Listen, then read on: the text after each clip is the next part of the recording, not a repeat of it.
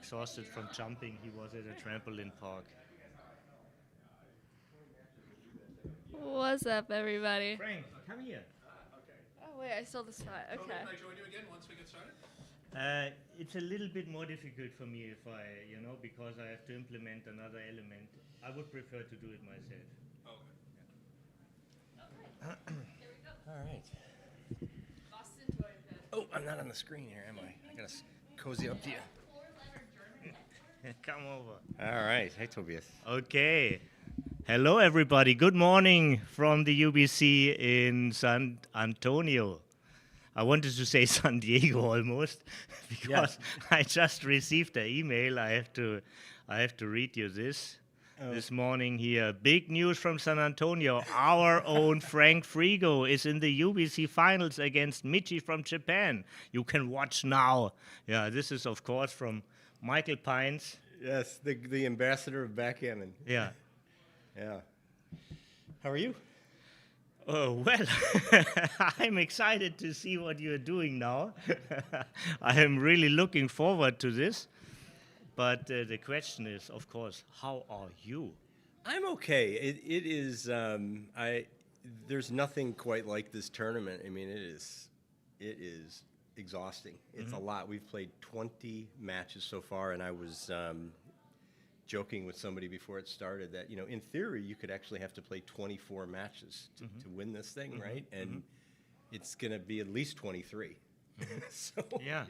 Yeah, and most likely 24. We'll see how it goes, but yeah, so it's a lot. But it's kind of fun. It's a challenge, It's nice to take on challenges. We'll see if I have any energy left for the main event after this. I'll make that decision later today. Is this more draining than Monaco? Monaco are these 17-point matches, but it's basically just one a day. I think in some ways this is more draining. It's more intense. It's more intense. I mean, the competition is so good.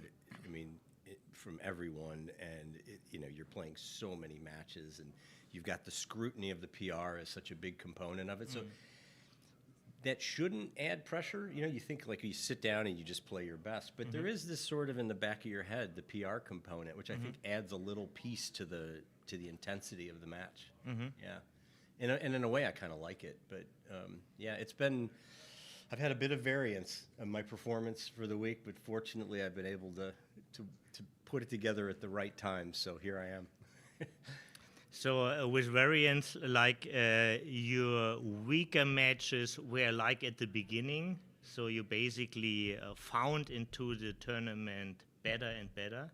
I think so. I mean, I've definitely been playing my better matches yesterday, but I've still peppered in a couple of things, It's not, it's not a flat line by any means, but I feel like sort of offsetting the energy spent is the experience in getting into the flow of playing. So I think that's it's helpful. There's always kind of a first day syndrome, I think, when you're playing tournaments. Yeah, at least for me.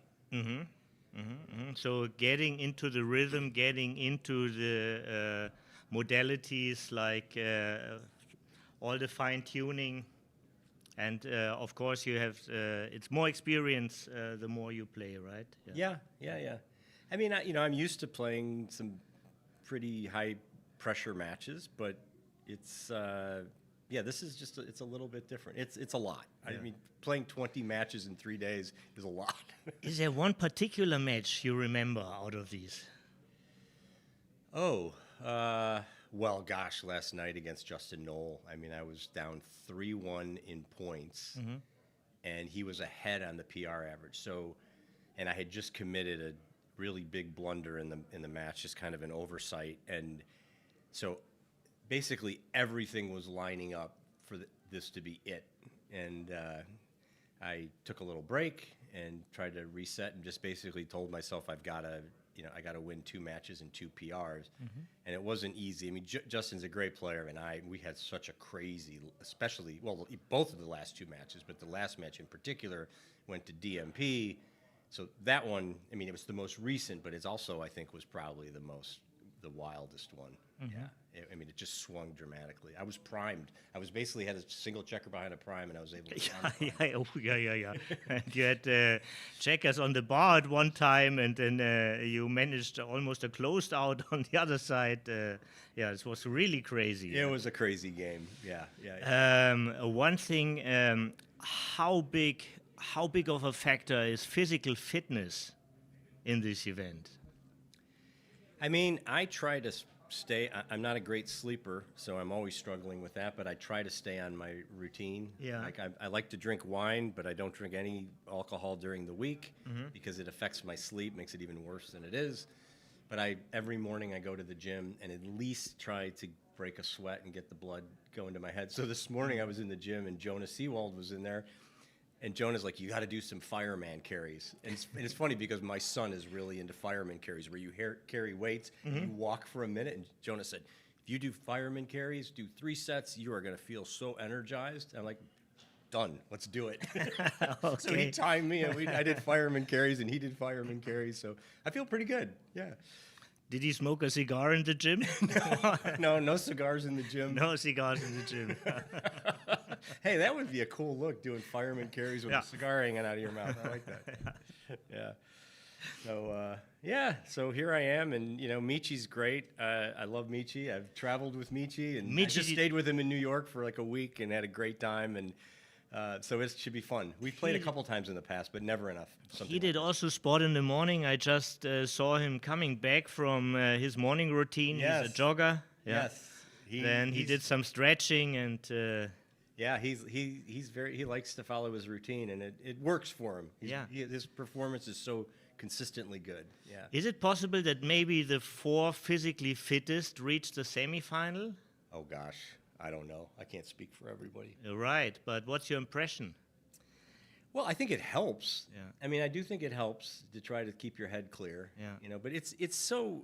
Sometimes it's so unpredictable. Like, at least speaking for myself, I cycle. I can't tell when I'm really going to be, when things are firing in the right way. And there's other times, I mean, I'm sure you've experienced this, lots of players have. You play a match and you think, gosh, I don't think I think I did everything great. And you're real confident, and then PR humbles you quickly, and there's times I think I played terrible and I played a great PR. So it's really hard to tell sometimes. Yeah, sometimes PR doesn't humble you; it depresses you sometimes. It can. Yeah. And that actually raises an interesting question. Like, you want to know the PRs in this format because you want to know what you're up against going into a match, but it's a criteria. It's a judging criteria. Yeah, and it could affect your strategy a little bit, right? Especially if you were down on the average and you needed to make up a big gap. I was actually speculating on that a little bit in Justin's match last night, that if I was going into a last match where I had to win the overall PR and I was at a deficit, could there be some game theory in terms of trying to really mix it up to see if I could induce like a big PR? Which, fortunately, I didn't have to do that, but it's an interesting question. But I'm not sure it's right, but I would have considered it. Yeah. But the other thing about PRs is, you're right. Like, you kind of want to know, but sometimes it can leave something stuck in your head into the next match too. So I have not been going back and reviewing my matches. I mean, maybe just a couple of positions, but I've just been too tired when I get back to the room. I just want to go to sleep. Yeah. So. But it helps a little bit to see some positions, maybe to readjust your thinking, to see, maybe I didn't see this really balanced, and then you understand it, and it kind of helps you in your to rescale. It does. I mean, so for certain positions, I was aware of them because I remembered the position later and I looked it up. And but I haven't done a routine of going through the whole match and like saying, okay, what was I thinking? What was the answer? I just, quite frankly, just is a function of energy and time. I just haven't done it. So anyway, here I am. You are. Congratulations. Thank I you. mean, this is already a great achievement, yeah, and a big community is rooting for you. Well, yeah. thanks. I'm gonna- Here in the chat, out in the San Diego group, and also you have a couple of people rooting here for you. Yeah, thanks. I'm looking forward to it. I'm just going to do my best and enjoy it. But I think it's also good to play somebody you like. Yeah, Very so much this so. is, No, Michi's great. I like yeah, Michi very much. yeah. And he's coming by. He's looking for his opponent, and maybe he also wants to say a few words. Good. He should say So, a few words. yeah, so thank you very much. All right, I'll Frank. give up the Yeah. microphone. Thanks, Yeah. Tobias. All right. Thank you. Okay. Let me sit in for just a second, Toby, and then I'll. Okay. Then you can. Yeah. I won't take but a minute. Here's the other finalist, Bill Riles. No. We wish, huh? Yeah, we wish. Bill Riles here. I just wanted to take a brief moment to thank everyone involved with this UBC contender, the participants, Tobias doing the commentary, all the transcribers, Tara, all the people behind the scenes. It's really been a great event, and I'd like to thank Mark Olson and the Galaxy group for giving us the privilege of hosting this regional contender, and you know, finalists of Michi and Frank Frigo. We're going to have a very representative participant from the Americas region. Absolutely, absolutely. In the playoff final in Monte Carlo. So, should be just a wonderful match, and I hope everyone enjoys it. And we thank you so much. I know you've invested your heart and soul into it over these couple of days with your great commentary. I'm So just anyway, a talker, yeah. And also, don't want to miss in your presence to thank you for all this organization. I mean, this is a big part to get all the people together, to have like the technical things all worked out. This is really fantastic what you pull here off, and well, and one person I didn't mention, and just an oversight, Mate Fair does kind of like the UBC director for Galaxy, and he's here and did a lot of work in that organizational aspect as well. So he deserves recognition. And yeah, especially this time, I think we have all the results almost in real time. almost in real time. It was amazing. Yeah. So anyway, I'll let Michi sit in for a moment, and I'm sure they're ready to play soon here. So Yeah. best of luck to everyone, and I hope you all enjoy this. Bill, thank you very, very much.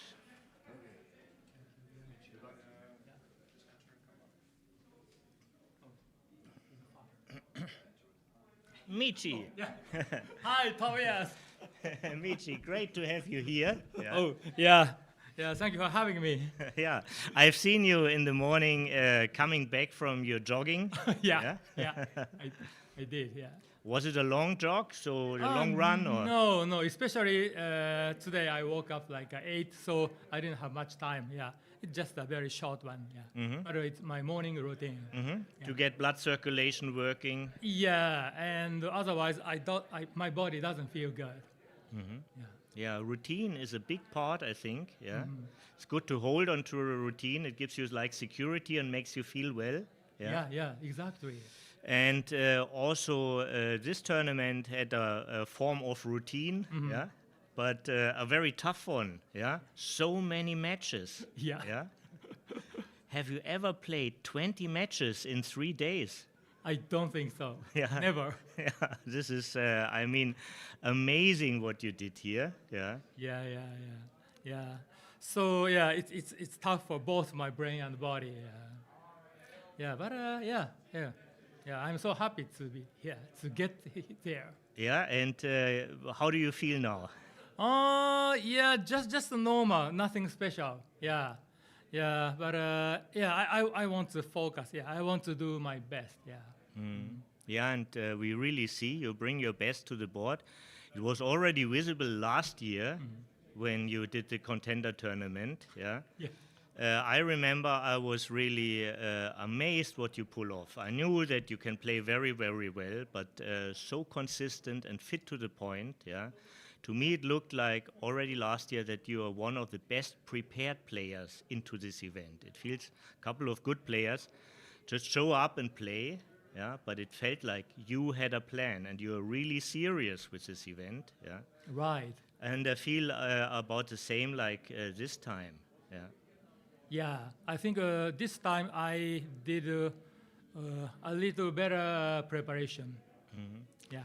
And I love your time management. Yeah, I think from all the people, I think you handle the clock the best. Yeah, it's really lovely to see when you think. Yeah, and when you already know what you do. Yeah, so. Oh, thank you. It's fun. It's really fantastic to watch you, and I was looking forward to this. And I had a strong feeling we would see you in the final here. Yeah. Yeah, I really hope it will be a wonderful final. Yeah. You wanna say maybe a few words to all your fans out there? Oh well, yeah. So okay, so this is not the final, the grand final. Still, I need to play 4 players tournament if I win.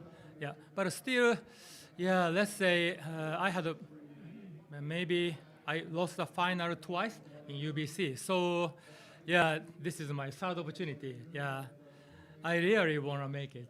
Yeah, and thank you for supporting and helping me. Yeah, so I'm ready to roll the dice. Thank you. There's basically nothing to add. Only one thing, 3 times it was first time in Gibraltar against Ueda, right? Right, yeah.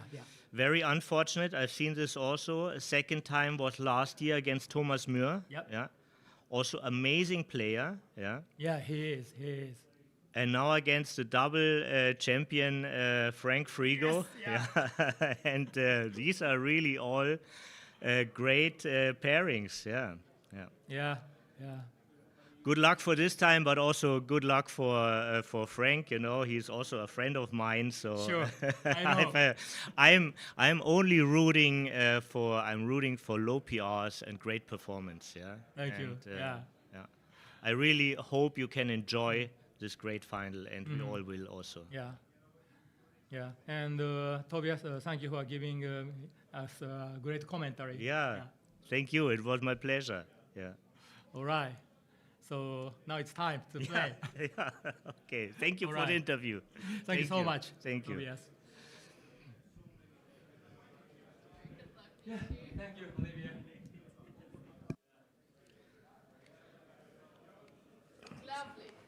Unglaublich. You had a week. You have to teach me more.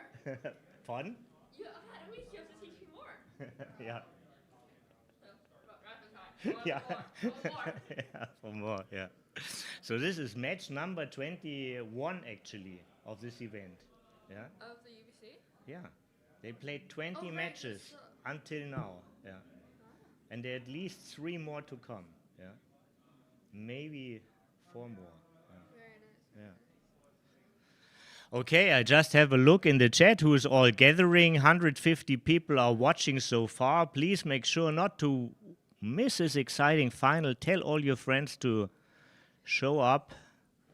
Marin Rose is here. Yeah, and this is the way towards the final. We see here Michi won against Albert Stake. Kimon won against Jerry Tensei. Michi won against Kimon. And on the other side, Justin won over Petko. And then in the semi-final, Frank beat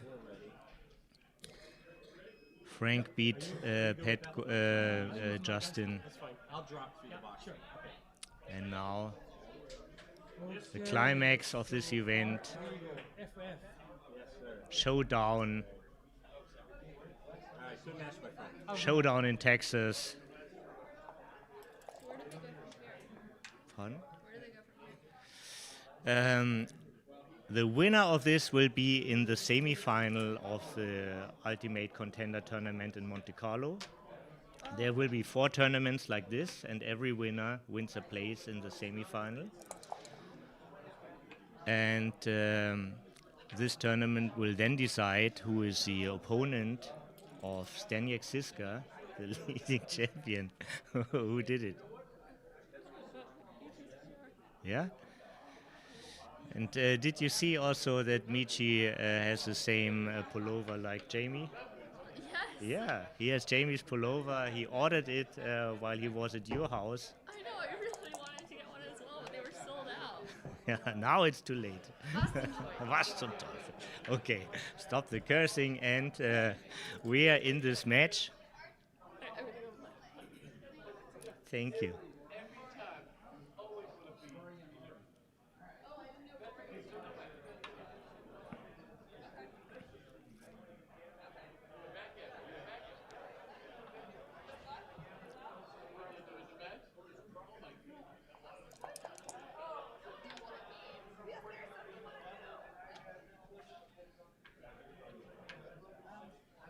Michi now owns both 5 points.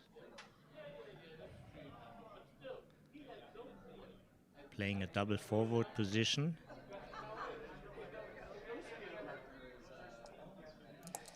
But not really forward since he's down in the race.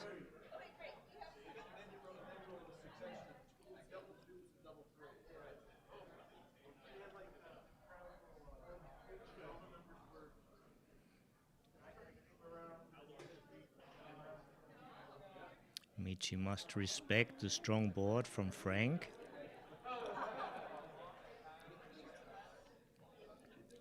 The next positional goal is to establish infield points.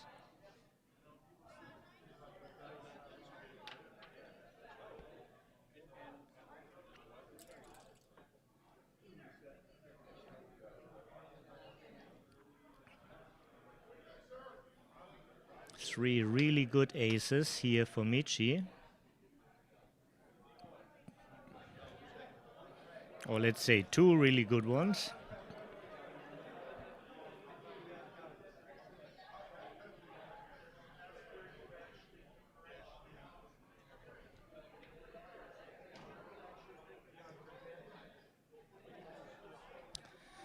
And this is not because you want to move the checker from 24 to 23. It is because all the other checkers are well placed. You don't want to touch those. So this is why he advances the last checker.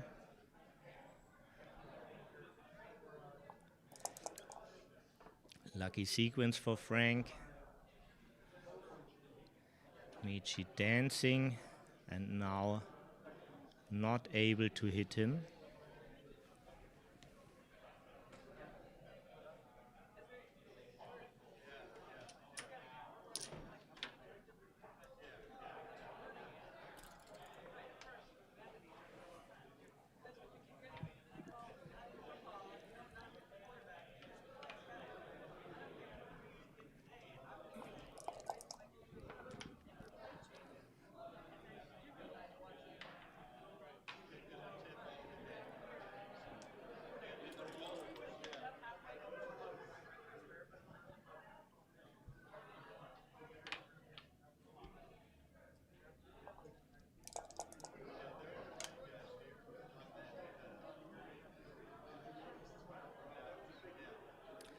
The back check on the 21 can become a problem. But can't take care of it now.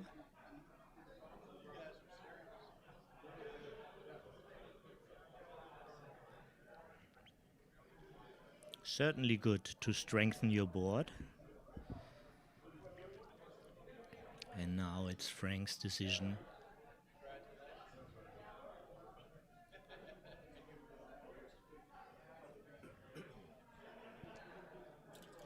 Five pointing numbers. This leaves a shot.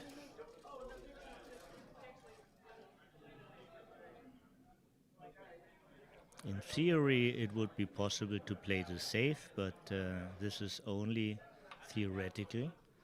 Would put too much harm to his strong position.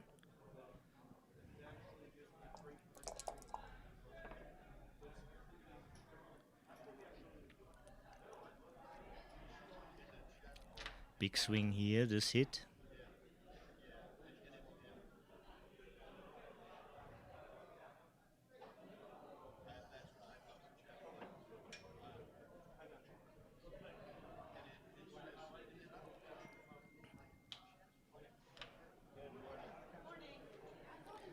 Frank had a couple of numbers the shake before when he left a shot which could bring him into too good territory, like double six, double four, double two, or double three. But still, it was a close decision.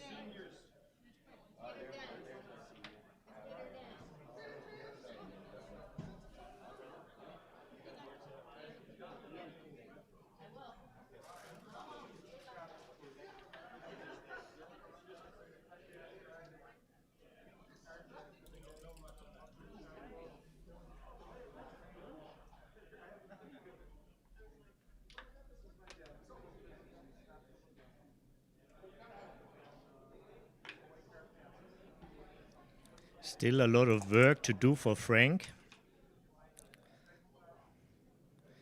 Even though Michi made the second anchor, the sequence goes for him.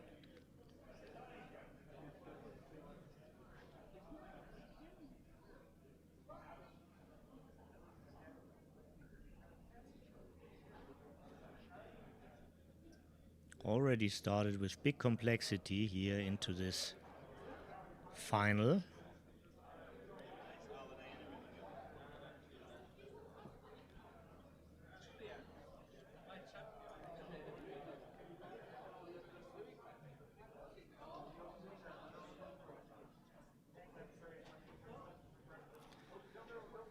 Very difficult to have solid references about all these backgame perfect doubles. When to cube exactly in such a backgame. The big thing is Michi has a checker on the bar.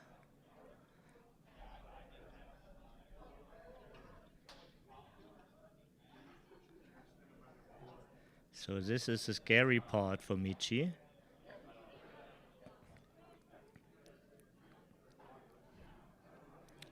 And how to factor this in. Usually you look at backgames, but factoring in when to enter.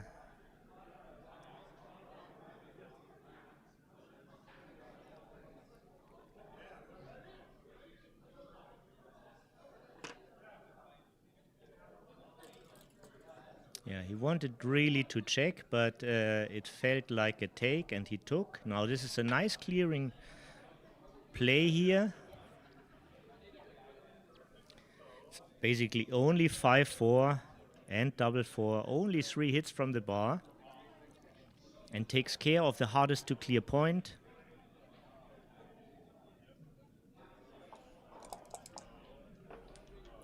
Good technical move. And now Frank won a lot in this sequence, even though the double costed him in the PR.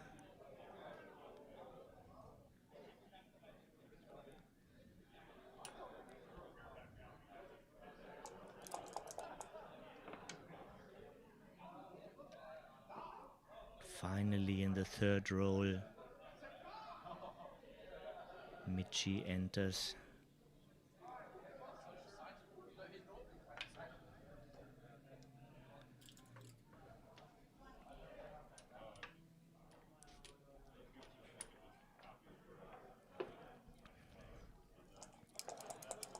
Super roll.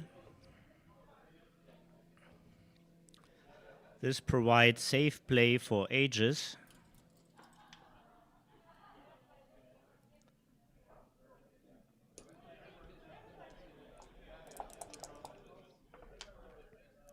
Twos can be a problem for Frank later on, but now he has like 3 spare twos.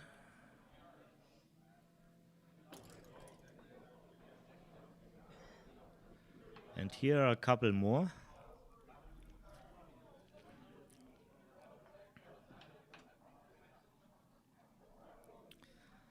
But probably doesn't need more spares. He's fighting to win a gammon here.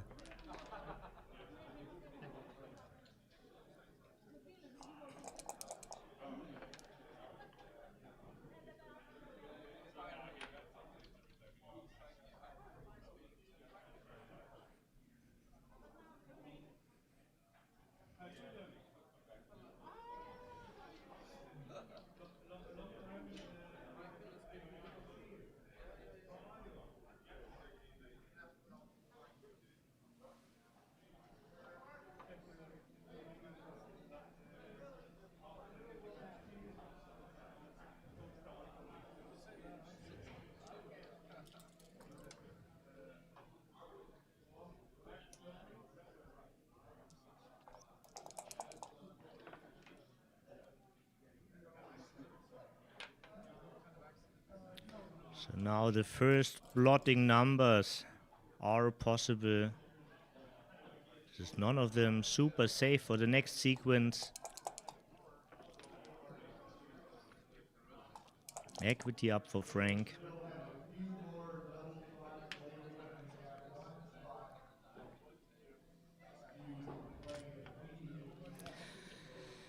And with a double blot in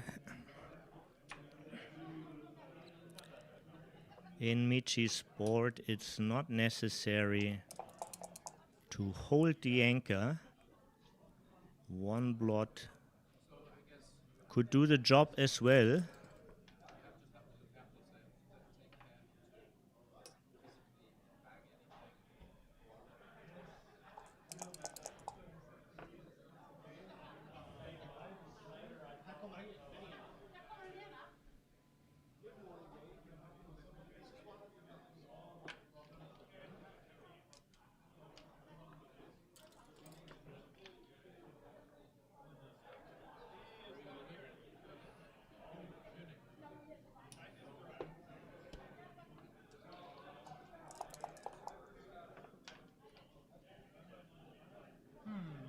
So how to handle this? BGs are possible. Gammons go up tremendously if you don't run, but there are a couple of double blotting numbers. And Michi, if he hits, can still win this game if he hits 2 blots.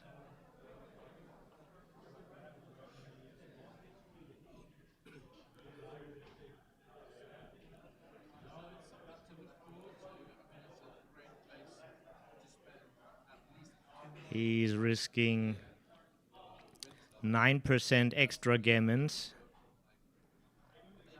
for 5.5% game winnings.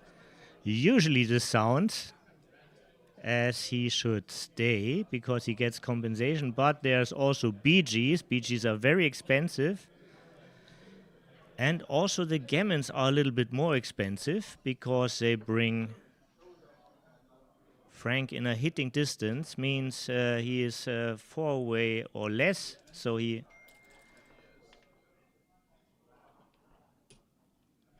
strong roll. Michi is very happy that he left, but not about this one. So first 4 points for the double world champion Frank Frigo. 0-4.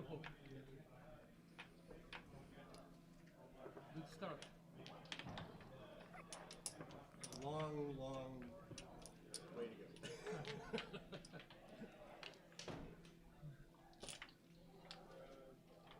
So this is a same format as the semi-final.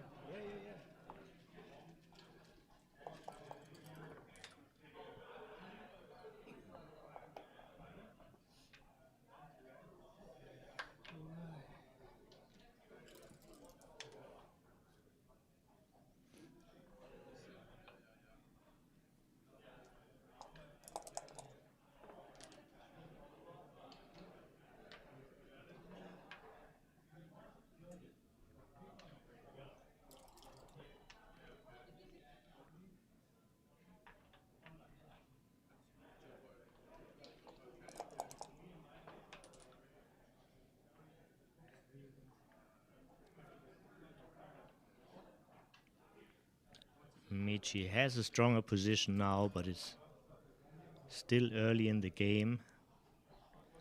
Unconstructive roll here for Frank. Equity up for Michi due to his Frank 4-3.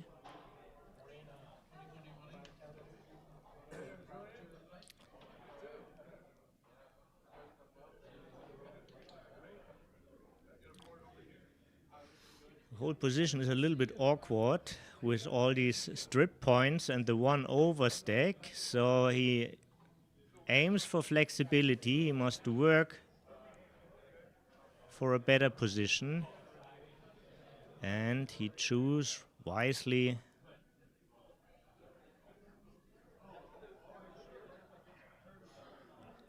Clearing his midpoint into two helpful builders. But those are potentially victims also for Michi. 2-6 is blocked. 6 numbers hit. 4-5, 3-6. Oh, it's actually 7 numbers. Double 4 also. And 3-5. 7 numbers. 7 numbers, and Michi has a stronger position also on his side. Full outfield control.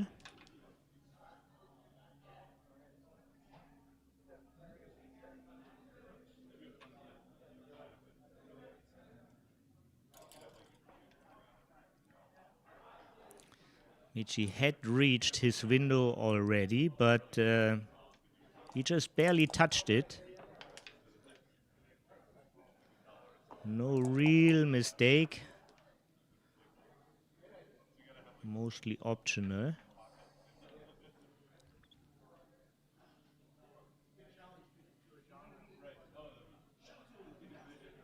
Here he takes some extra consideration because he's leaving 2 blots. But the point is very important. He wants to lock Frank's man in.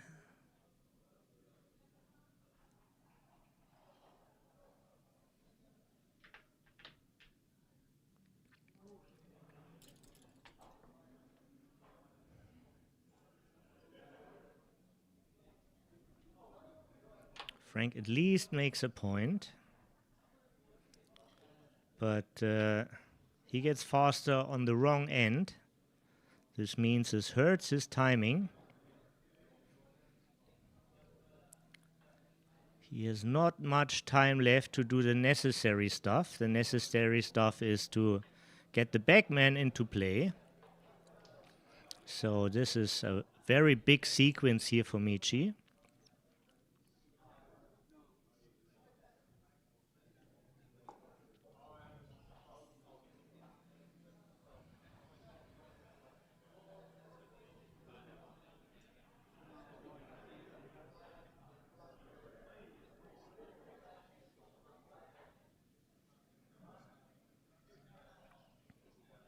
This is a take at even score. 7 away, 7 away. But now we do have a score. Michi has active gammons on him.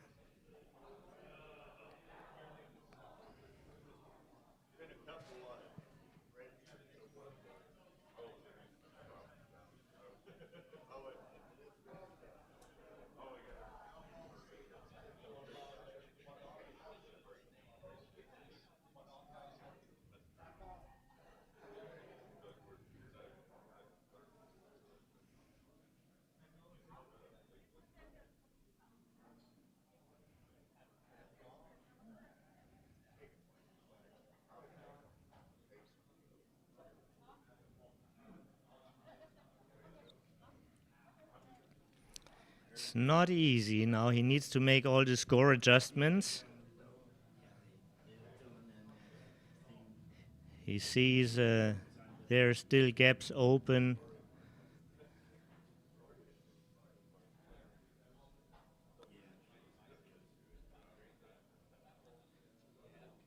If he just hit the jacker, he had the stronger board, but he understands the score and the needs and let this one go. Good decision.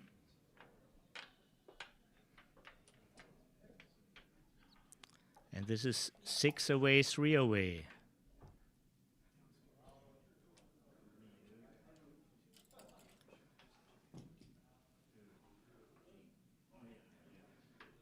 So far, fantastic play here from the both champions.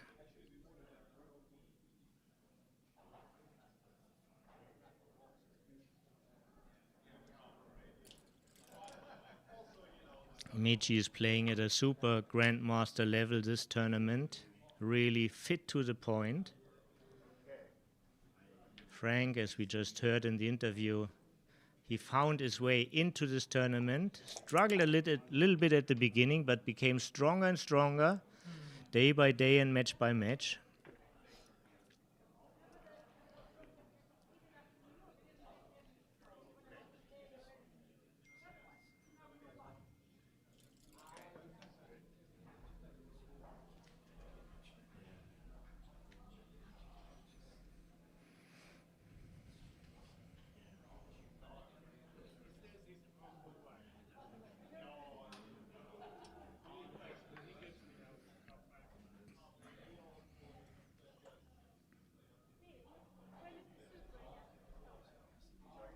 Points define a decision, position.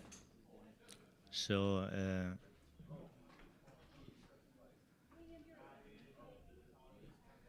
making points really brings an advantage. It's not so easy to save the man from the 18.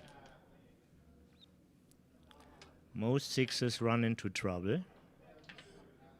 That's of course a brilliant number here.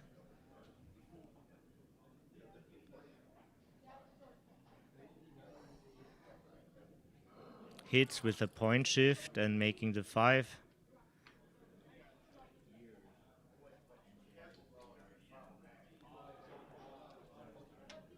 And this is a clear idea to the most. And I'm a little bit surprised about the computer suggestions. There are a couple of non-hitting options up there. This is a natural move and barely any loss in equity.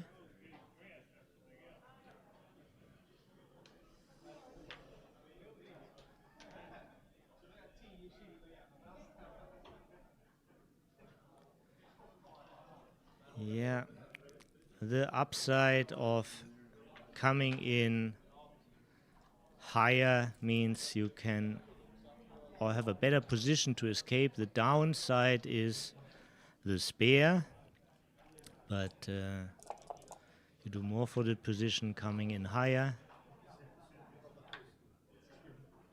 Pointing number then for Frank, and so far sequence winner is Michi, not anymore.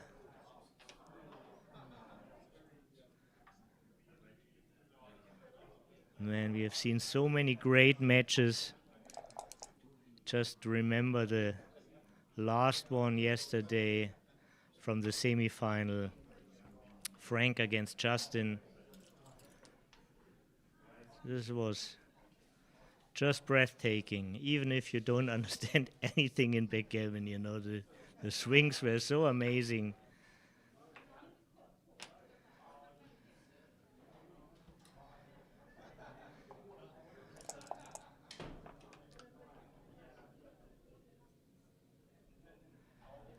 This did do a lot for Frank, but Frank also has a chance to win an undoubled gammon, and this is very valuable, bringing him to a Crawford score.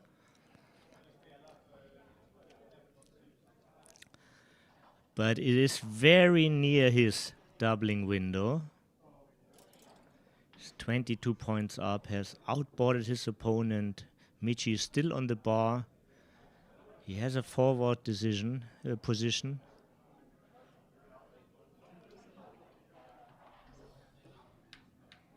And in a blitz position, the order of points is less relevant and sometimes even reversed, since it's easier to bring your logistics to the higher points than to the lower.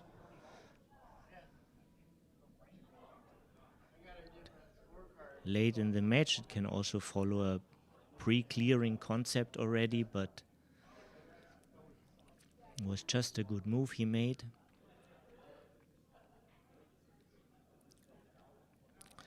Strong move here from the Japanese Grandmaster. You're not shy. You need to build up a block, and if you get hit, it maybe helps you to anchor. Just with coming in from the roof, this sequence goes to Michi.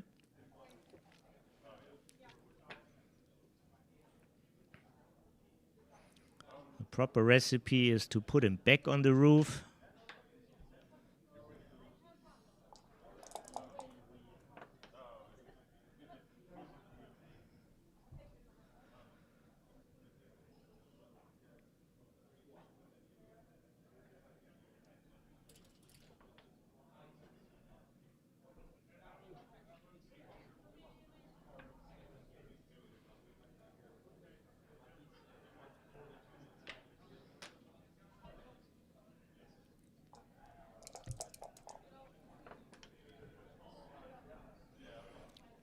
Of course, Frank is way too good right now.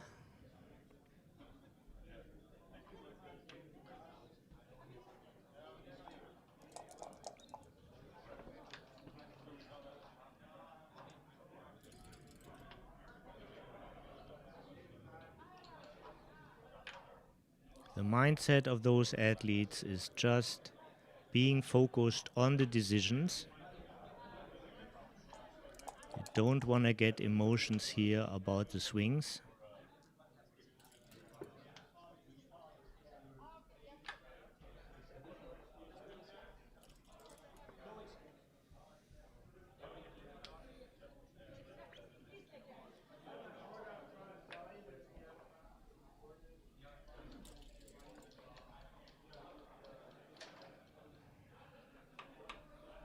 And 6-5. Expert move, technical area. So when gammon is really needed, could have been the mountain, but here, of course, a smooth position, the safest play, most often also wins the most gammons.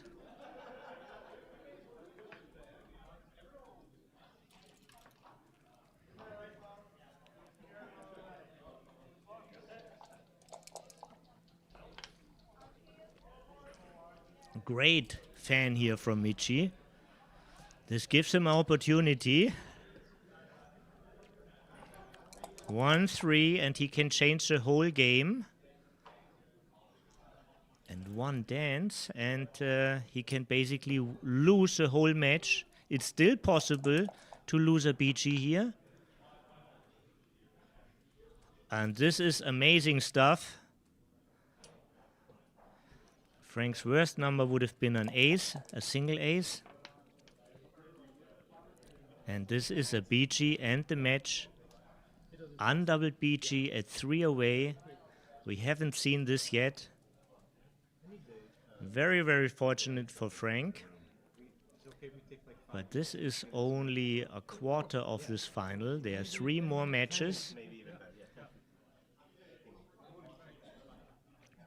And if it won't change at ++ settings, it's a point split here.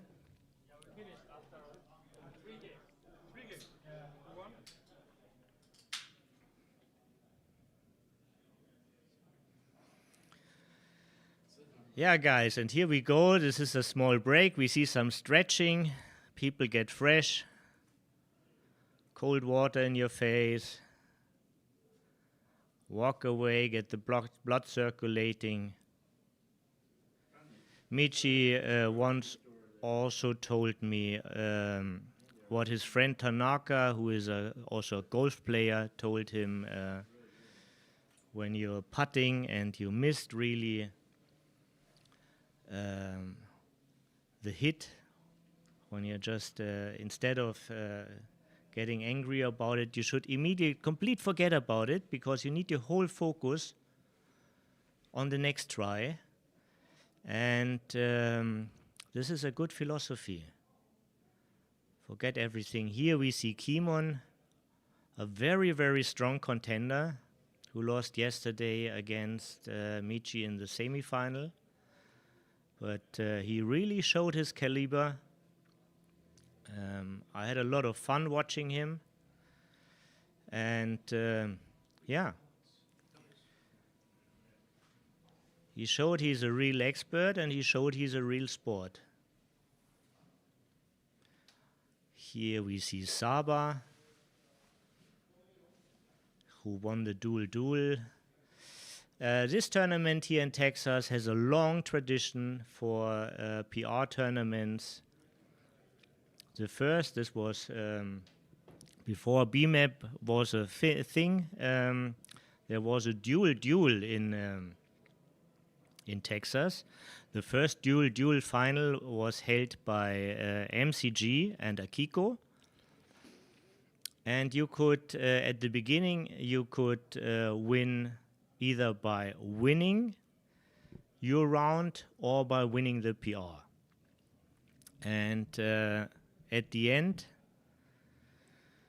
best the PR winner and the point winner, they met in the final, and in the final both had to be won. Yeah. And of course MCG was a big favorite, but it happened to him the one thing everybody fears, and we see very rare: he lost on time. He just got locked up in his thoughts, forgot about the clock, and he couldn't compensate this with good decisions, because it's like a give up, and nothing is so expensive like that. And the first winner of a PR tournament in Texas was Akiko Yazawa, also two-time world champion, just like Frank Frigo here.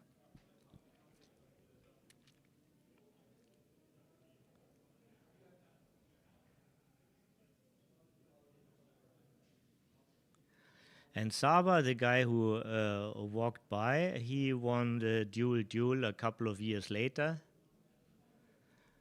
Nobody knew him until then, and now everybody knows him.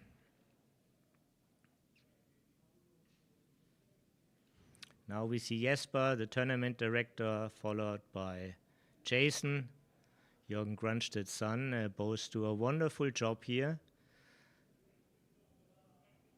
They rock this tournament together with Bill and Tara.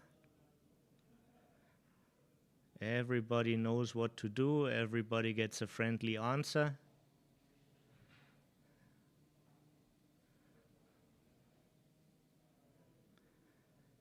Michi has his tea. Frank has a cup of coffee. Rory, tournament director of Boston and Chicago, former tournament director of Vegas. Big fan of Michi coming by. Yeah. Feels like if I would play this final, I would prefer to have a little bit of silence when I'm in a break, but everybody is different constructed.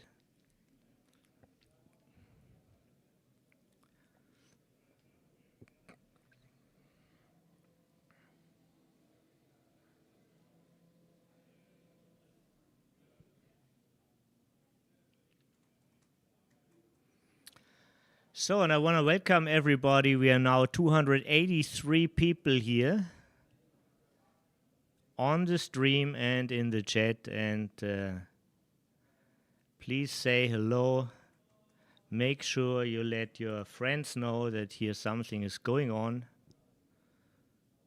And if you really don't like the stream, you know, there's a thumb down button and you can press this.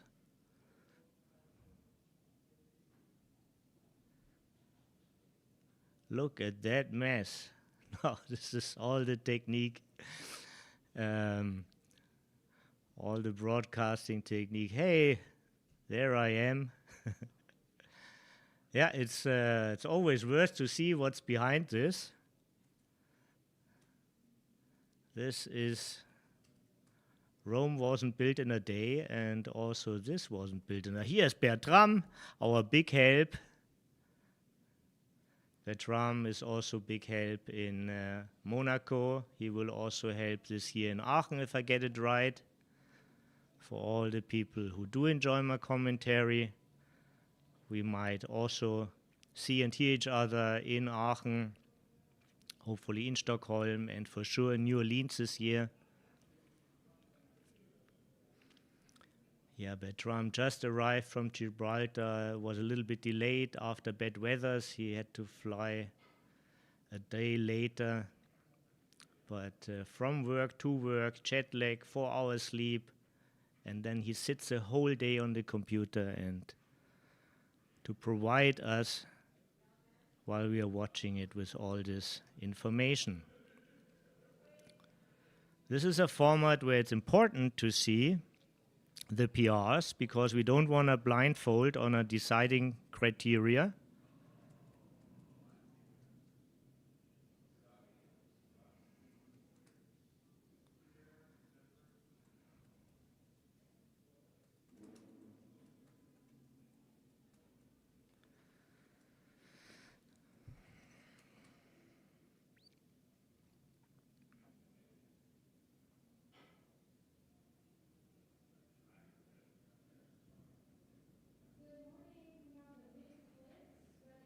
Tomorrow there will be a longhorn parade through the city. Giant cows with giant horns, also big cars, also with cow horns, will march through the streets. This is always a big show. Very excited to see it. San Diego, a fantastic place. The basketball world champions were playing here 2 days ago. They also stayed in this hotel.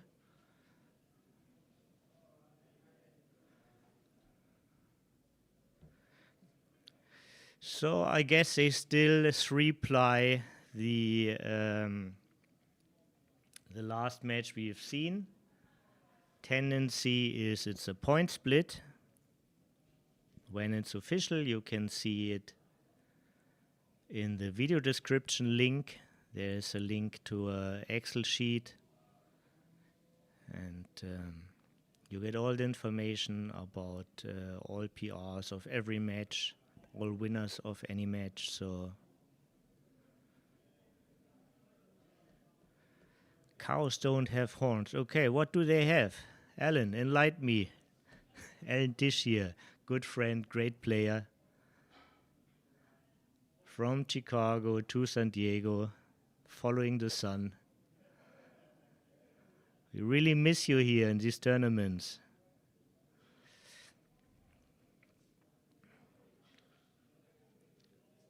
So I will use the opportunity and also get a little bit fresh for the next match. See you in 2-3 minutes.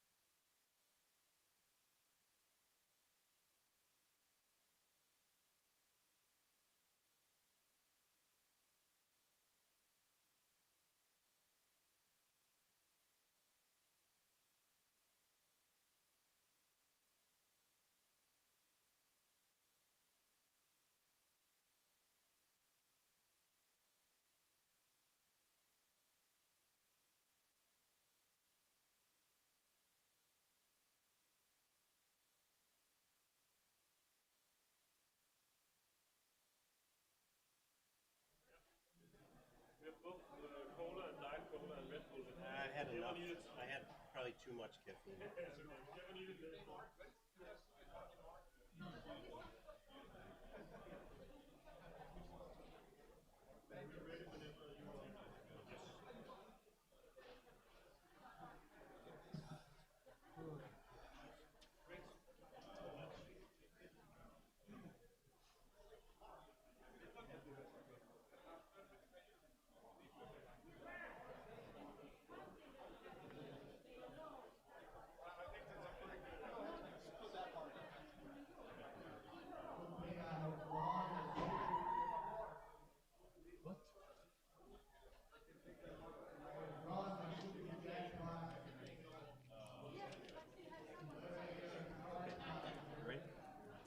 Oh yeah. And shall we start? Yeah. Okay.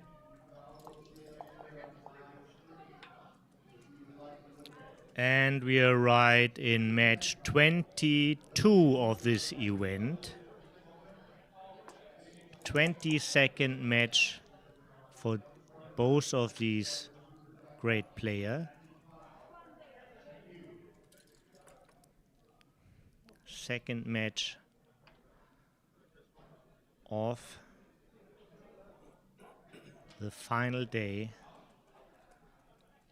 of the playoff. The winner of this is semi-finalist in the great contender.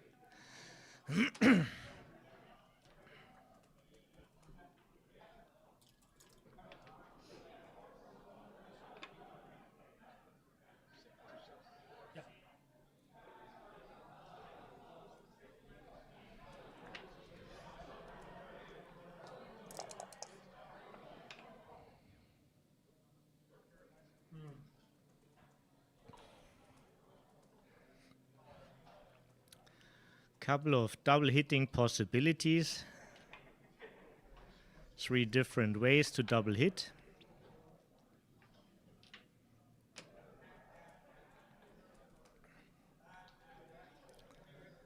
Lowest equity loss is to hit on the bar and on the 3.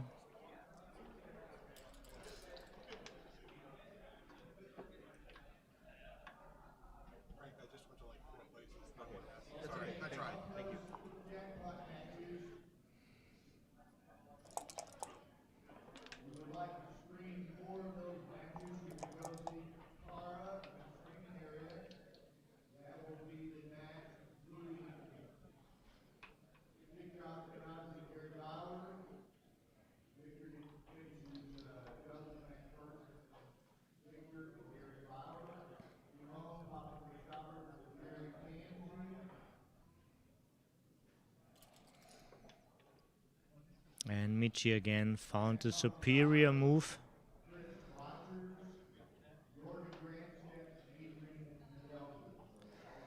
Duplication of 3 is probably the reason. 3 is good for anchoring and good for hitting. When your roll is not constructive, narrow down the spectrum of your opponent rolls. This is what you do by duplicating.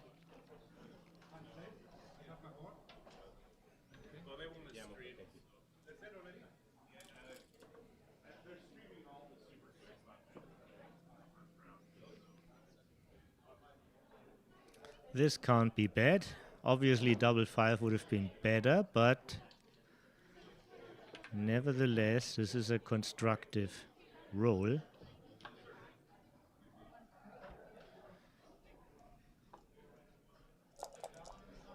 Established the second anchor. Holding now gold and silver points. Made an inner board point himself.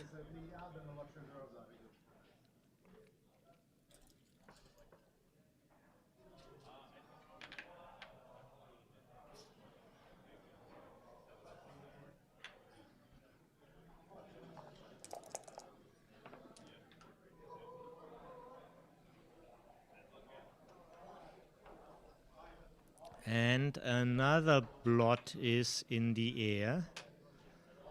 While Frank already has the stronger home field, so this comes very handy if he hits.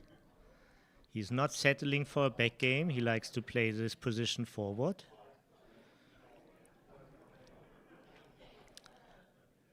And to buy yourself time, build a block to keep your opponent.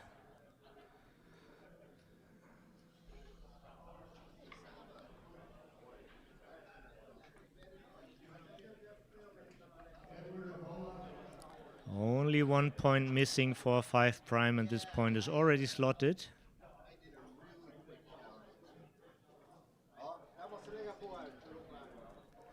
This activates many blots. Also is a good move.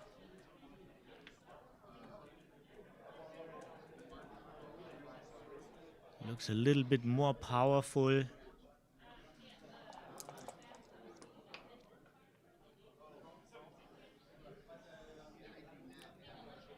And this is a 7 away score.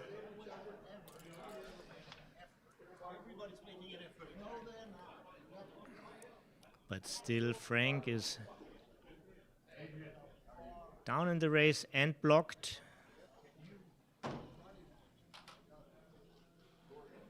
course, he has a nice structure.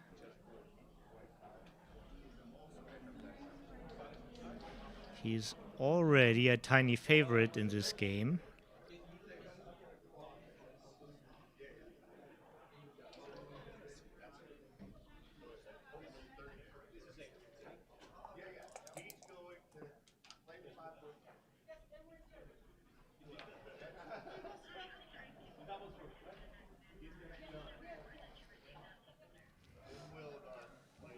Michi entered.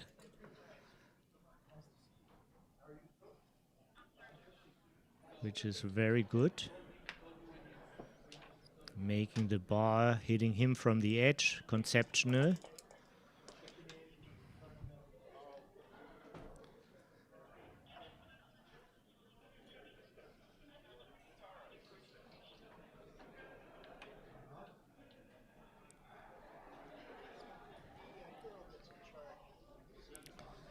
Yeah, there's not much room for alternatives here. It's hard to find a different play. There is one with switching the 9 point to the bar, but he found a great move, and we see that Michi doesn't spend too much time on these technical things. When it's clear what idea is connected to the move, he knows how to execute it. Only thinks if the idea is not clear.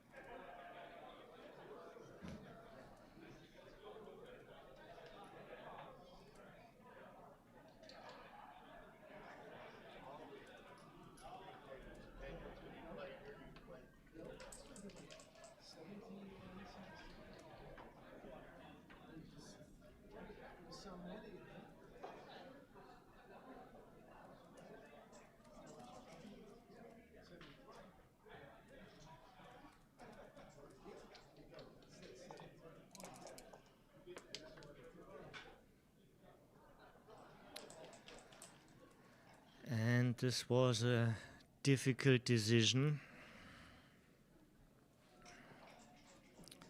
Frank made his choice, but it shredded his PR. But this is only game 1, so this doesn't mean anything. He will end at a world-class level this match. This is clear. Or at least he's a favorite to do so. But in game number 1, this only a couple of decisions made. This results in a currently high PR.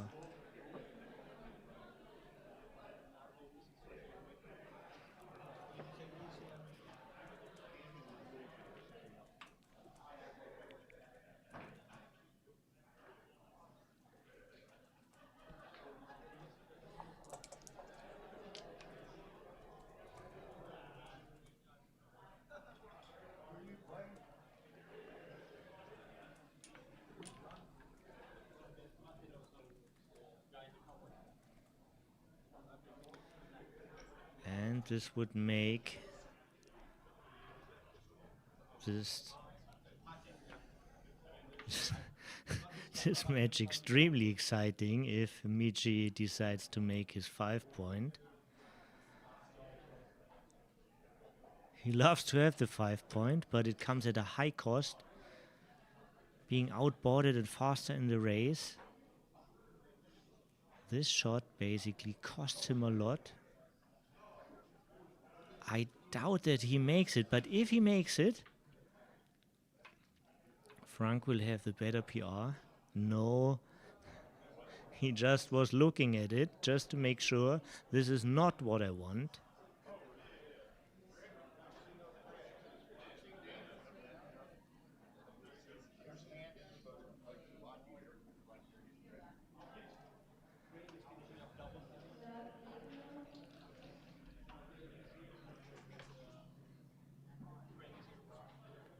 Michi really found his mojo. I mean, he has a swag. He is so centered. He very balanced, very focused.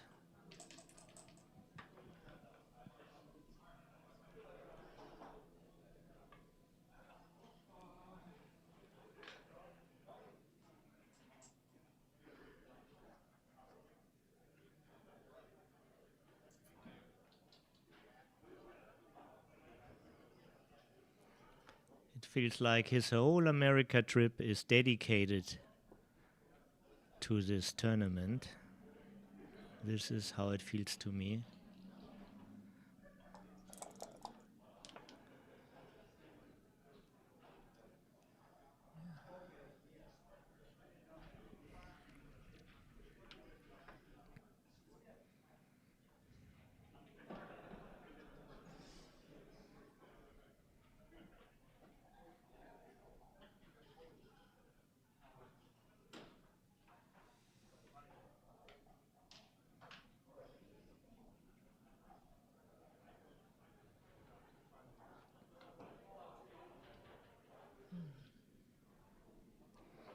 And again, the concept has not changed. He doesn't want to get hit.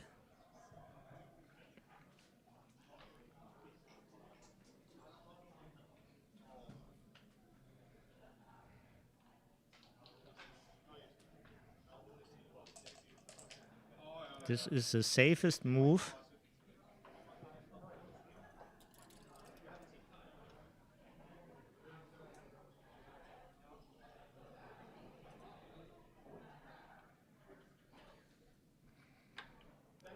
And now Frank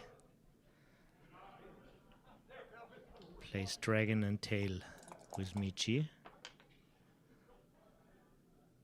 With Michi's freshly busted board. That's a nice one.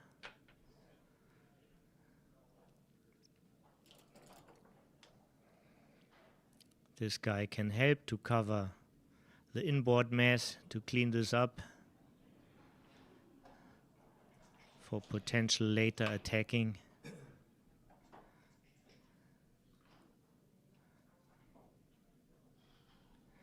And the 4 is a common part. There are 3 possible 6s.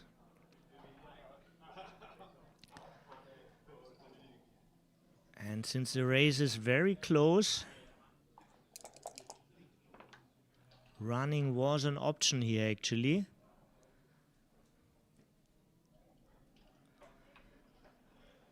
But because of Frank's choice, now Michi has to kill some of his checkers.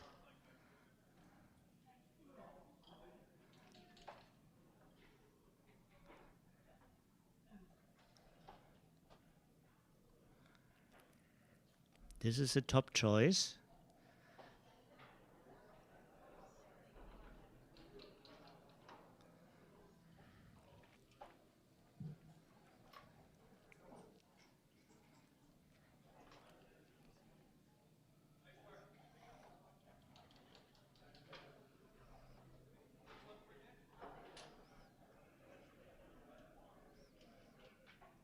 Michi wears his lucky pullover. He saw this pullover from Jamie Rosen at a nice party in New York. And he said, oh, this is a backgammon pullover. I see all these triangles and checkers. This, I must have this. And Jamie told him the shop, and he got it, and now he wears it every day.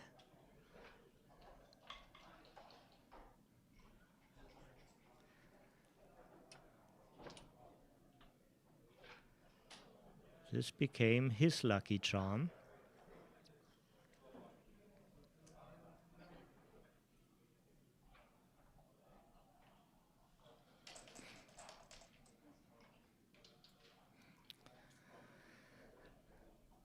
Still, the concept hasn't changed.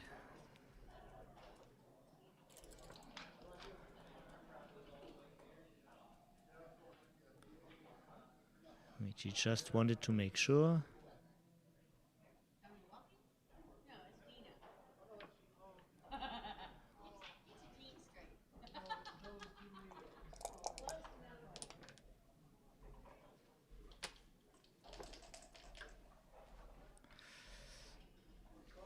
There's also a safe option, but Michi was about to lose ground in the race. And he knew that he had to switch his strategy.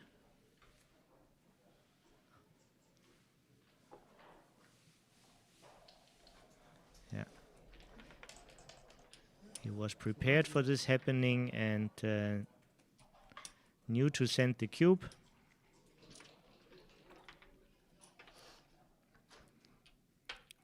Not trying to stir his opponent into a take.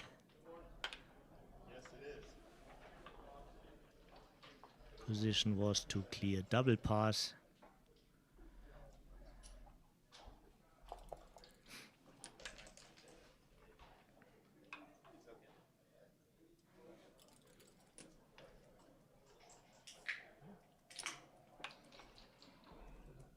This is the third time.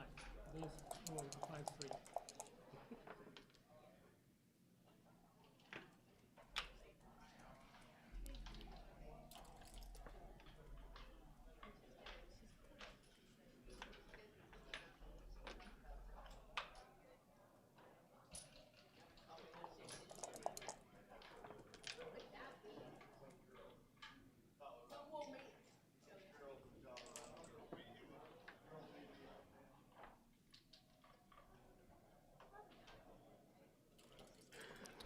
You're all well consulted to not underestimate Frank Frigo.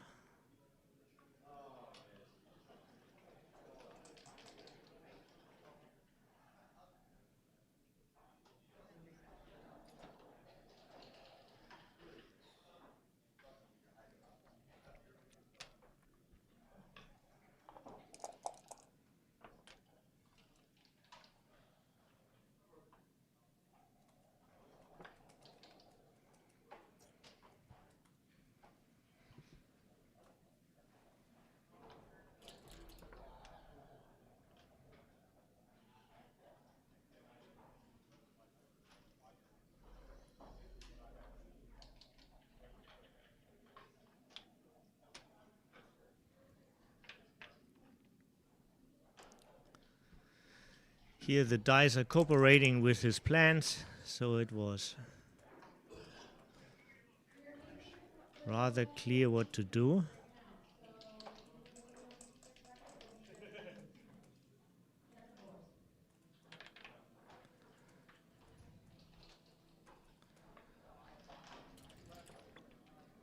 Too fast to get locked in.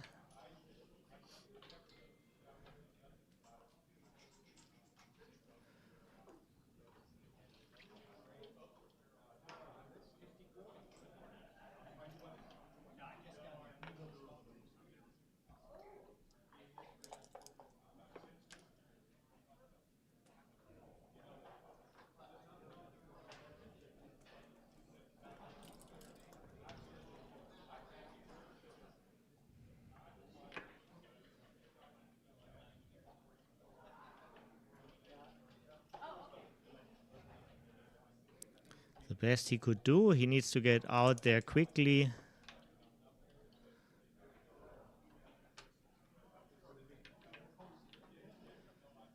Michi stops him.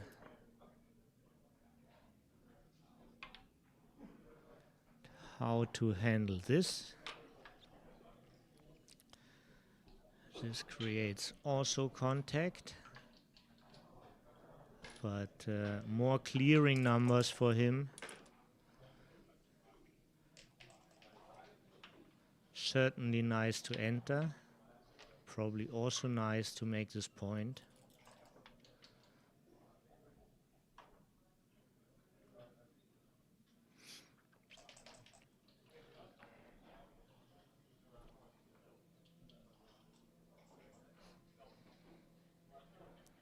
Michi felt the power is shifting. Equity up in the last sequence. Although he still has 4-man back and no direct covers. He's thinking about the position. He's gaining now general awareness about the position and looks what progress he needs to turn the cube.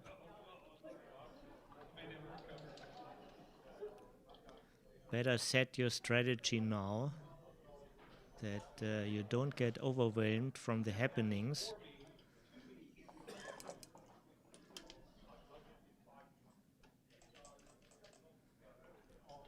Another question, should he slot or should he leave one of the anchors?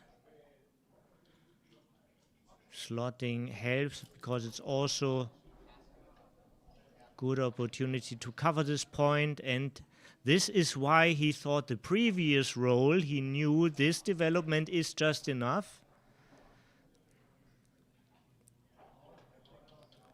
Previously he thought about this position. This is why he didn't have to think now.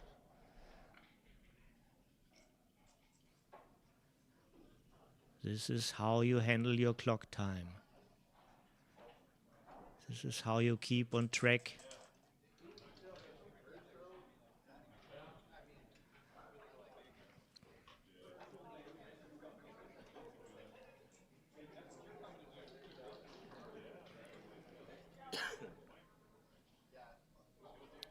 Frank is still faster. And Michi has not enough men for the closeout. Frank has to recalibrate himself.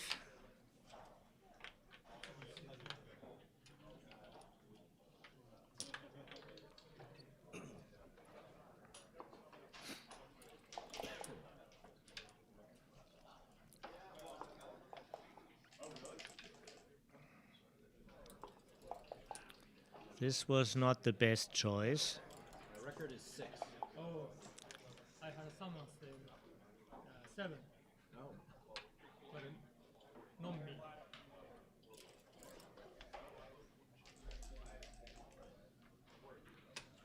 This is just game 1, but he found into this game with the worst possible start.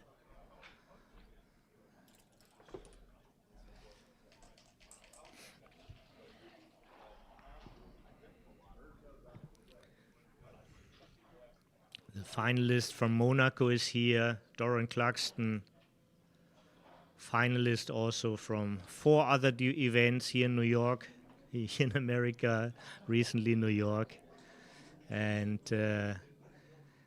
he said there, he knows it, so he let you all know this is all hard. Yeah.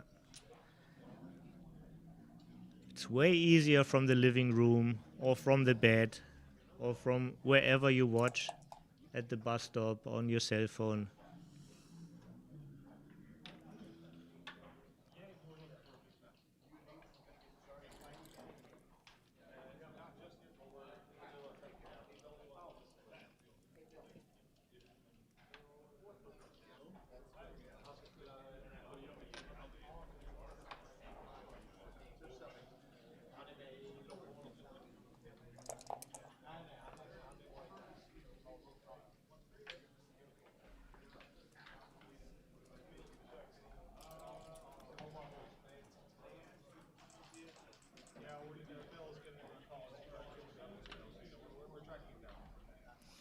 Always easy to look smart when you don't put yourself out in the contest.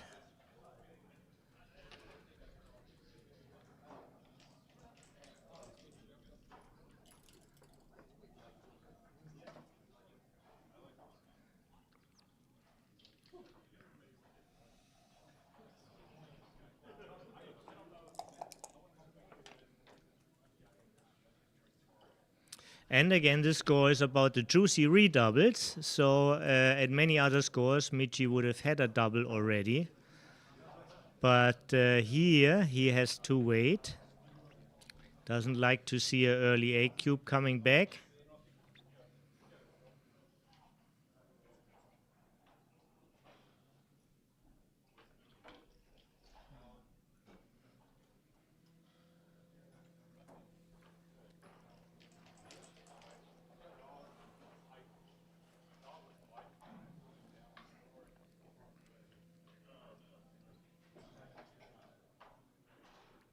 This is just borderline.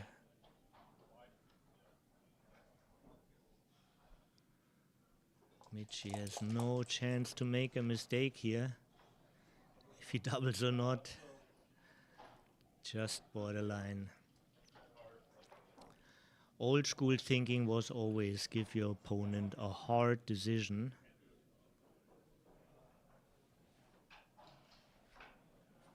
But PR thinking is a little bit different.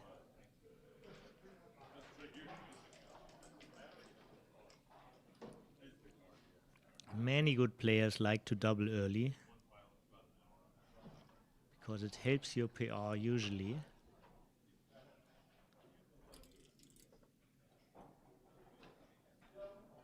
But being a backgammon player means to like the complicated. You don't want to settle for easy concepts. You are ready for the hard stuff.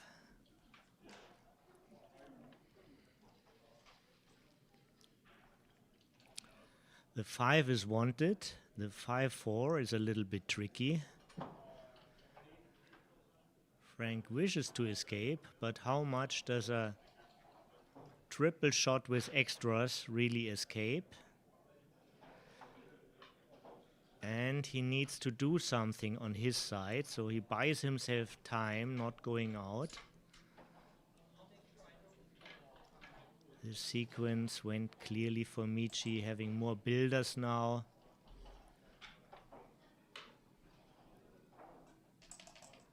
Frank didn't do any improvement. Caught a little bit up in the race, but so far from running.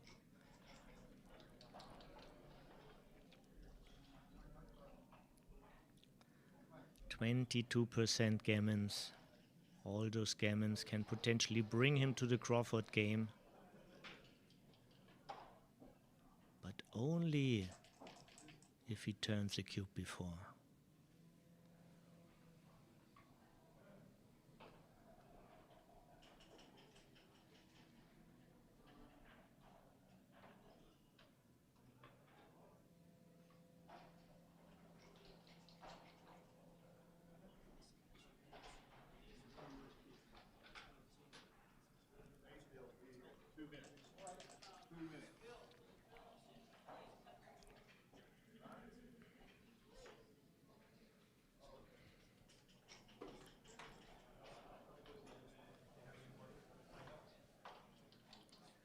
It is a tricky score, much more tricky than the most people think.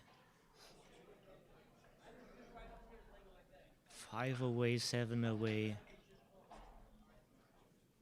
When you turn a live cube. But this hurts his PR a little bit. 2 more decisions like this and he is close by Frank.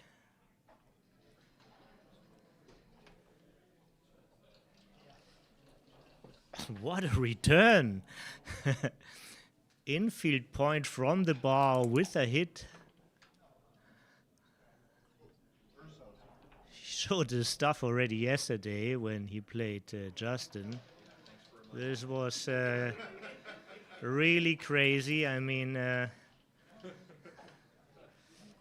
It felt like 89 on the Tiananmen Square, you know. Man against tanks.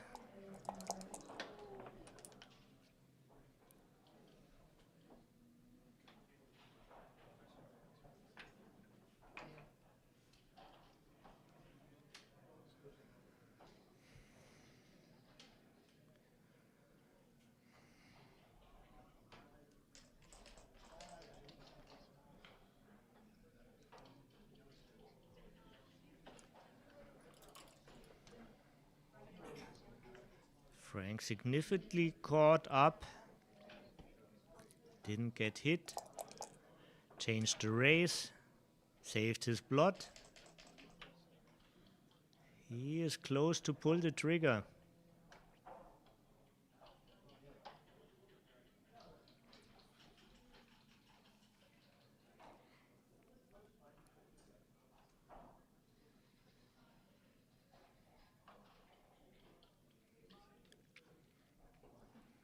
He has enough time to wait for a double.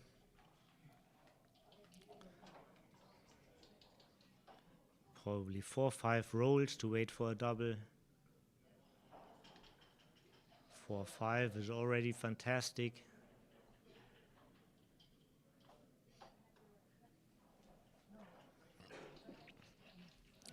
The good news for Michi, he has no gammon power in this.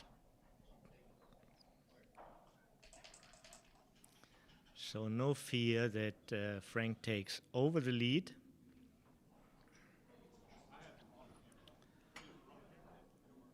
Looks like a pretty standard take.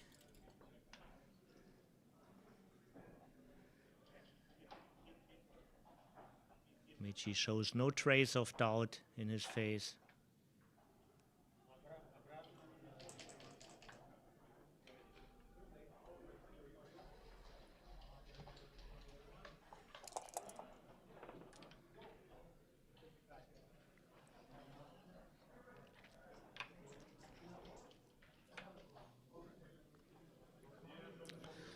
There are a million ways to execute this, and none of them really cost you. Frank will usually not volunteer.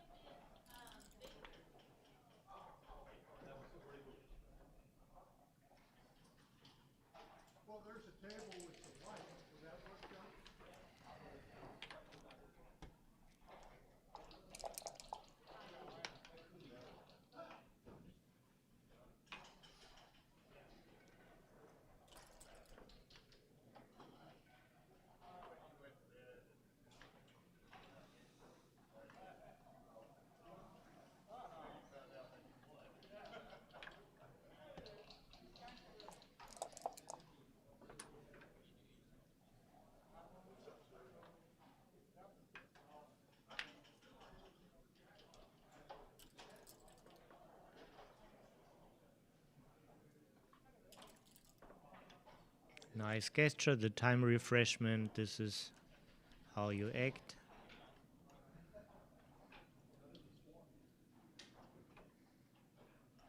Keep the position compact again. Yeah. A little bit more flexible.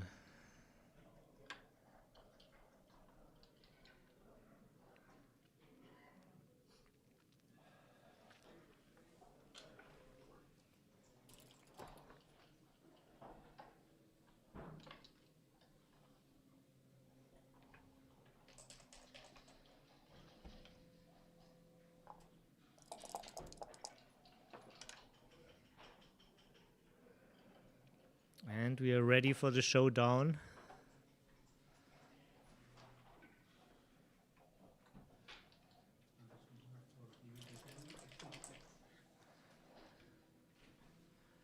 Still have to wait, but can happen anytime.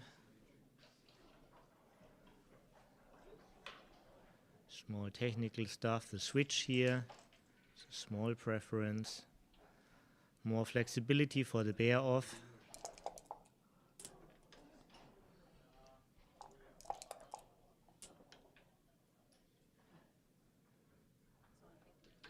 And now Michi crunches. Still having the more effective board, and this is like a disaster roll.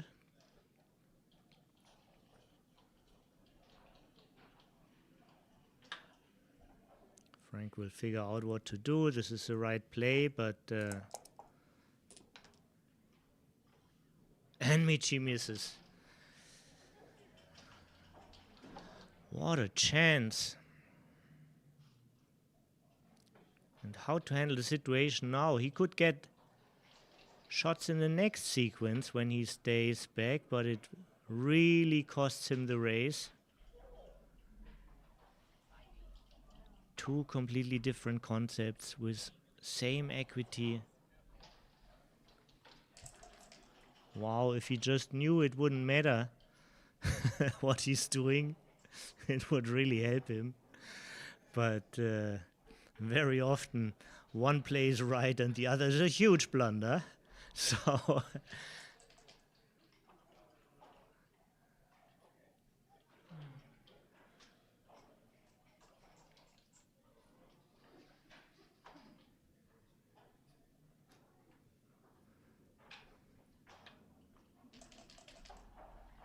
this is a tough choice, especially when you don't know that you can't lose PR on it.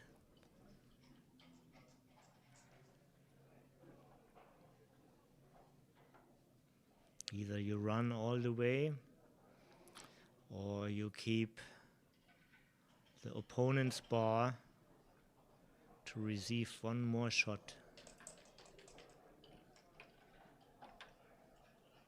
Wow, nice find, Michi. But as a reward, you now run for the gammon. Of course, gammon chances are very small. But it feels like they are bigger than the winnings.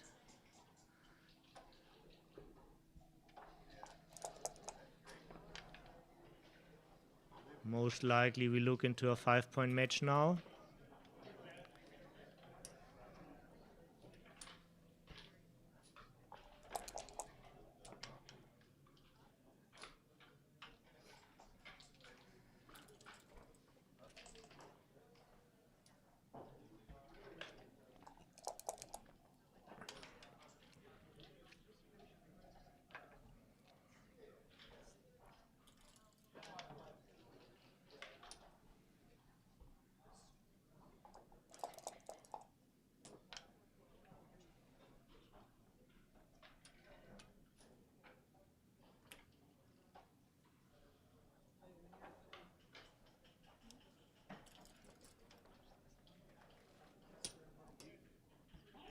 Still it's possible. I know it's possible. No day. I have to run to the restroom. Yeah, sure.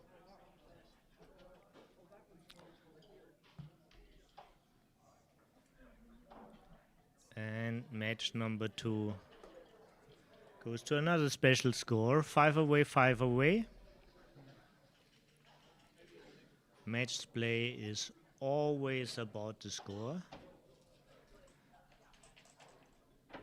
And a tiny emergency break. I will use it too. Too much coffee here to stay awake. See you in a second.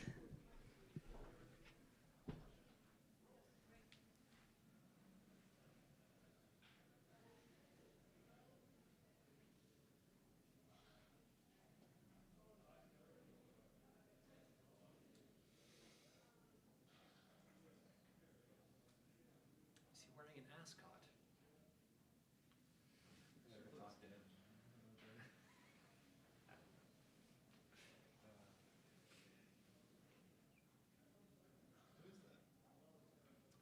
He's from Copenhagen, or from Denmark. Not from Copenhagen specifically, but yeah, East cool. I like him a lot. I met him at the Nordic Open last year, and then he was in Monaco as well, helping out for the World Championship. I think he basically ran the tournament in Copenhagen. Did the draws, basically artist job there. Is he a transcriber? Who is he? He's transcribing now. Yeah, that's all he's doing here. Okay, he's the guy that Tobias was talking about. I get his name. Yeah, I don't know why I'm blanking on his name. I've known him for a while, but my brain is not functioning after the past couple days. All right, so how's London like? It's good. It's good. I like it. It's nice, you know. Yeah, it's good. It's a nice place to have like a kid and like raise one versus New York City, which is a bit hectic. How old is the kid now? About almost 1.5. So yeah, no, it's good. Are you starting to teach backgammon? No, but what Or we chess? do Chess. Well, what is do you like really prefer? no backgammon. So what we do is like sometimes we'll be in the front room, we'll be playing with his toys, and on the TV we have these tournaments on in the background, you know. And so osmosis, he'll know that this is important. What's the youngest person that you taught backgammon? 3. 3. Yeah. How does that go? Good. So basically with a 3-year-old, we'll like start in a race essentially, or we'll have like, we'll just be bearing off checkers. And then a 3-year-old loves to shake a dice cup and roll the dice. And then they practice counting to take off the checkers. And so we just start in a bear off, and the whole game is like who rolls better to bear off all the checkers. How did you find this 3-year-old? Somebody come to you and 3-year-old? No, I used to teach chess. Yeah, but you are also a good chess player. So I mean, still. And hugs in break time. Yeah. You see the tremendous focus.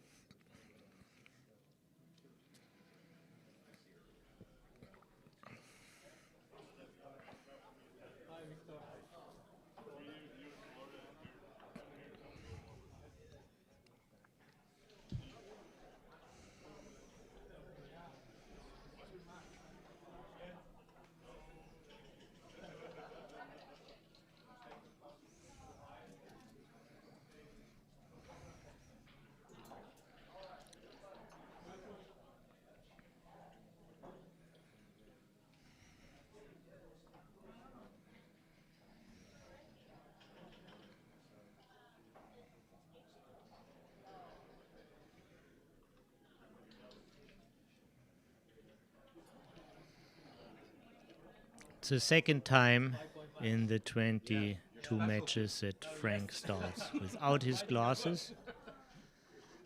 Maybe it relaxes his eyes a little bit.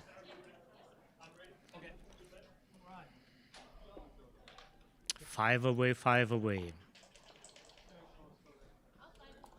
Big fight for the first point in this 5-point match. One of the targets in a 7-point match or in a 5-point match is to get to a 4-away score, but also a great target for sure is to get to Crawford. So Michi enjoyed his double 5, but Frank stopped the party with a 4-3.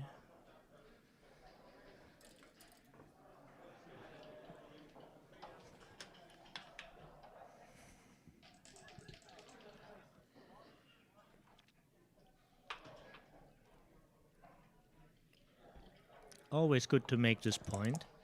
Provides extra control and helps later for the 5-point. 11-point is often an important point in the early game.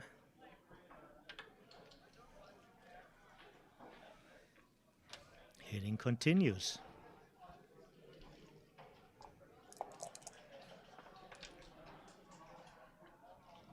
And this is the worst possible shake. He had 35 better numbers. But it happened not the first time in these 22 matches, and we might see this again.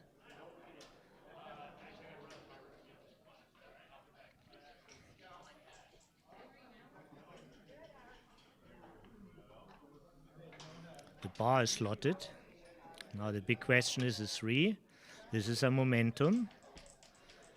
This also prevents Michi from making his 5-point with the entering ace.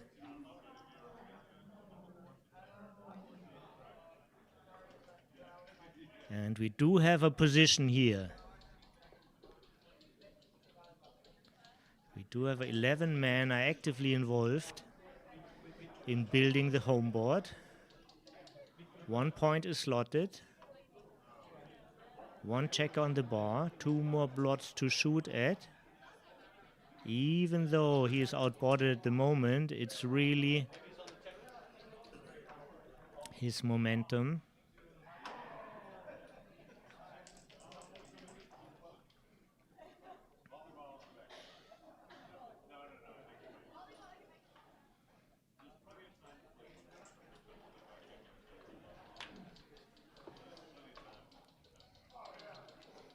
Sometimes it's hard to perceive strength when you start into a match just with the idea to survive after you get like blitzed with double 5s. But this can switch so early. And now usually he wanted to make the 5-point. Now it's about the momentum. This is a tempo hit basically.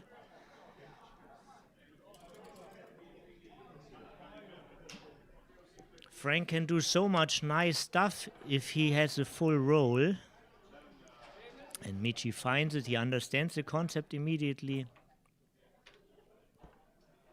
Very fine play.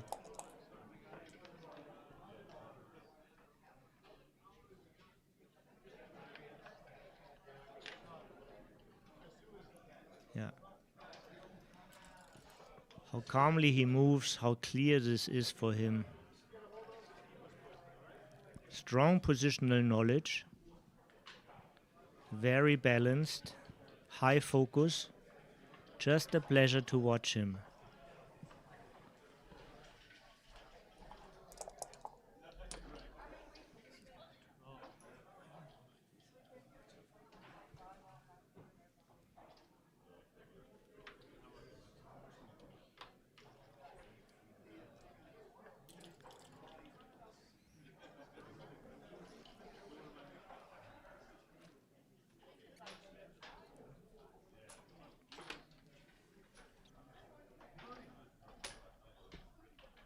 It's a good number.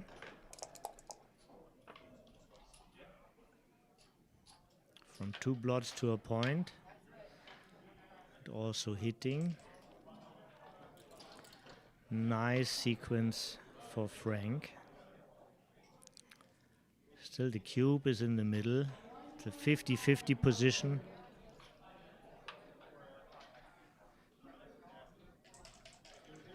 Because of Michi's strong board and the blot, he's winning slightly more gammons.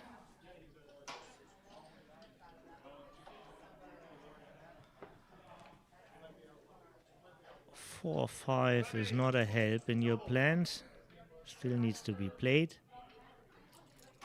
This creates good 6s for the future.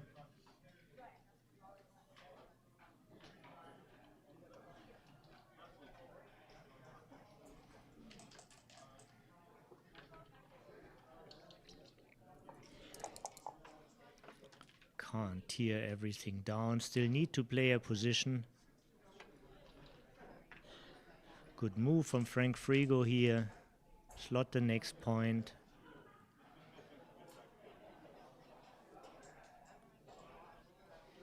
He got hit.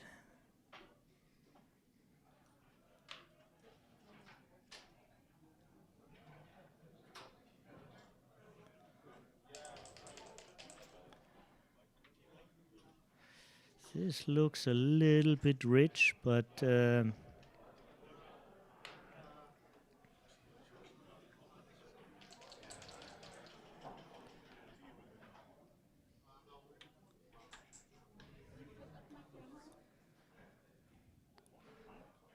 he understood this is to dismiss.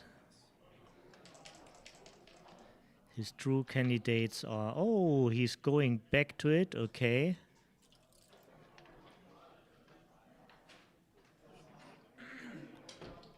Created 5 blots, but he got missed. He is faster, he has a way better board. He's threatening to make a 5-point board. He wins a couple of gammons, since they are long crossover and strip points from Frank.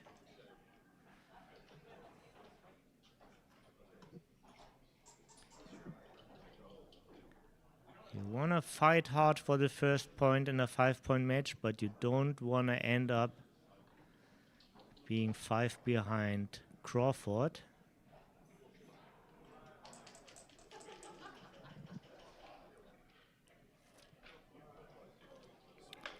Nice gesture. Yeah, he wants to take a new approach. Do you see the motion of his hands? Look at it, unbiased again.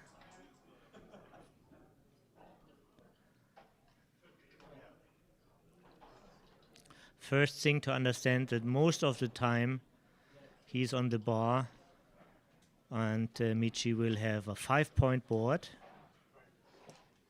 And this is just too much.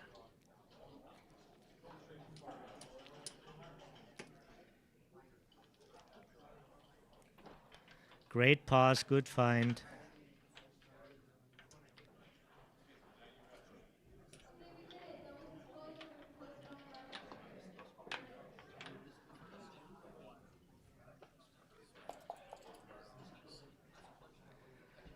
And 4 away, 5 away.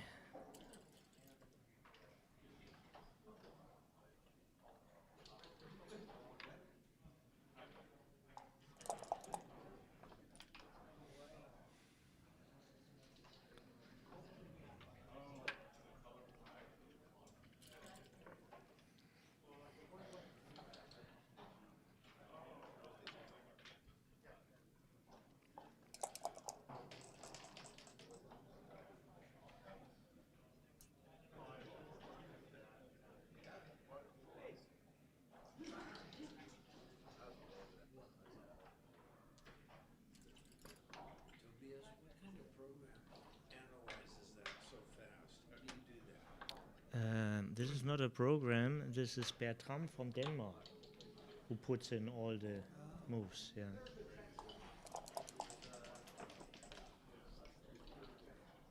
Yeah, this is hard work.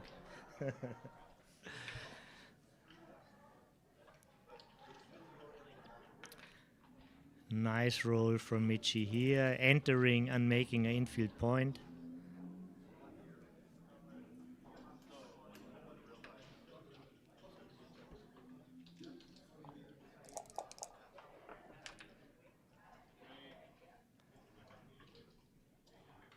This is not what you wanted. Certainly good for the race, not good for the position.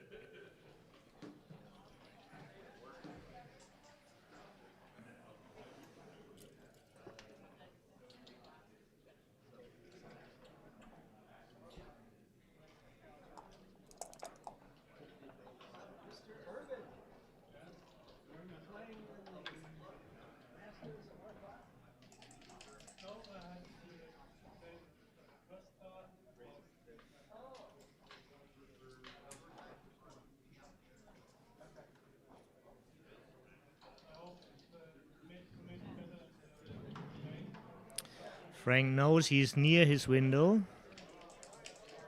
He's playing the forward game.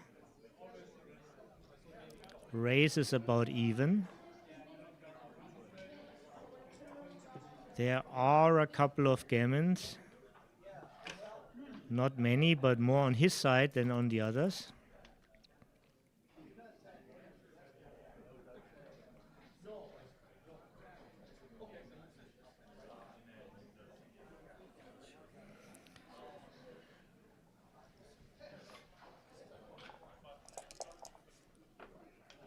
There were a couple of options here to execute this move.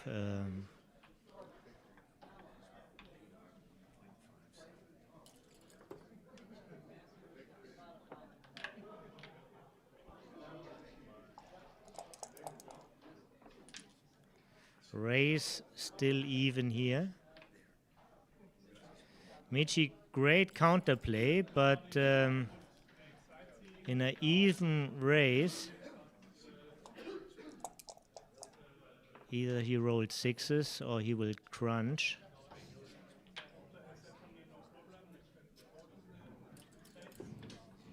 Two ways to play this forward for Michi, either play double six or hit the checker in the outfield, or go out with a six and get missed, or go out, get hit and hit again.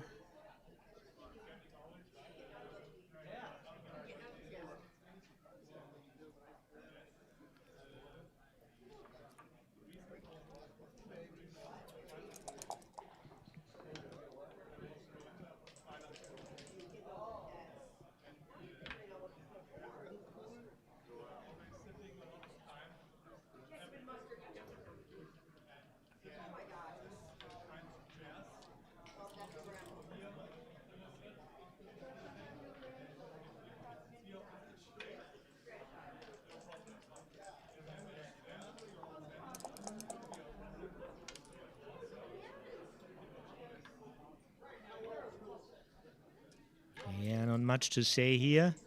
We are waiting for the real action here. Real action comes as soon as Michi leaves the anchor, and he leaves the anchor the very best way, taking over the lead in the race. Water cooler for Frank.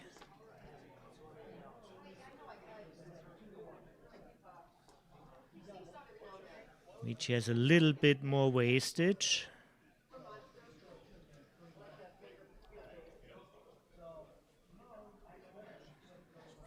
Michi is rather inclined to receive a 4 cube than turn it to the 4, because after the 4 it's immediately 8.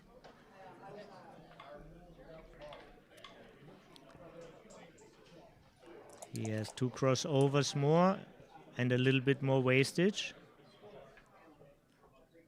This is a nice roll. This is even nicer.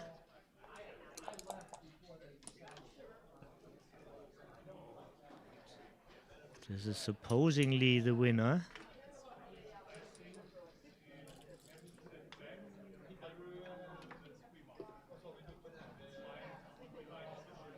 Just not enough here.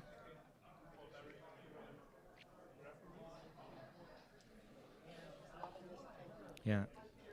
If double six and double five is not enough to win the race, then why have you taken it all? And of course it is enough. It's a clear pass. And now the score is 2 away for Michi, 5 away for Frank. Another special score.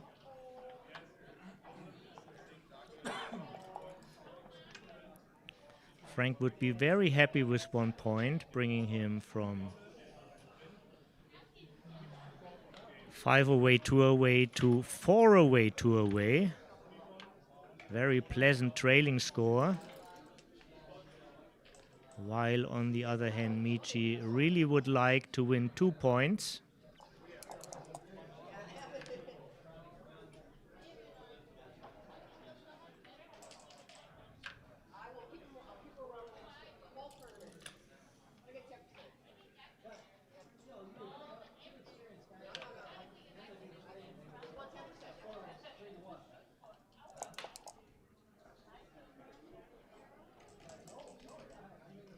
Six, 4. Big swing here. Okay, this is some security. Good help in the battle to have this defensive anchor watching the outfield.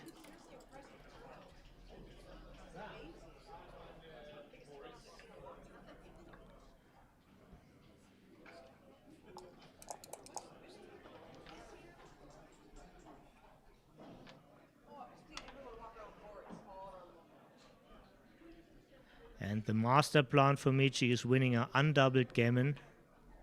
This is exactly 2 points.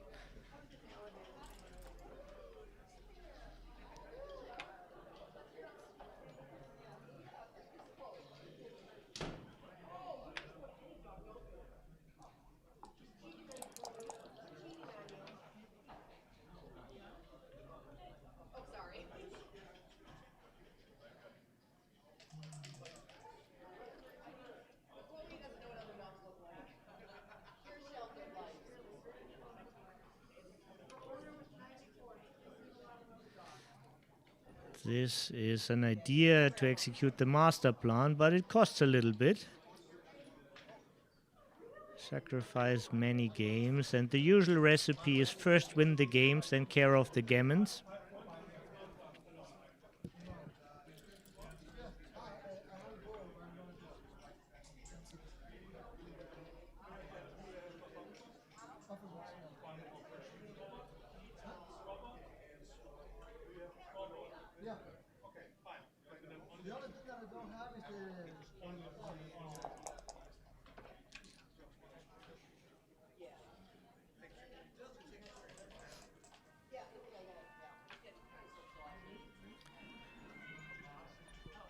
Only a heavy 5 is possible here.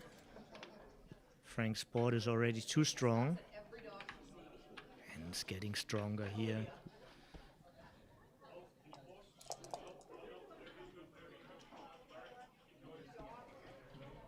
He said it's okay. Time refreshment.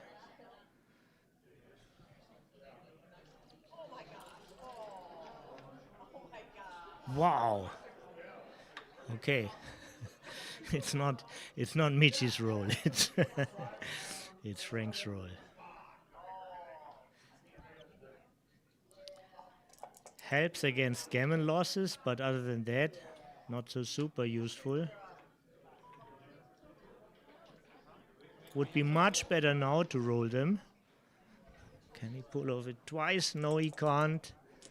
On the bar, there's a great opportunity for Michi to clear something, but with double 6, he has no choice. 4-5 is great.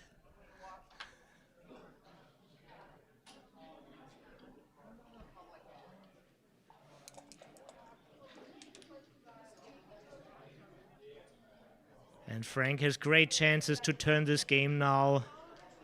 19 shots. He's a favorite to hit here, and he does it. And he does it from the back checker. No re-hits here for Michi. Entering. Didn't enter, and Michi has a very low take point. When he's not losing gammons, he's barely losing any gammons, so... And here we will see him spending time. He has still 2 minutes on his time bank. But this is an important decision.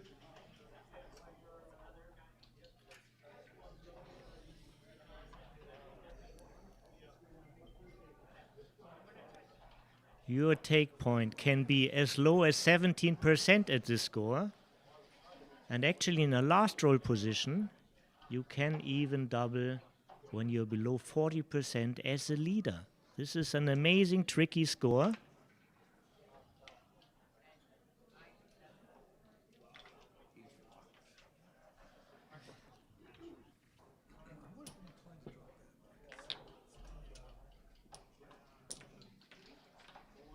This time Michi was wrong, but all this is very tough. He probably made like 3,000 decisions in the process of this tournament. This is match number 22. Test yourself and play 22 matches in really high focus while the world is watching you. And then see how your decisions are.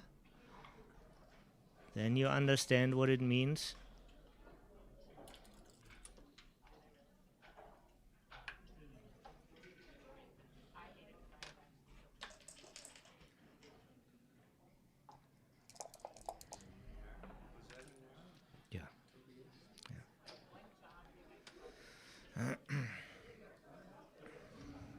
And now famous 4-way, 2-away score. Frank already has a point, so if Michi doesn't anchor, he will turn the cube in a split second.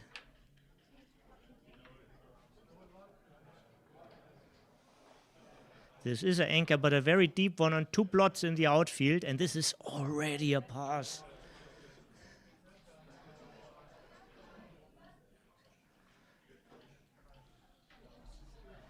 Michi is down to 1:24. Clock is running. This is because of the score. Don't get this wrong. This is barely a double at most other scores. This is a big pass at this score. Match play is all about score.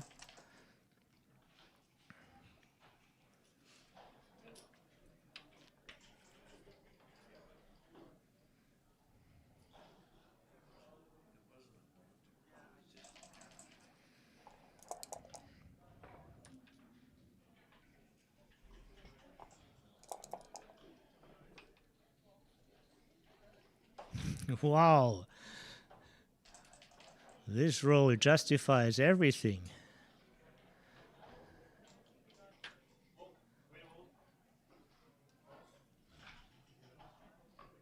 Oh, the transcriber got something wrong again. Now it's corrected. What are we looking at? We're going back some moves. Bertram, what are you doing here to us?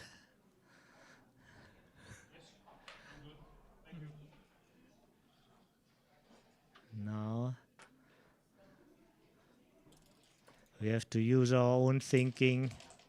No help from the engine. He will fix it.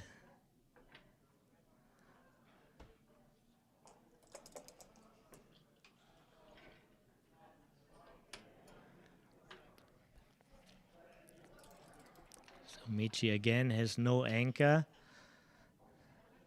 But now the lead in the race. Frontward position.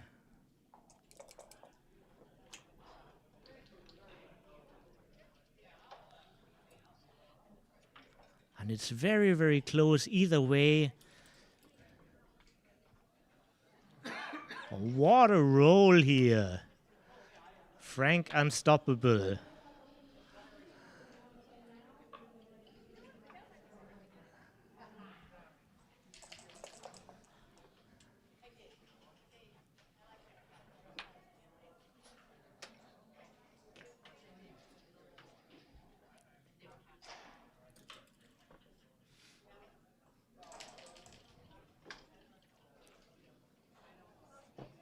Certainly it's a hit. And now pause and think. There are multiple options.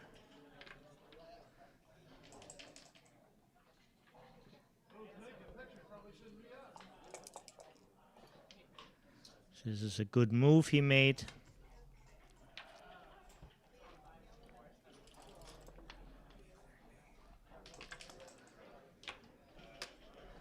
The big focus to hit the outfield checker, but nevertheless, this is again a good move. Even though you're not afraid of losing a gammon yourself, the anchor helps. It's just solidity. Control always helps to win.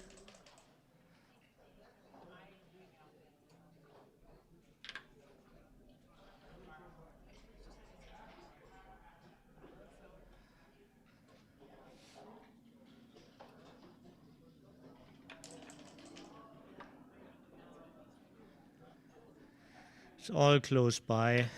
Not so easy to lose ground with such a beautiful roll. And he has to take care about his time. Sure, he could figure out it perfectly, but there might be a couple of more games if he's not winning a gammon here or not losing this game, so better save some time. Very fortunate for Frank that Michi dances. And now this is a big achievement. Brings another builder. This is a play. Michi dances again. This is a number here. He saw it immediately.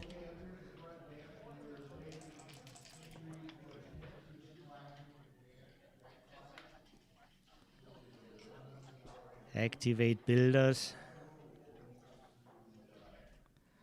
15-13. Sounds like clear. Activates double sixes now. Double threes are also good. This is a play with the most closing numbers, but sometimes there's a danger of getting stuck back.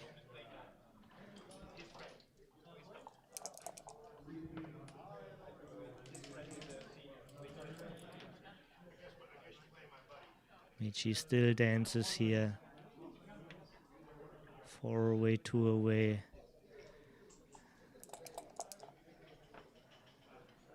Now everybody understands the score better. And this is a closeout number.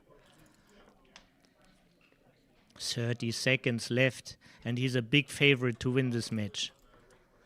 The second match in the row in this prestigious final. Now he gets more and more decisions in. And lowers his PR.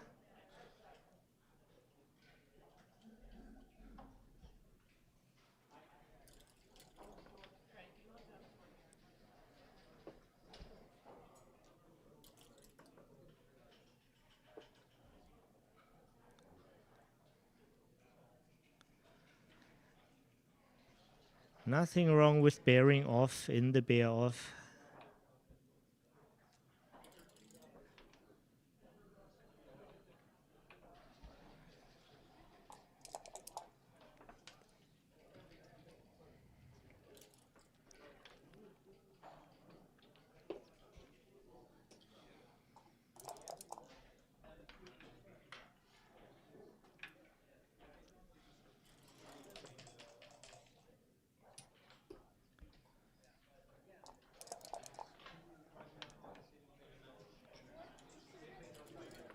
Looks like now Michi's best chances to save a gammon is to stay on the roof.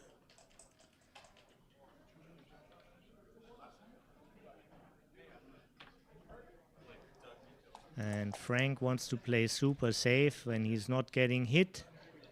He's usually always winning gammons. Well, 99% of the time, this is a rounded number.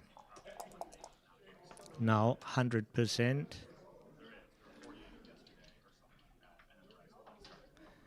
And you see this again, the little trick.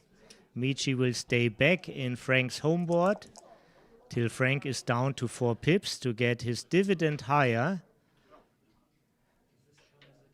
This counts as a decision, absolutely right. He gets more decisions in, a higher dividend, lowers his PR.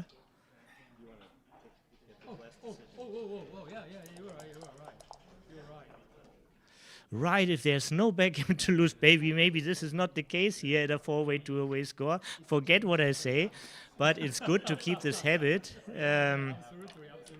in case it does matter. So it also, of course, doesn't cost him. Handshake here. Since we're at that all likelihood the halfway point, I'd like to take just, we go like 15 minutes this time, maybe 15, 20 minutes between matches. Is that okay with you? Or you want to? This is 15, yeah, let's do 15. Probably the average PR of the final. So he played the first game. This is the second game. The first game he played .88. So the average is so far .88. Now I'm just explaining the screen you're seeing. Under Michi's name there's RVR, PR, and then a number. So now the second game gets into the calculation. And I guess they put both together and divide it by 2. And this number will go higher. Unfortunately, Frank's number will also go a little bit higher. Yeah.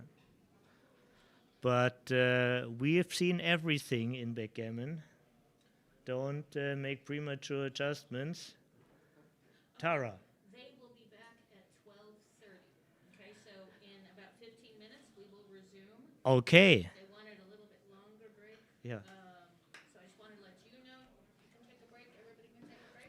And This is a fantastic chance for all the watchers to go to the toilet, fetch a sandwich, fix some eggs, get a drink, call your friends, but all be back. Don't miss to be back in 15 minutes. We're counting on you. Okay, thanks.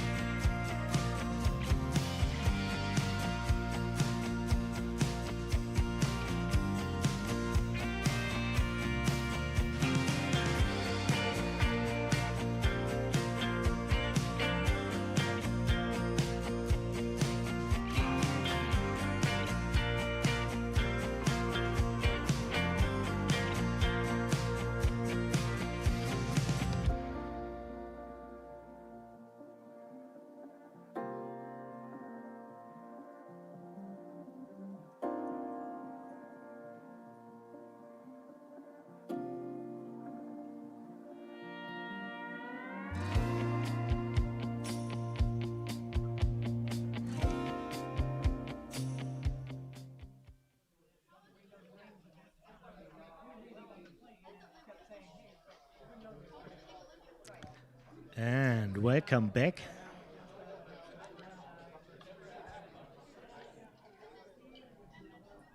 Frank took seat.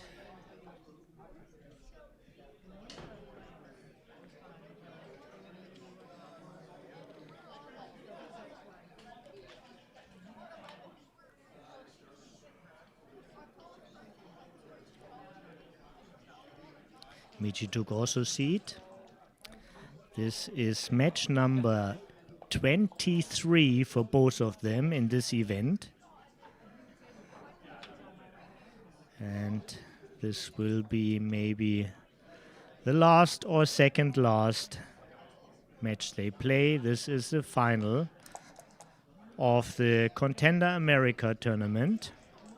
The winner of this has a seat in the semi-final of the UBC Monaco.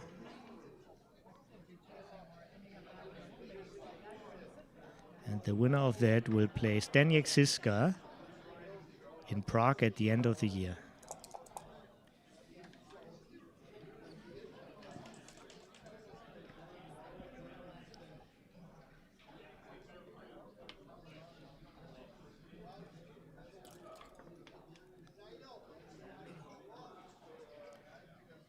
Michi has the early upper hand here because he escaped his back checkers.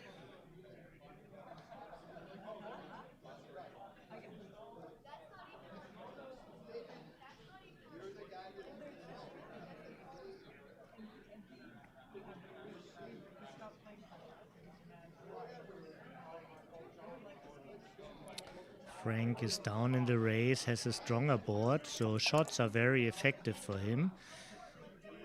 By making the anchor, he can't get rolled over, but a number like 6-3 would have created a shot for him somewhere. This is the downside of his move.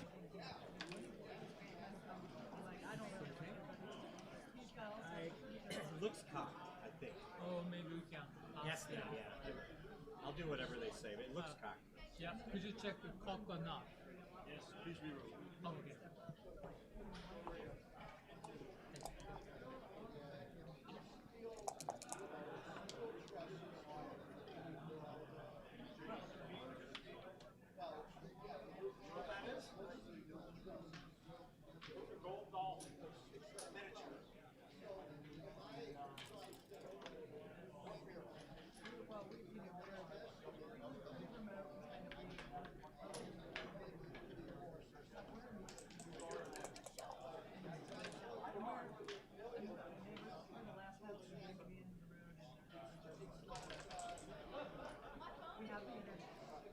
'Many people will ask, how is it possible for Michi to always find these good moves? Well,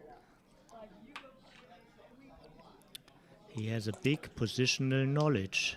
This is why he doesn't need to figure out everything over the board. He meets positions again, he has already thought about it. This also helps him to preserve clock time. The easiest way of being spontaneous is being well prepared.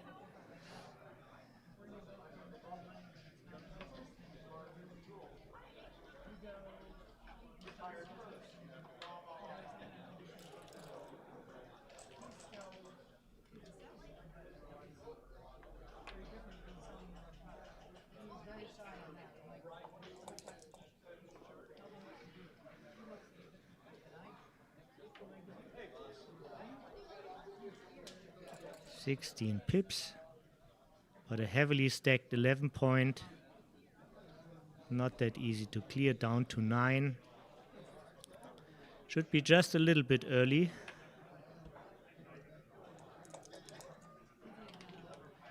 Michi waits for a little bit of development. Hopefully he can bring some spares on the 8 and the 6 from the 11. This would buy him time, and if he is by then also faster. Now No real considerations after the double six from Frank.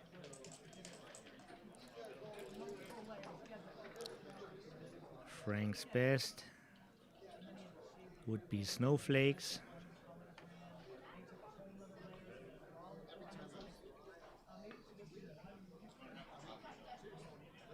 Snowflakes, this is how McGrill called double five.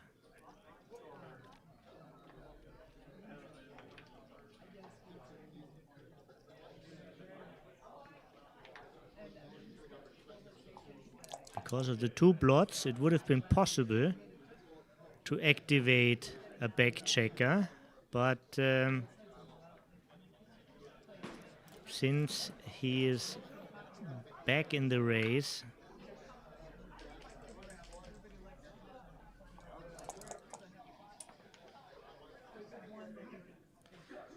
what a roll.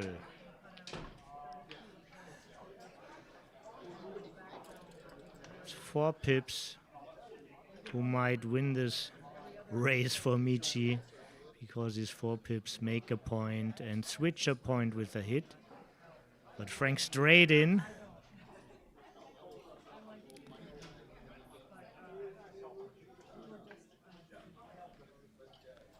Well, if you do this, all the aces become good, even 6-1. 6-1 would be a shot. Now he doesn't see it. The upside, if you go out, you can't be pointed on. The downside, you already have the losing position, and 6-1 is a bad roll.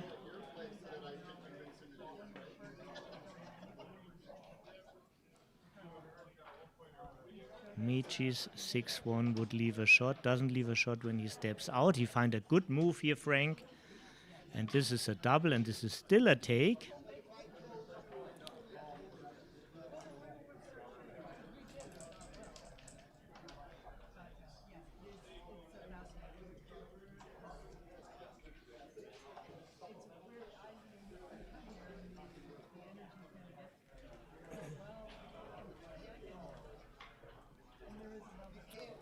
Six-two is also a direct shot. Now he's counting those numbers to make up his mind.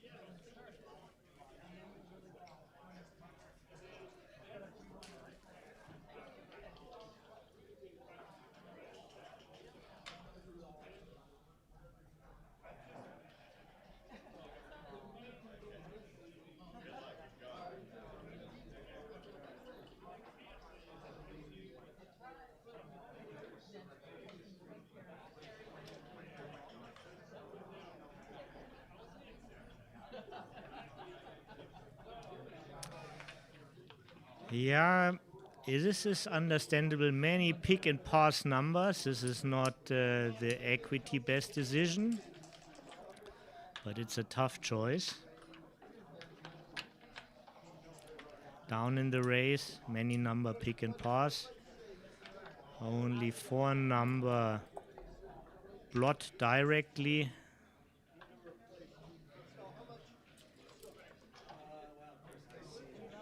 Yeah.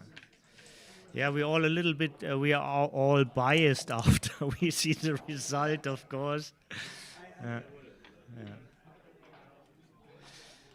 But, I mean, if we look at this, we probably would think without the XG analyzer, it's a very close decision. This is my guess. Yeah.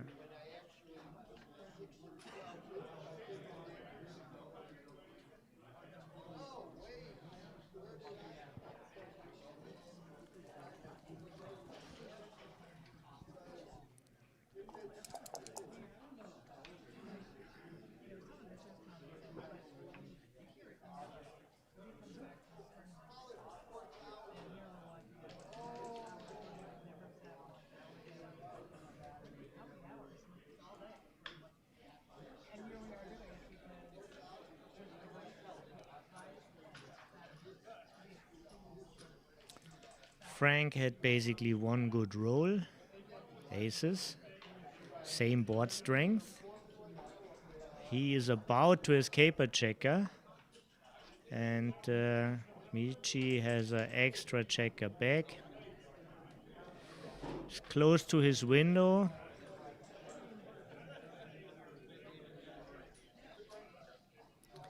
But threats are not too high, only 8 checkers in the zone.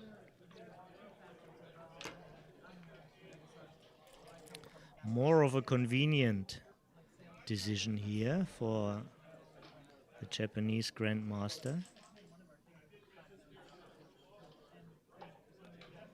Quite a roll for the double world champion. I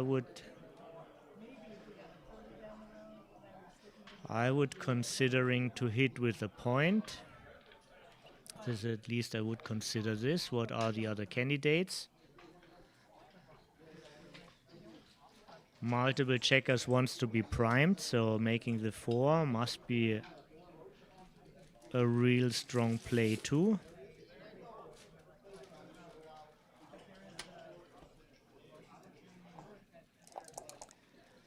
And the more checkers you have back, the more you're inclined to prime. Especially with this little ammunition with rarely any builders.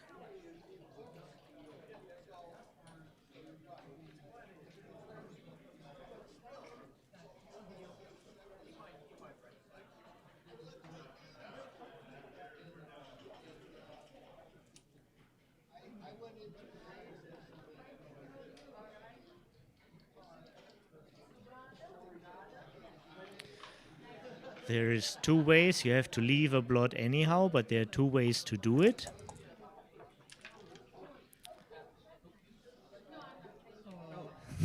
Now they already agreed on re-rolling. Not clear what happened. They can always consult here. This is... No, you want to stop the clock. Okay, the decision is made. It's a valid roll.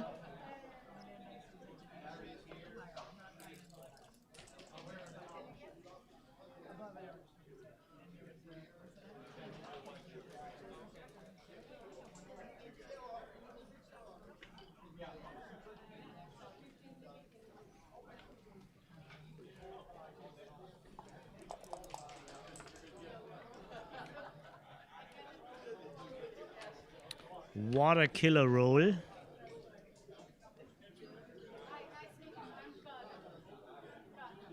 Why wouldn't you make another point in your board? Well, just because you also had the option to free a checker from the back. This is an active decision. He has cube ownership.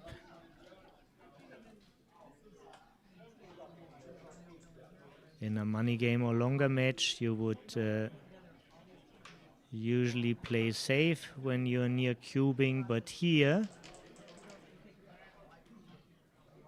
he could get close to play on if Frank dances. Michi had the stronger board and gets a double shot on the guy on the bar.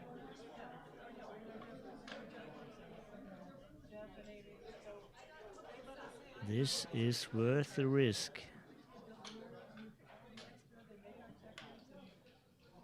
It's match number 23, and he doesn't mind any hard work. He will figure it out.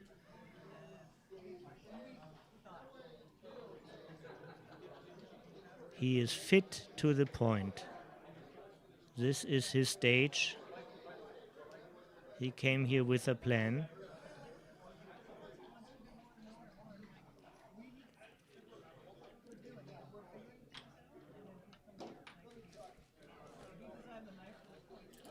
Also, Frank told me, by the way, that he had a special training plan, and even with the weaker board, he could have made a 4-point board. Frank still dances. And now On the one hand, your gammon's really kicking in. On the other hand, you're just not winning enough to turn the cube.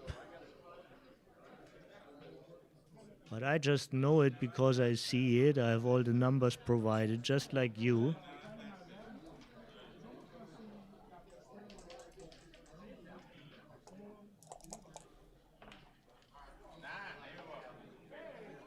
Great decision here from Michi. Oh, very painful for Frank. Additional factor, he knows what's going on. He won both matches, but he is significantly down in the average PR. So he better at one point win the PR point and the match point.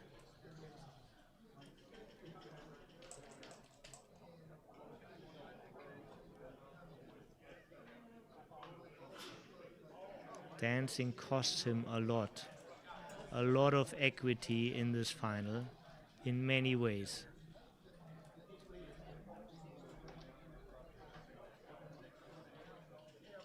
Keep your focus high, there's nothing you can do. Use Michi's thinking time about your part.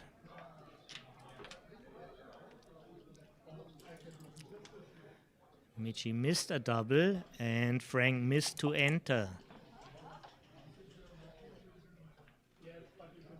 Now Michi is absolutely right to continue rolling. He's too good already. New chapter now, both in. No man on the roof. Is this a tiger move? The tiger expert from Japan.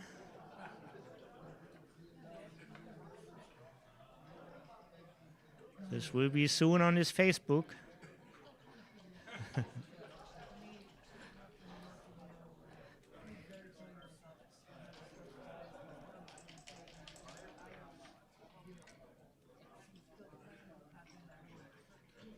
He's also looking for some solidity since he's holding the cube.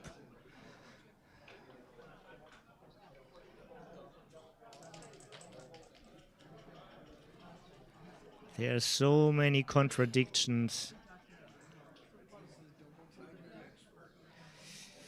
He is a double tiger expert, but this is match play, and match play is extra sophisticated. Yeah.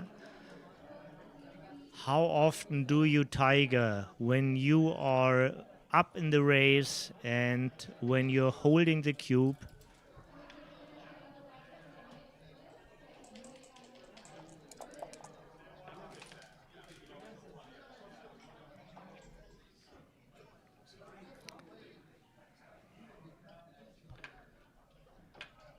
Frank needs a 3 to stay in this game. Oh, and it is here. Not a premium 3, but all 3s are just great.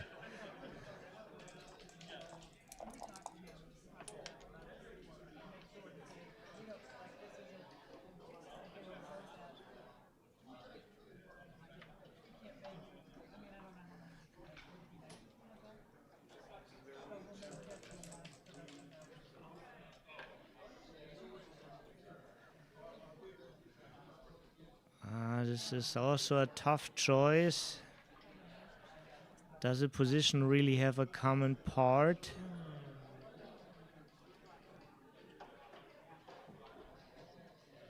Yes, 2 down, of course.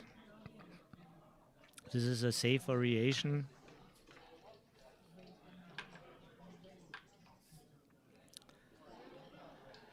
And a couple of hits are poisoned,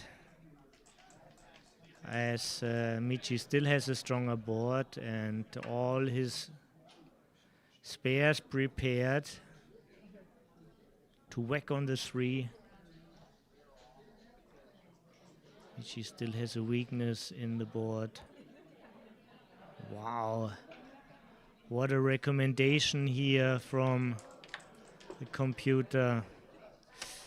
This is not very positional, but understandable. The momentum, 9 bad numbers he's giving him this way. Very, very difficult position.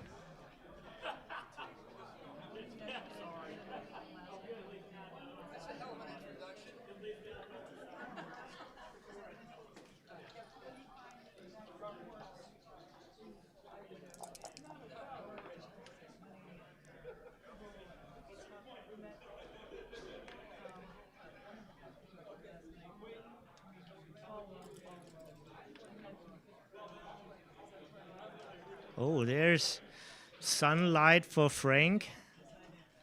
And Frank closed the window here for Michi. No more sun for Michi. Sun.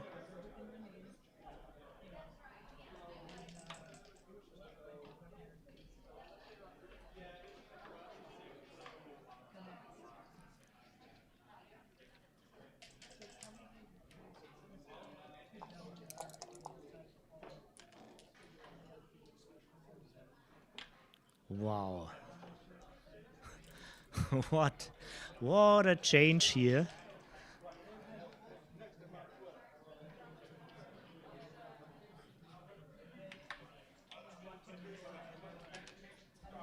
And again, blitzing is an idea. Not the most efficient idea, but certainly an idea. Any 3 will do the job now. 6-4 is a great number. Even if it wasn't the premium plan, his plan worked.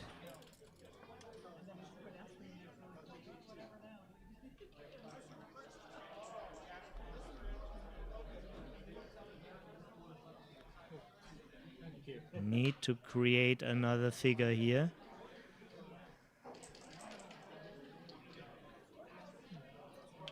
This is an idea.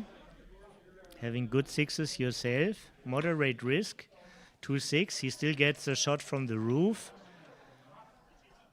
But the 4, right, this is the right 4. Now you're on a good track. This is a common part of the position.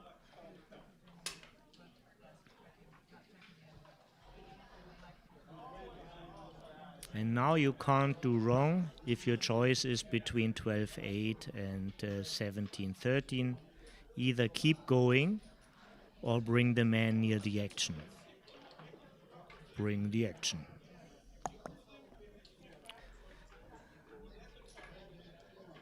Nice. Oh. 2-3 is a good number from the roof. Wow, what a swing.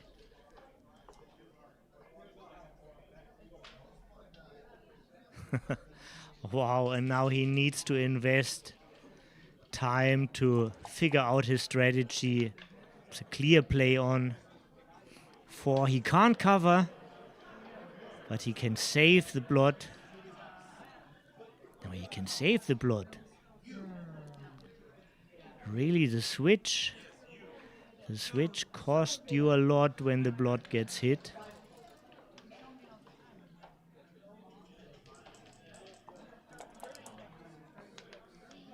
All about the 6, but we need a real 6, and this is a blooding number again. Man, how exciting backgammon can get. And now kill the jokers against you. Yeah, this is how you kill the jokers against you.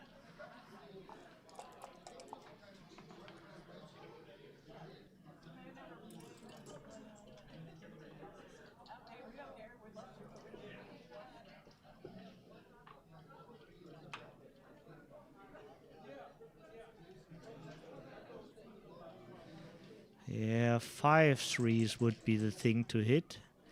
Now he can switch.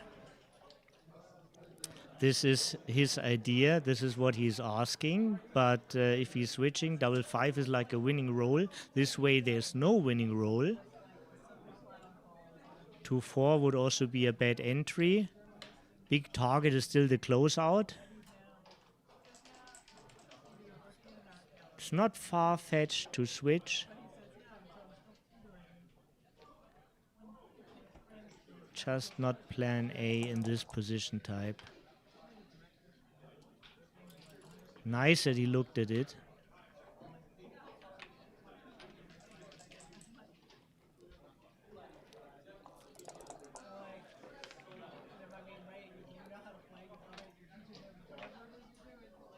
Michi is still alive here.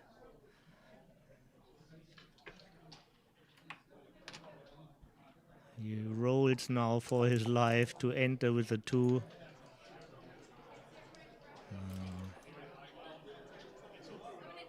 15 closing numbers, this is one of them. And everything Michi can do is just to refresh the time for his opponent.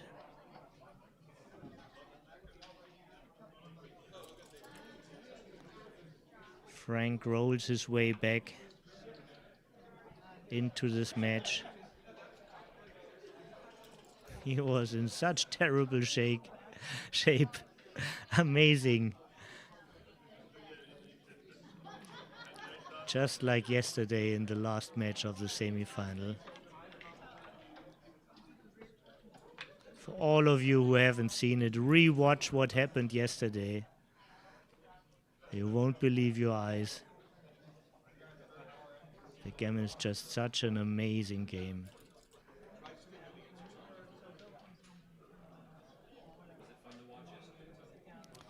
It was breathtaking. It was really breathtaking. You know, we were so. It's. I mean, it's just like watching an accident. You know, it's not fun to watch. It's breathtaking. Yeah, it's.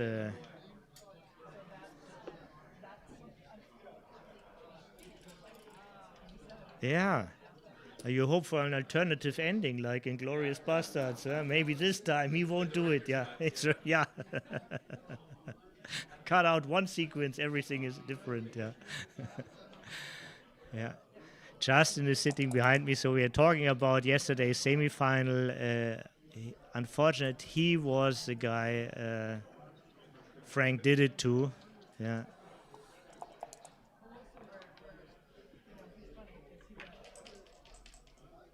Now this is his last or second last match to rest, and from then on he's back to work.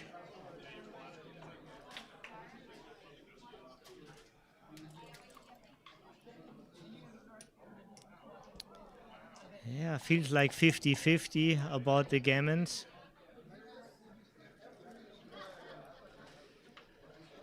Now it's a little bit more. That wasn't a good roll.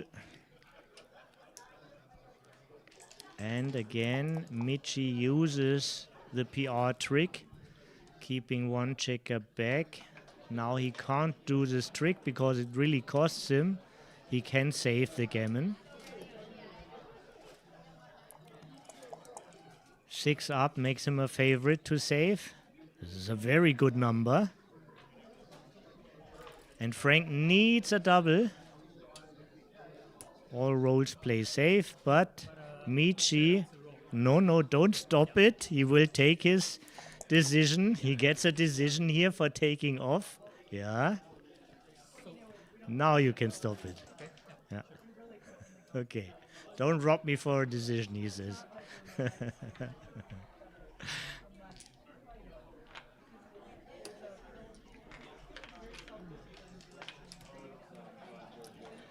5 away, 6 away.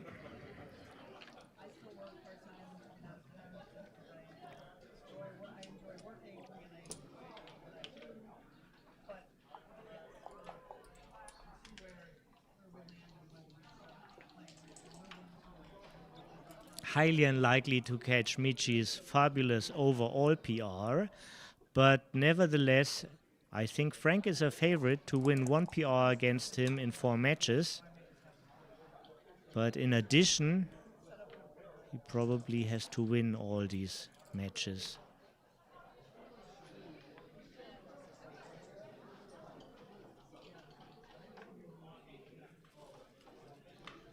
Two real calibers here.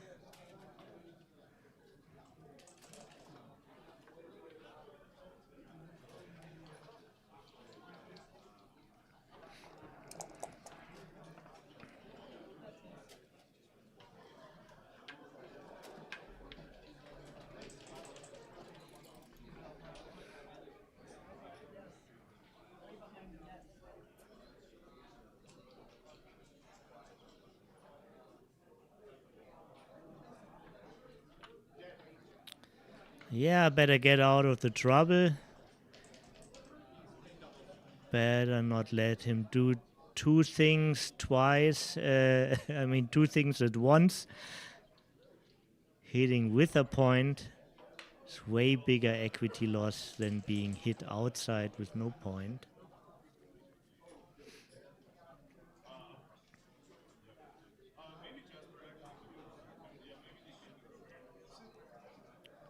Michi has a higher incentive to swing the game for 2 points than Frank. So he likes to double early.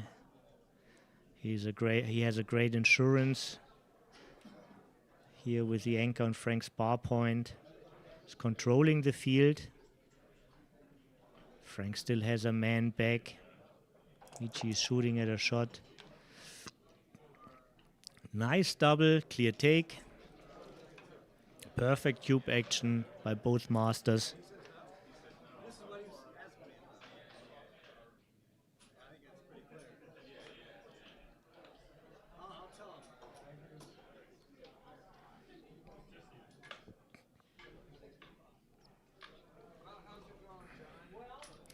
So basically, you see all information on the main screen.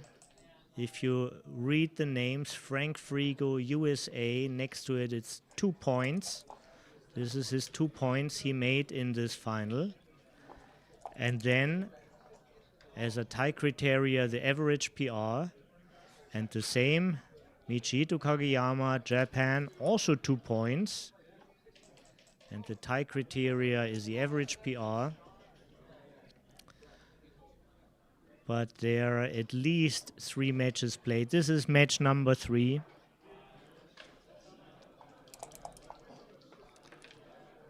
And since nobody makes 5 points in this match, only 2 at most, there will be there will be 1 more match after this match. Trapped myself in words. Now back to the position.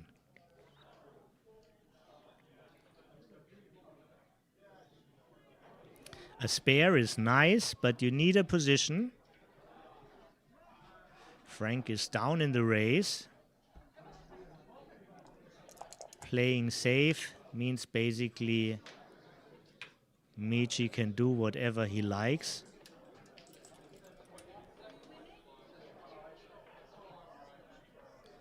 Good choice from Frank, and he gets rewarded with another valuable inboard point.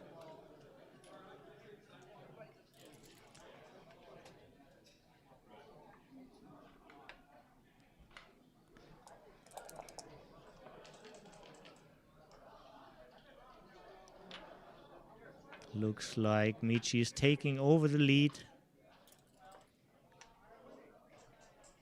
Achieving a 4-way score.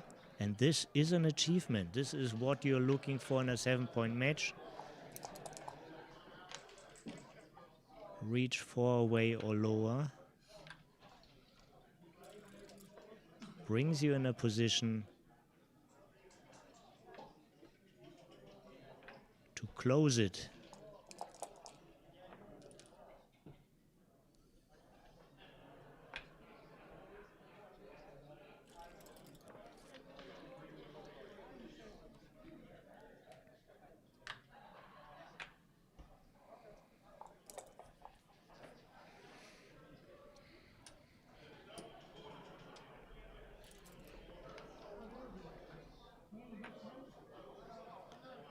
Yeah, and this is one thing when people come to this game, they all see, oh, he just needs 2 big sets.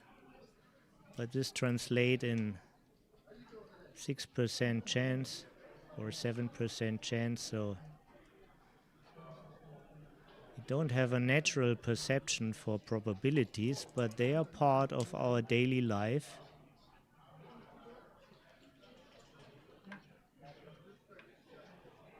Backgammon is a very useful trainer,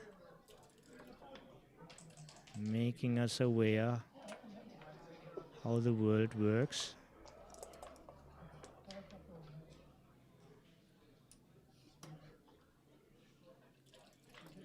explaining us about the value of big numbers.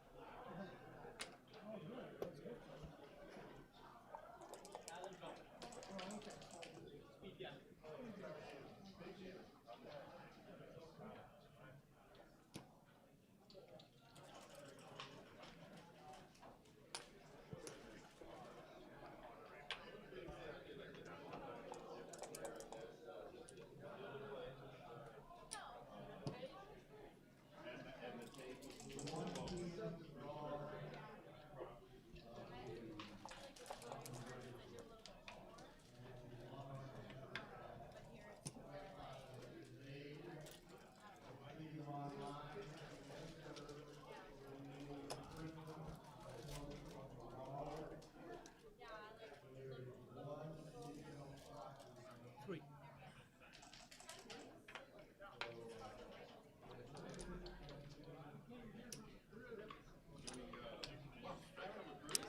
Five away, 4 away. Frank now trails in this match.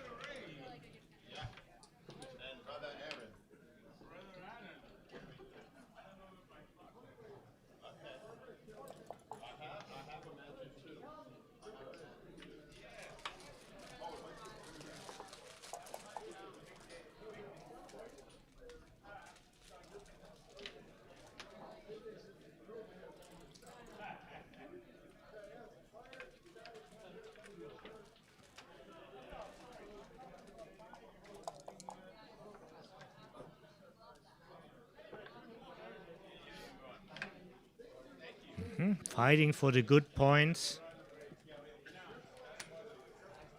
Just to make sure. He hesitated a little bit. But at the end, he plays it with confidence.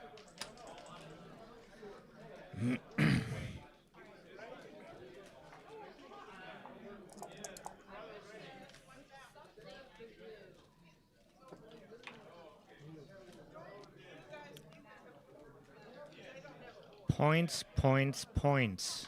This is what it is about at the beginning. Often you don't make a point and hit your opponent just because he's about to make a better point. Points is really the leading theme at the beginning of this game. Points define a position.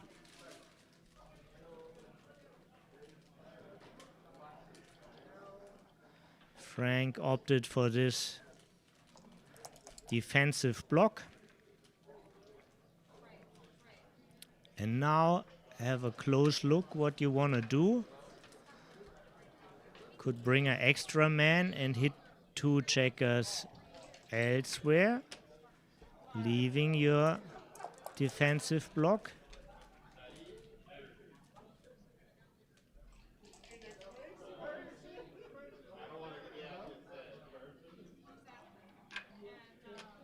We see the energy grind. We saw, like in previous matches from Frank, that he is looking deeper into those plays.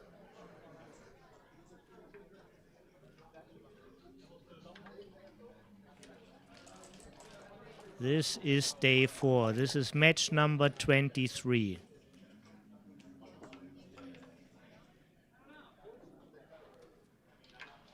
Yeah.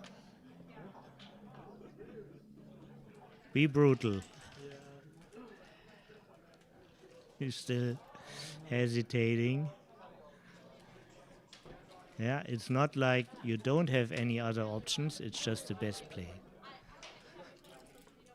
Nice. This will be a good complex game to watch.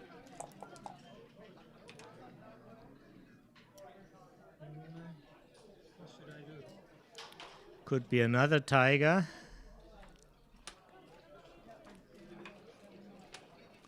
Feels like in the zoo with all these tigers and falcons everywhere. Certainly they play like beasts.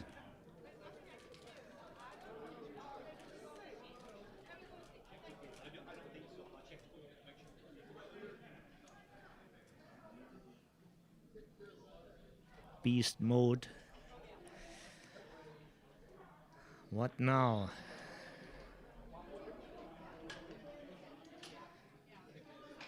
Would you really like to double this?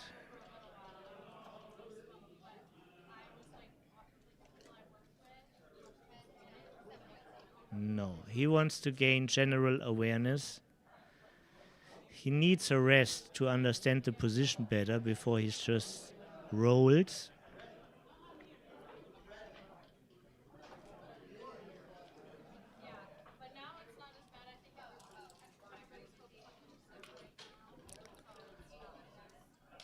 This was the case. That was a strategic wait.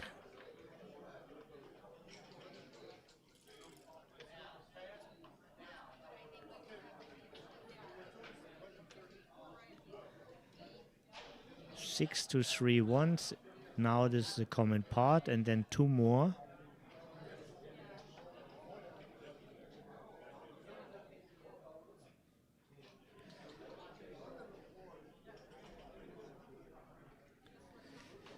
The last one should be like the second one, and then think about 2 more. This is usually how Frank does it.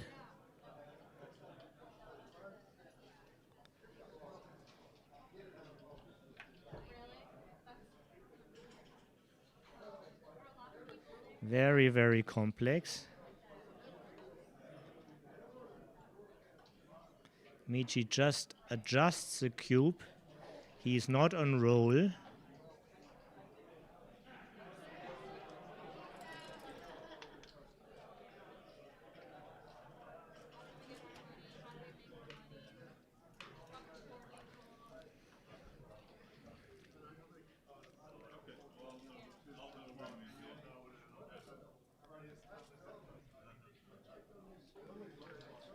Yeah.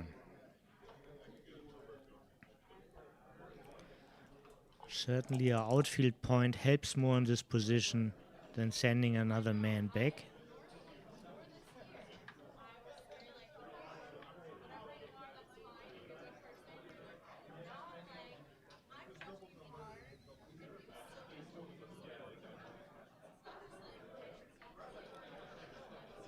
Many ways to play this.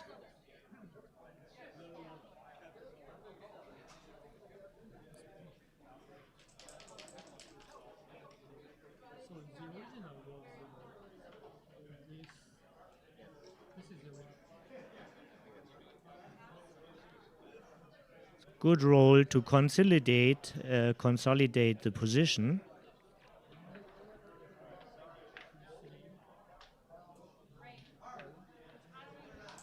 He understood the task and made the perfect move again.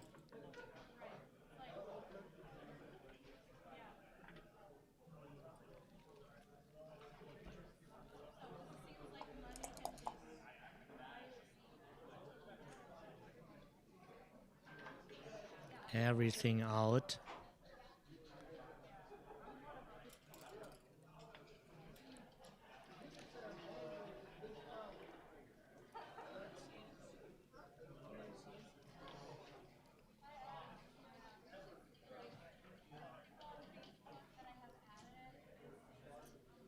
This is a very complex. This is a common part again, very well found.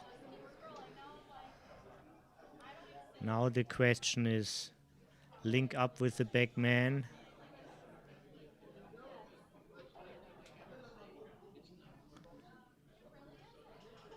For better timing or better positioning, or nice. This shows his expertise.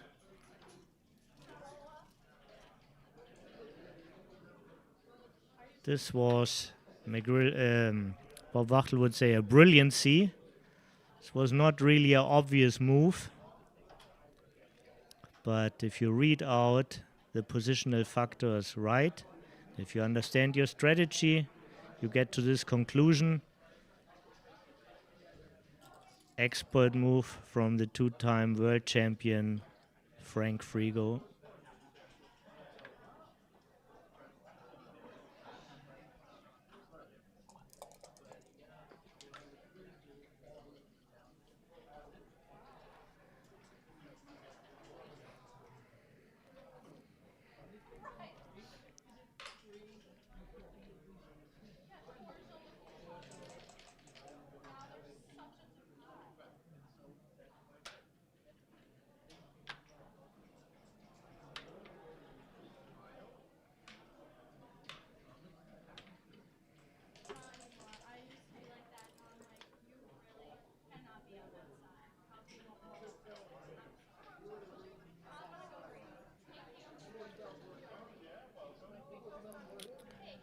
Now Frank wants a little bit less violence, since most violence work against him. This is the right move. Feels like he finally found into this match.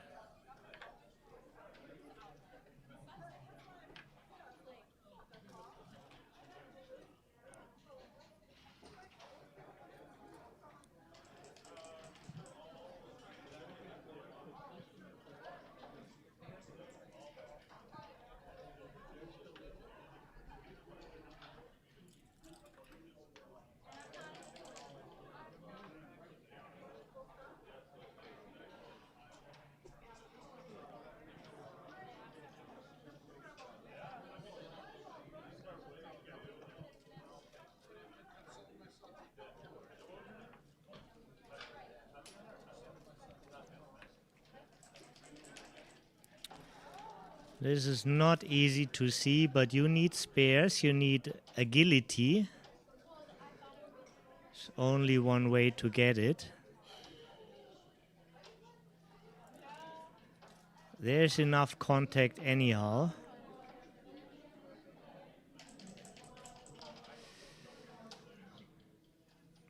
This needs a relaxed overview. Think about what you want. You want to be able to play these infield. Wow, nice! Thinking definitely helps. Especially thinking with the ability of a world-class player.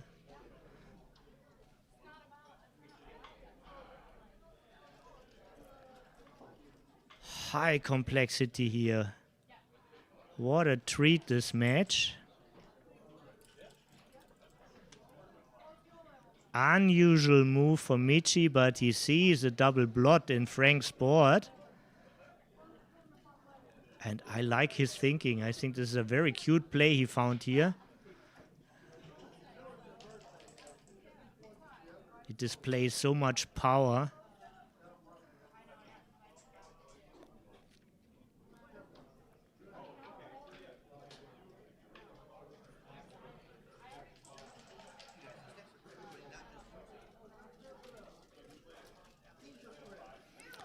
Why not strengthen your board since you put the man on the bar? So this is a big question. Nevertheless, it's a good choice.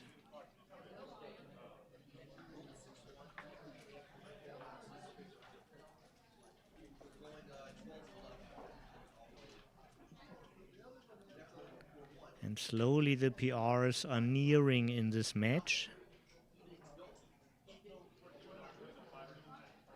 With the cube in the middle and this high complexity, everything is still possible.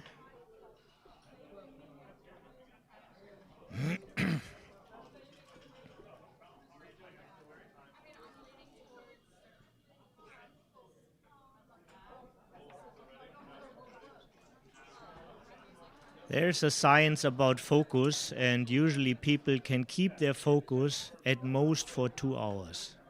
They're really trained in a field. It's about 4. The first was 2 hours. Now, if you're really trained in a field, you can maybe enhance it to 4 hours. But these people playing now here for 4 days, mostly without a break and a little bit of sleep only. And they still find these master moves.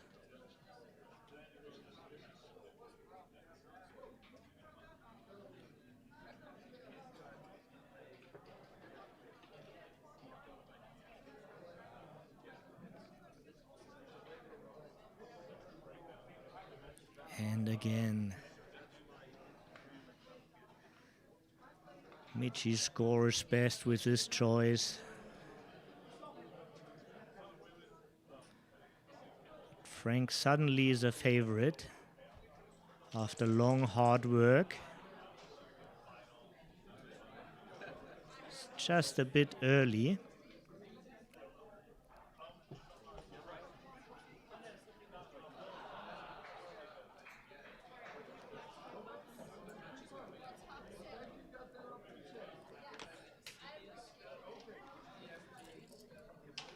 And it could be like a special strategy to wait for the one blackout of your opponent. Like if Michi lost for a moment his focus and would have passed this, it would have changed the overall PR and the match PR. Maybe he is gambling on this a little bit.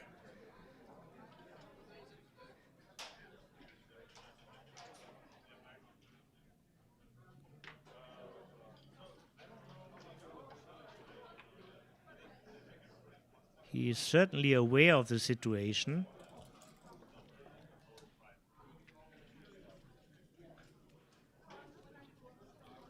From a certain point on, you're trying to do some tricks.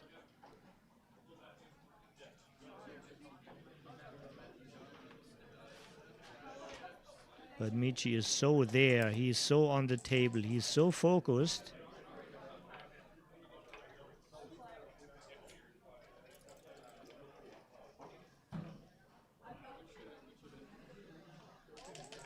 Even his blunders look good so far.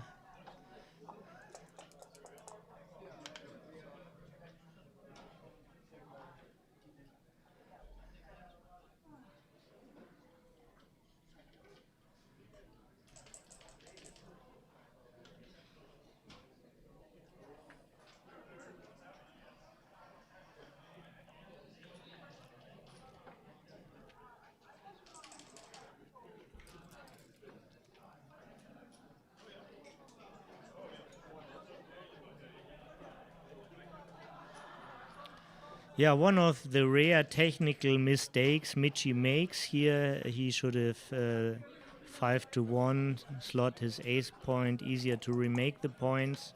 Didn't cost him much, but surprising, after all, he's still human. And this could have been a dragon tail position.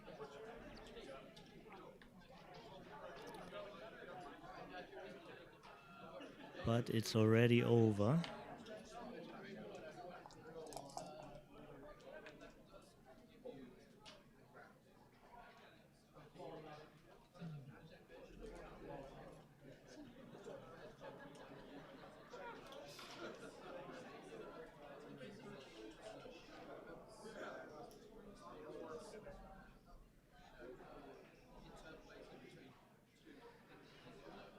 Michi is not running out of time. He has like 5 minutes time bank. This is very, very convenient. His big knowledge allows him to decide things faster.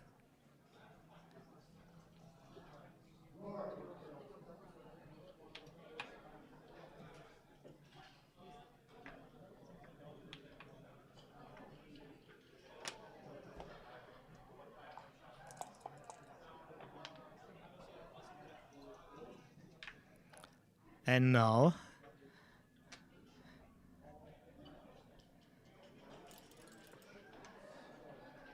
oh, this is a big swing. And in fact, Michi now has a chance to win the whole match. It's a cover and a hit. It's almost 50-50. Still, Frank is a tiny favorite to save the gammon. Ace point is still open. He has also a weakness in his board. Michi has a lot of time to maximize his building power.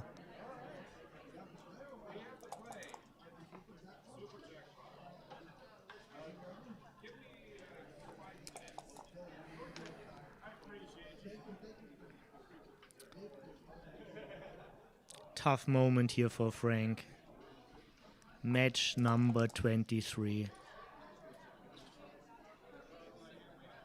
And you have to watch how it goes all down the drain.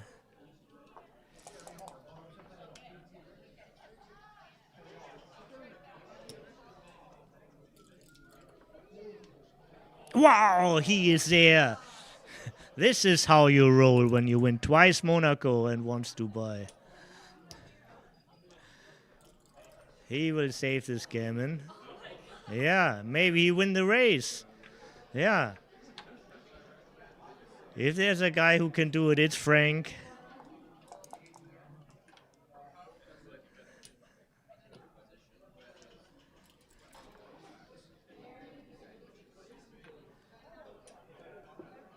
Half of California sits there with broken thumbs as they are pressing as crazy for Frank here.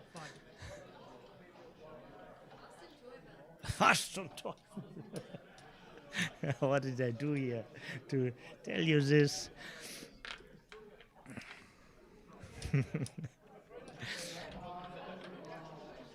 Two away, five away. Another special score here.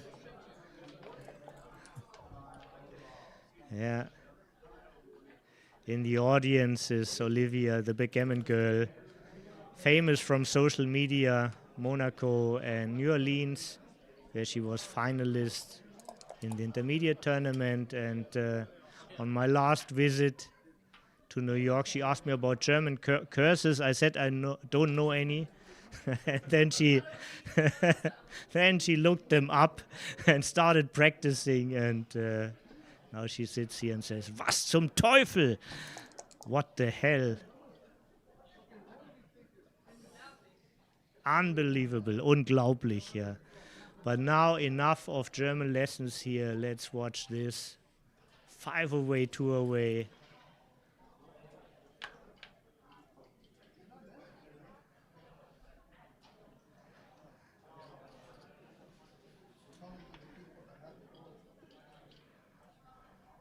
"500 people are watching here all over the world online. This fantastic final. Match number 23 for Frank and Michi.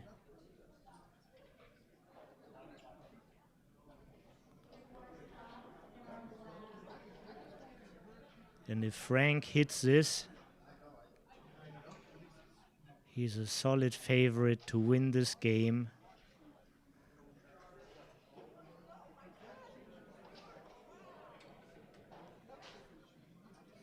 He's a favorite to become a favorite. This often means you're an underdog.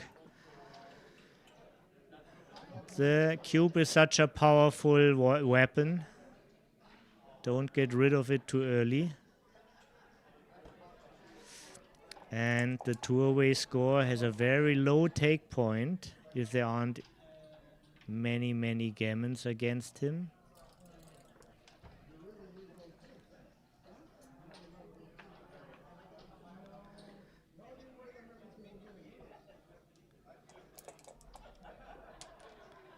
Yeah, we will see another game after this game.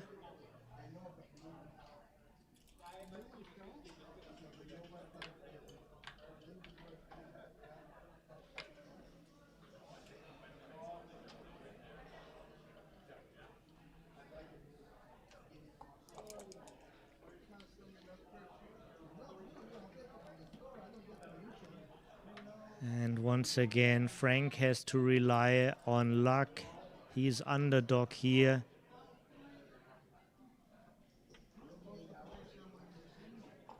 Two-point is also possible, but again, equity even, both different decisions. He find a very good move here by running. Michi had a killer roll.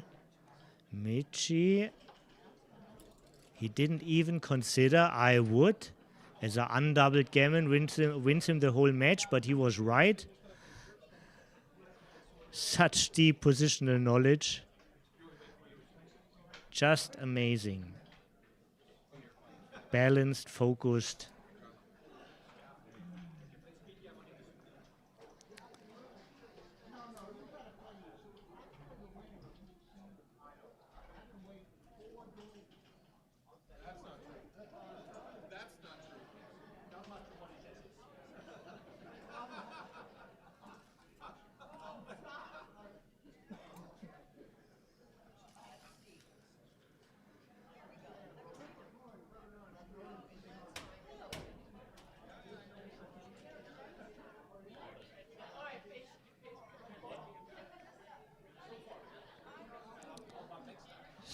Michi looks deep into the position. He's leading the race, 13 pips. Best number of his would be 666 or 444.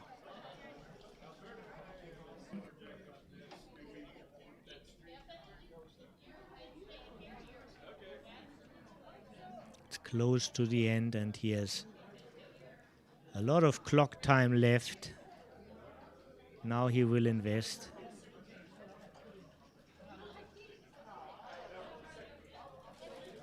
He wants to show his best.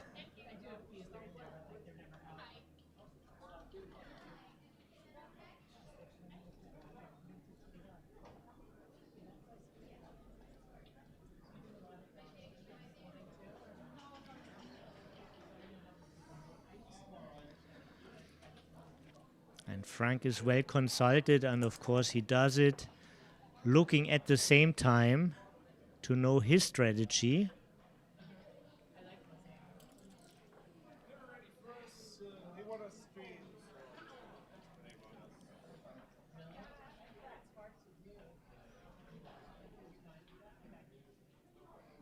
Not a very decisive roll. Well, actually it is.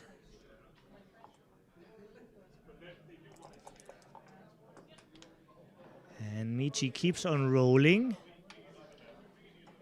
Hits and saves a blot, but one blot he can't save. The one on the 9. Only 5-4 hits. There is a 4, but a dancing one.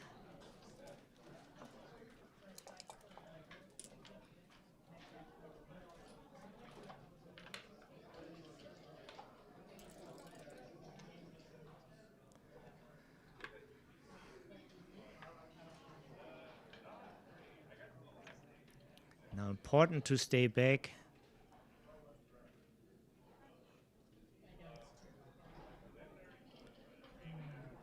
Three crossover with the double ones from the bar in, from the outfield in your outfield, and from outfield in.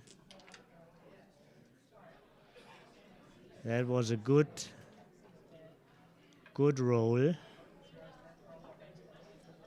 Michi plays super safe, but the next 6 could be a blotting number.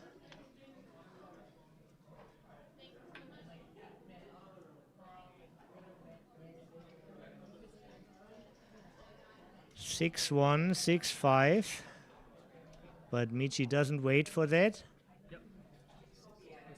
And the pass is too easy. 5 away Crawford. Wow. Oh, that's great. Karen Davis is coming up. Yeah. Amazing. Talking briefly to Michi. Which one you are reading? Longtime friends. Little chit chat while That's the most Frank left the room. toughest one. Very good book, and I realized that I was really Yeah, really, really exciting. I'm so happy I can watch this. And I think all of you are. And if you enjoy this, why not give us a like? Why not tell others to tune in? Oh, it's not Karen Davis, it's Steve. Yeah. Karen also has a shirt like this. Sorry. And yeah. Steve does some coaching to his friend. Michi, as friendly as he is, he appreciates. Thank you, thank you.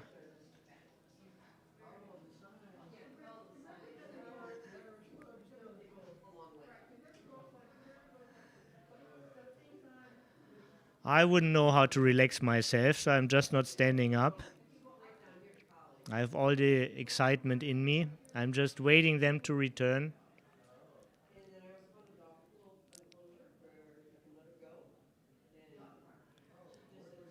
And Michi refills with energy. There's a snack table. Let's see what he got. The pretzels. Blue is cookies? I thought blue is pretzels. Is he sweet or is he salty? We will figure out.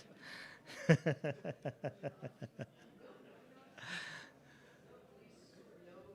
seen do you know what the match PR is at the moment? Match PR at the moment, can show you this. It's Michi plays a 3 and Frank currently is around 6. Might have been down to 5. That was just.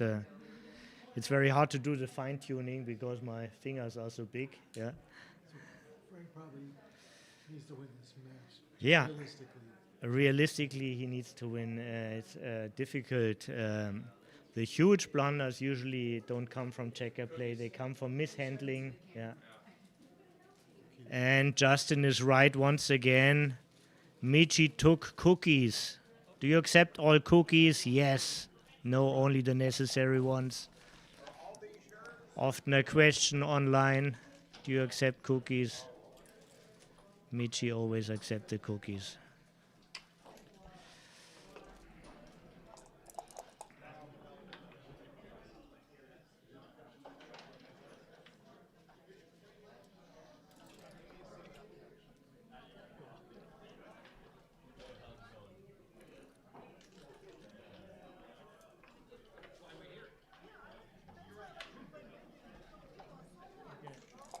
I'm on 5 out.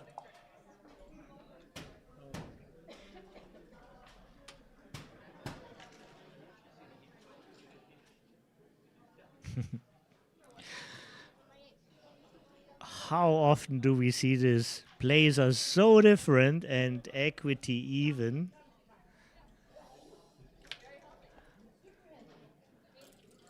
Running or hitting, and it's really the same equity.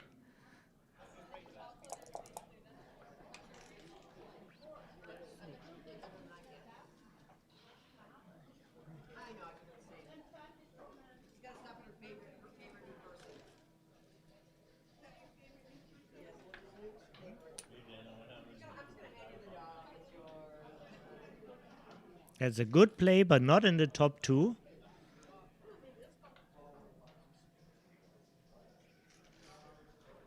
All the top choices start with entering deep.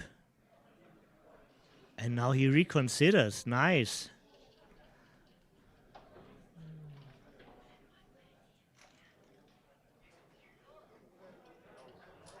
Don't give your opponent good 6s. This would be like the catch of this move.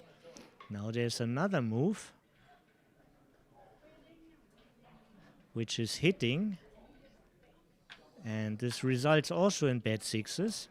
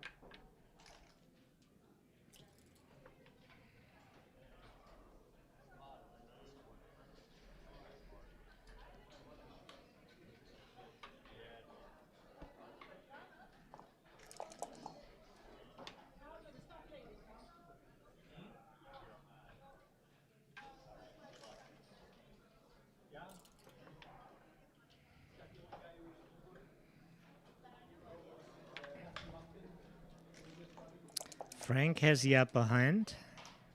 He just wants to win a point to be 4 away. And then doubles early and hopes for a gammon.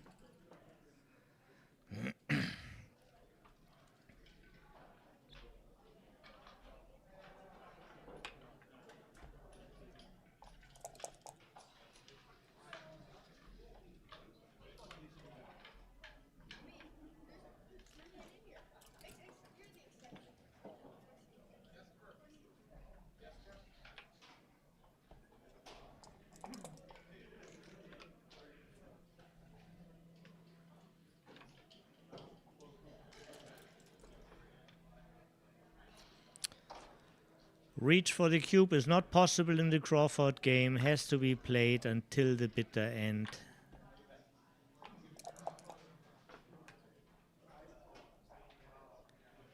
This preserves his builders at the best spot. And this clears his biggest problem and gives him a bigger pip cushion, I wanted to say. Now it at least keeps him in play. Michi just rolled the best.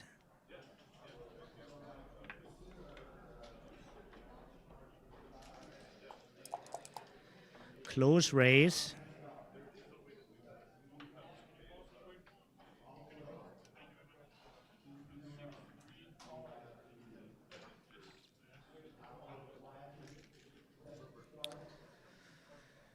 Did Frank stop the clock? Yeah, he wanted to check. Maybe he, yeah.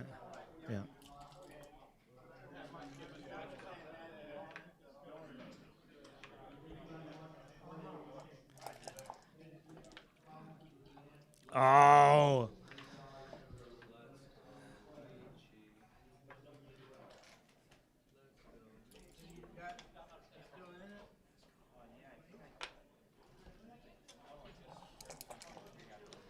This is bitter. Not 1 double six, 2 double sixes, and then right after 2-1. This is a mood killer. But there's still equity.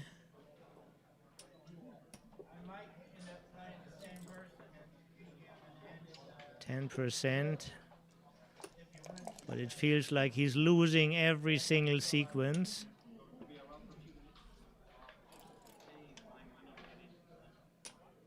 This sequence he won.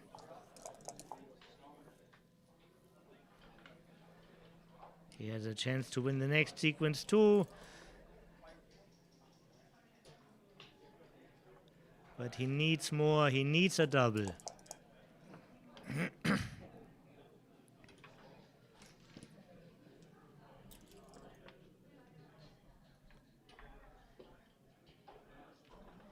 In any case, there will be another match because nobody can make 5 points here. All of them have 2 points and nobody can make 3 points in one game.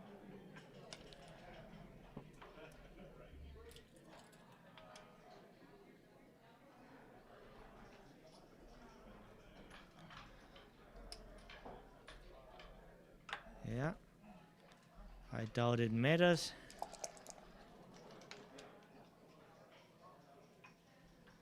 So, 3 good rolls, double 4, double 5, double 6s. Oh, whoa, whoa, whoa, whoa, whoa.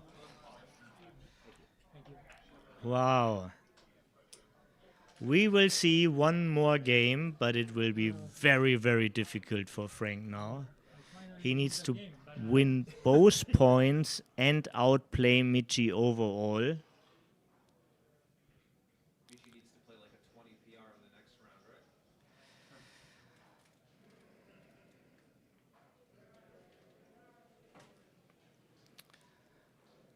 This is a sort of pre-decision. Highly interesting match.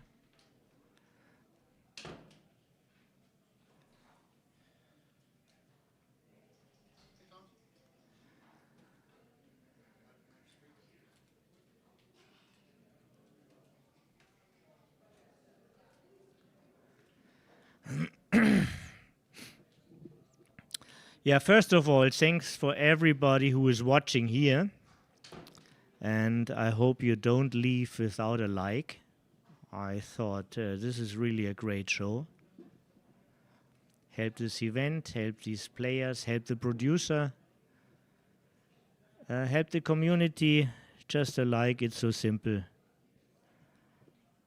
And I will make a little break too. And see you like in 10-15 minutes when they start the last game. Even though Michi is over 90% favorite, There is still a chance existing. And Frank will fight, I'm sure about this. Thank you. See you in a couple of minutes.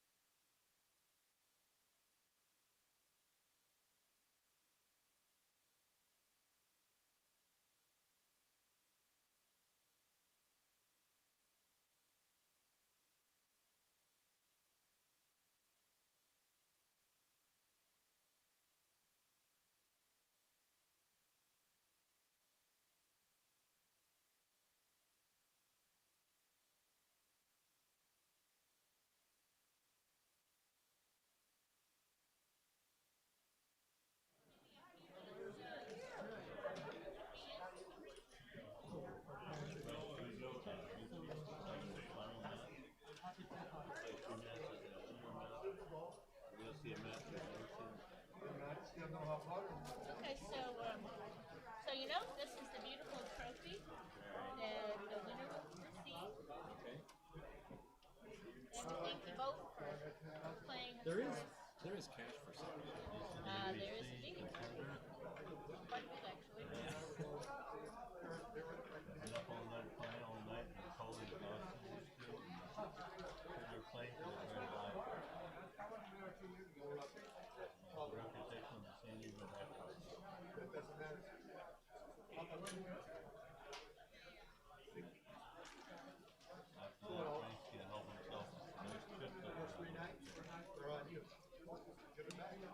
with the next trip to John with the throwback camera.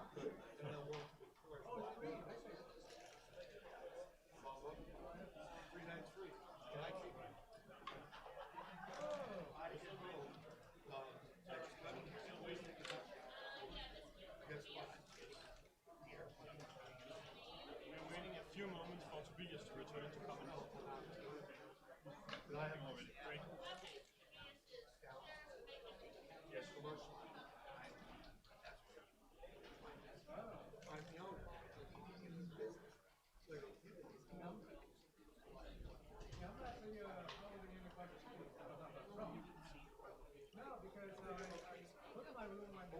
And this is the final match. Okay, good luck to Both players took seat.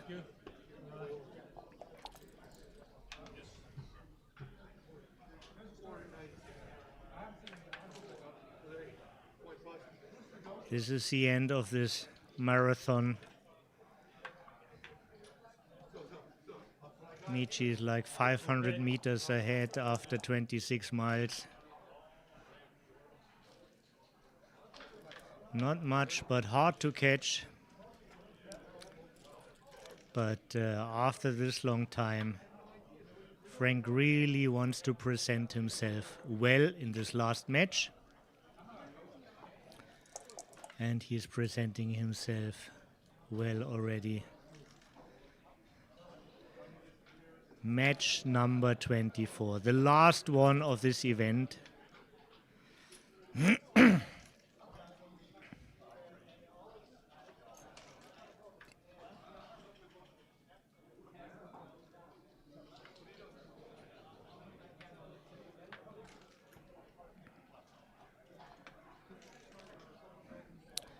Very quick move, but it was all right. Found the best move. If you roll what you wished for, you can just move it.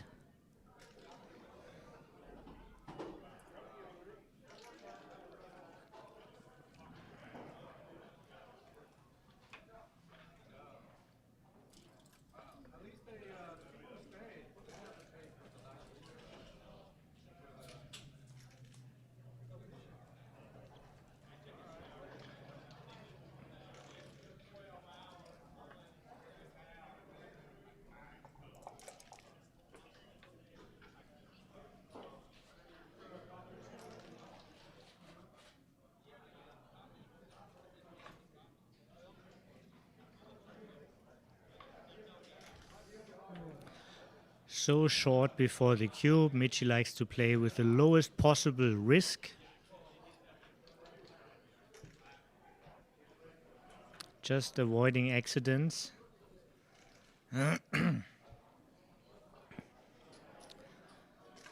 With us is Carol Joy Cole. Hi, Carol.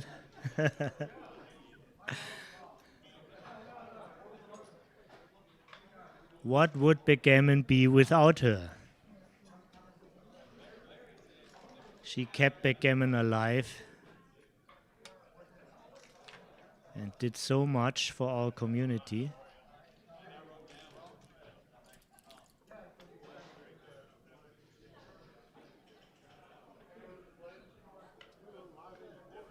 Olivia.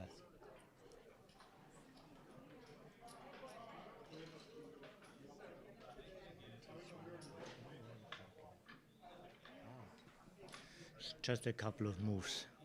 They tried something extraordinary at the beginning, and it will go rapidly down. Yeah. you do want something fancy, you know, then just at the beginning it looks horrible, but after this game it's already single digits and lower.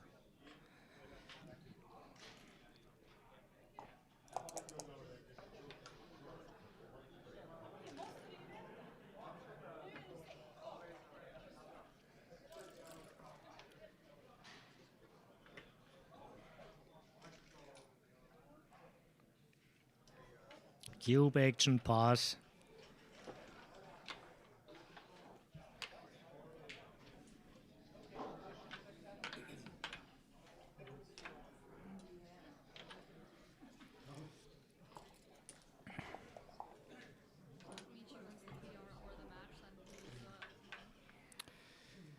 Basically,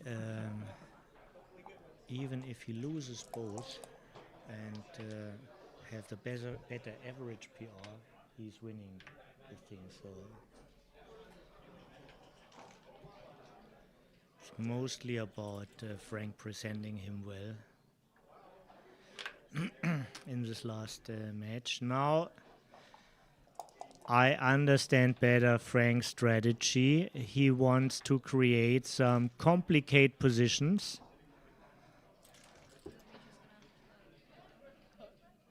where exactly he switches his strategy. He's playing his hand. This is a very smart man. It's not that he's suddenly gone nuts. The opposite is true. Yeah, he understands his hand and he plays it.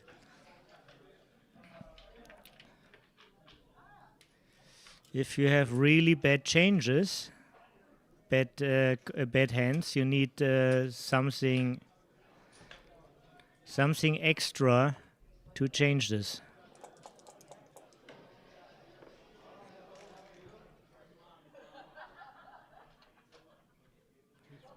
Yeah.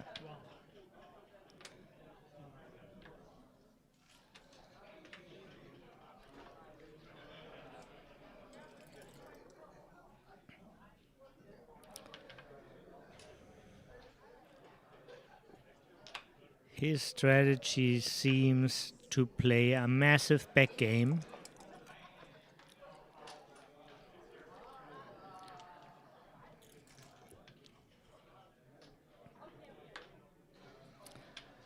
Now he forces Michi to hit.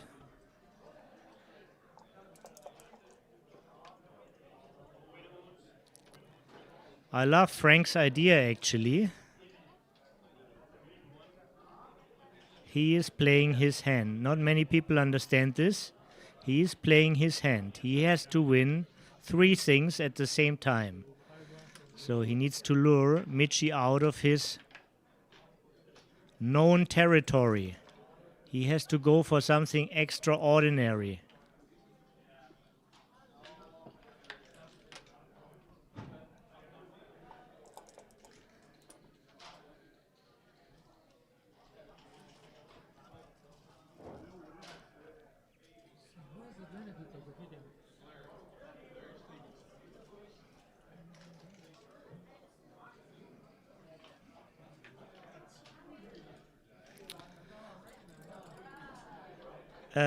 This is right. I see a claim here from Alex. It hurts Frank's PR as well. But just let's say that Frank managed to bring Michi to a 60 and he himself plays a 40. The job is done. So this is the idea behind. Nobody knows if this is working. But it's worth a try. And it's certainly very entertaining for us.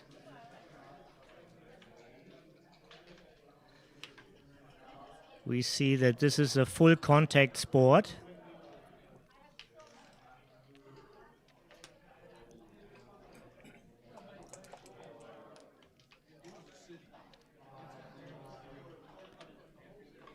Michi also needs to invest more time, maybe.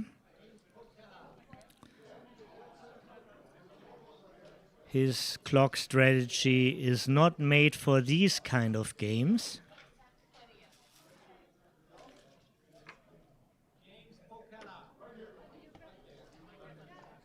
So I'm really interested to see how he continues. I love the idea, I love the try, and I love the courage.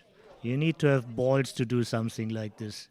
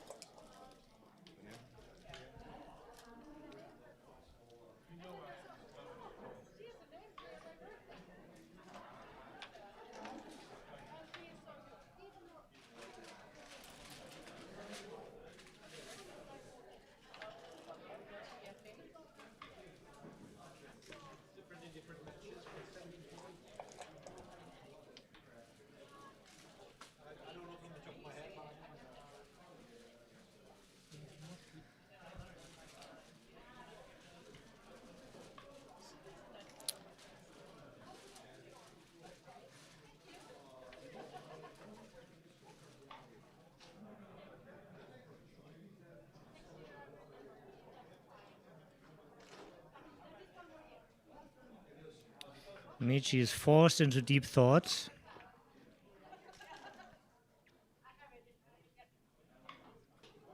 So far, Frank's strategy didn't hurt him.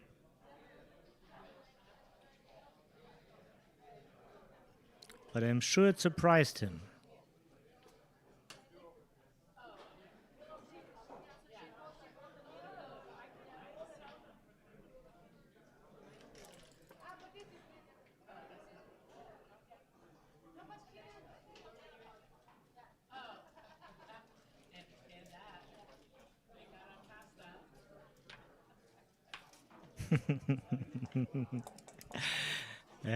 I just enjoy this.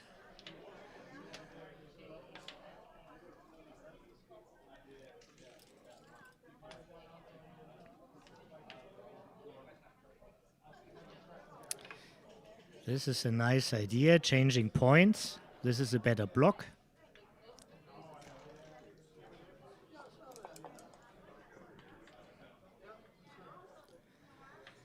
And also one downside for Michi is that this is a territory where the machine also makes mistakes, but the machine is a decisive criteria. This is one of the positions where the computer might be wrong sometimes, but still the computer is a referee.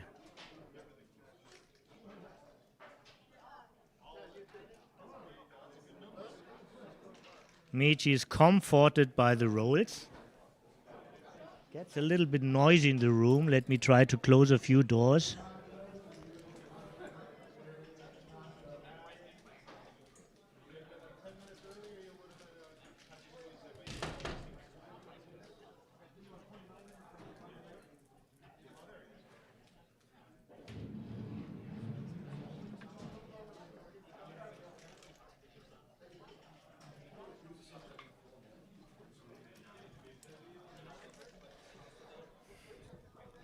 Anyhow, it's very hard to comment this, so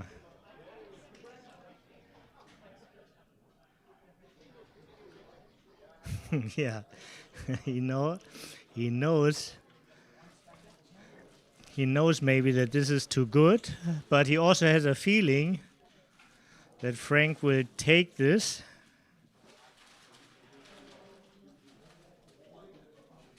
What's the right strategy here? And what is really right?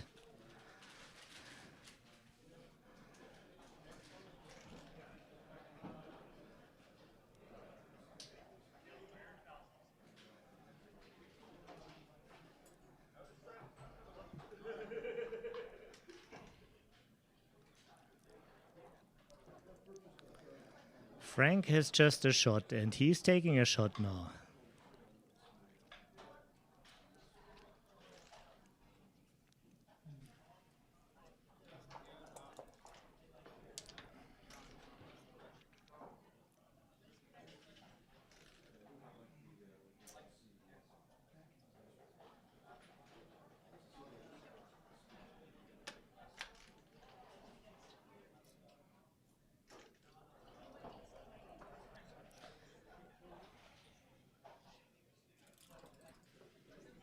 On the other hand, this is another chance for Michi to show his extraordinary caliber.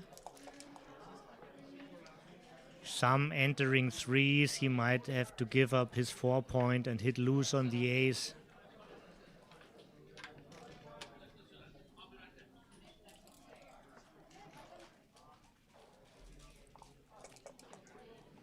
The rolls really don't commit to Frank's plan.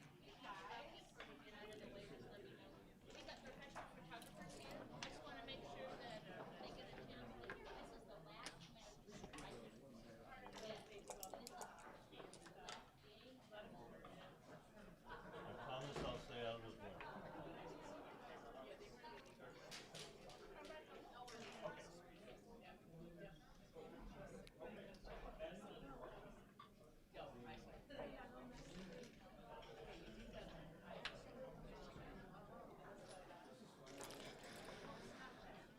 Well, this strategy works only in this format at this stage. This is nothing ordinary, but this is not an ordinary situation.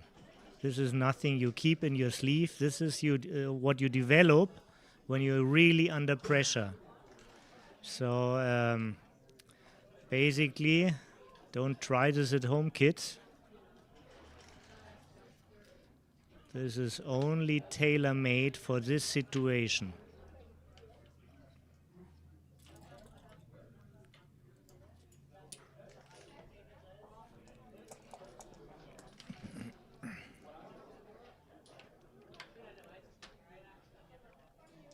UBC and BMLB are not related. They use completely different analyzing settings.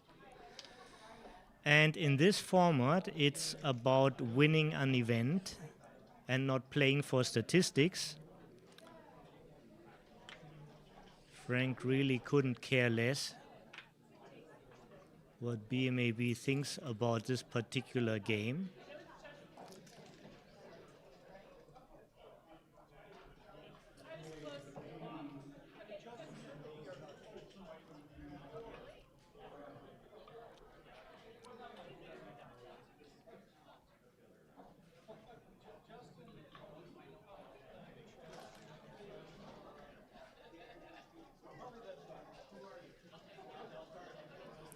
Michi can make a 200 blunder by doubling this.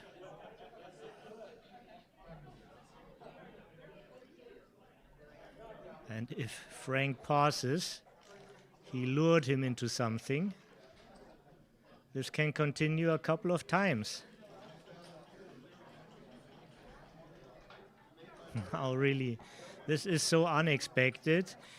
If Frank does this as a pass, his strategy worked out. Yes, right. He lured him into a bad decision.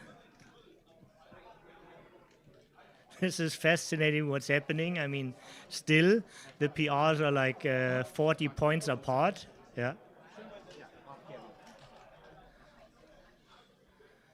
Michi really looks confused.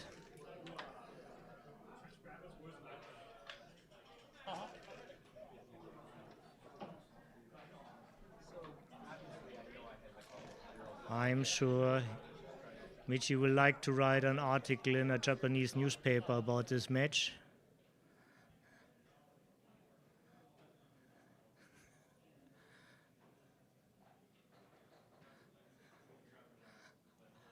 I would love to hear what they're talking. John Vieto knows, also from San Diego area. John would turn on the camera with the sound so we could record it. Yeah, but he's look where the camera looks at the bottom.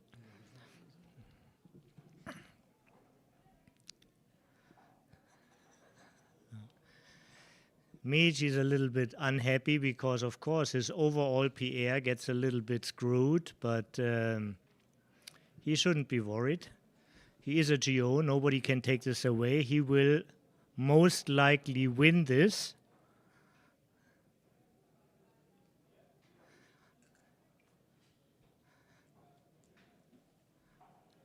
Frank doesn't commit a crime here. He's taking a shot.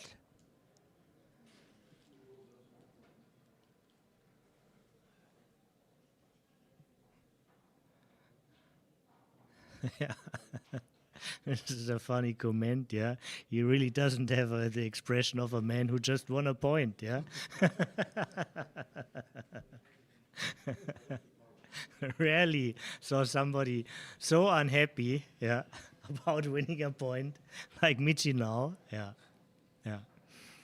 Nothing personal, just the competition. Frank just uses all his arsenal. He's just laughing now. Yeah, okay. Frank is maybe too nice and explained his tactics. Maybe he shouldn't have done it. Yeah. Michi's figured it out. He'll figure it out. Yeah. But let him figure out later after he stepped in the trap. I don't know. I don't know. That's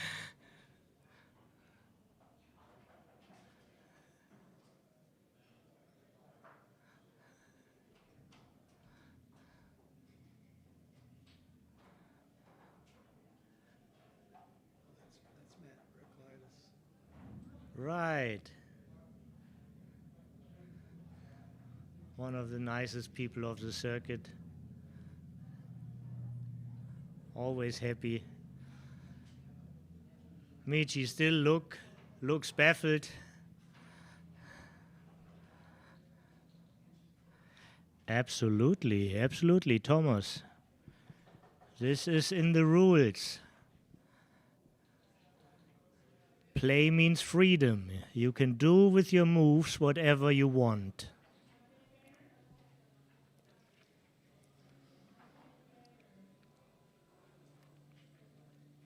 Frank is not kicking his opponent.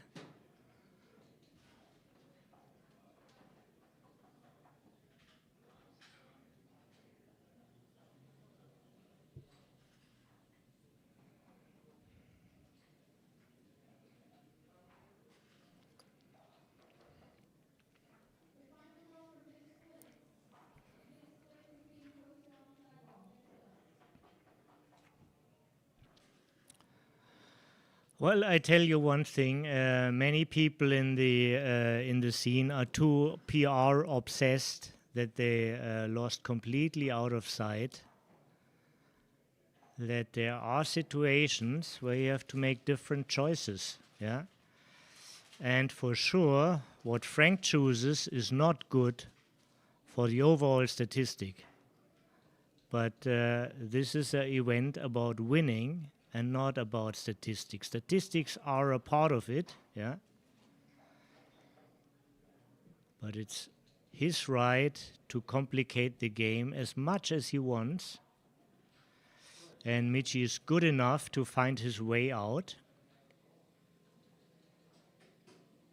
No shame, no blame.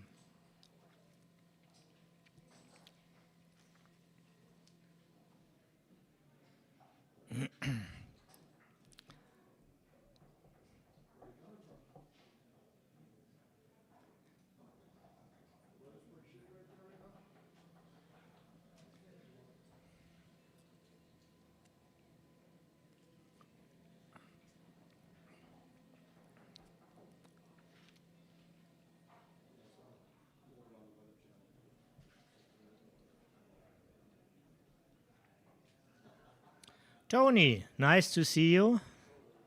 What's going on? We are waiting for game 2. We are waiting for more stranger things to happen.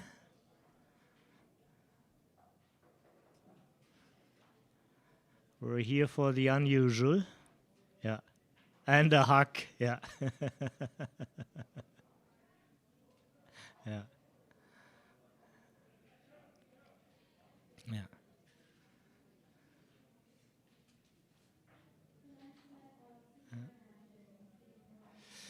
So one of the problems, since the scene is so PR obsessed, many people don't understand how it came to what. Was there a special circumstance? Was there a reason? Yeah. Misinterpreting the numbers, being unable to read them, being unable to understand what's happening. And professionals like Michi are depending on the public opinion. They need sponsors, they need reference, they need statistics as reference, and so basically I can see that Michi perceives this as unfriendly action. Yeah, this is not meant like this way, and it's also Frank's right, but I can see that Michi feels this can hurt him. All the experts know how to handle the situation.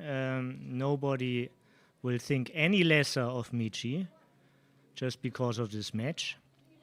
But basically the money comes often not from the experts. Money comes often from the people who just look at the numbers but don't really understand what they mean. So this is my call on what happened there. Okay, and let's see, we'll need this little spot right here. I'm going to be presenting the trophy to Michi.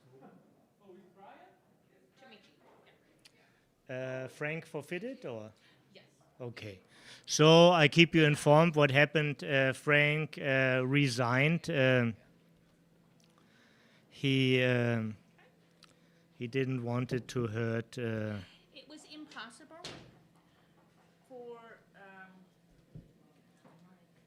other mic here? Do you have the other microphone? Yes, it's here. Sorry. I just protected it. Yeah. No, it's okay. And I have the Hi, information. Yeah. Hi, everybody. Hang on one second. Here, I'll get it. It's no big deal. Hi, everybody. I want to say congratulations to Frank Frigo, who put up an incredibly valiant fight and performance. He has decided to resign simply because basically the odds of Michi playing at such a high PR are virtually zero. And that's what he wanted to do, and that's fully acceptable. We got verification from Mark. So consequently, you know, congratulations for him, to him. And of course, congratulations to the 2026 UBC regional contender, Michihito Kageyama. Michi, fantastic. Well done. Thank you, Tobias. There you go. Thank you, Tara. And this is your beautiful trophy, and we're excited Yep. to see you in Monte Carlo. Wow. Maybe you once hold the trophy up. Sure, Yeah? sure. For us. How can I do that? Yeah, you can do everything. Yep. Now you can do everything. All right. So I hold this. Yeah, this is a winner, ladies and gentlemen. Yeah.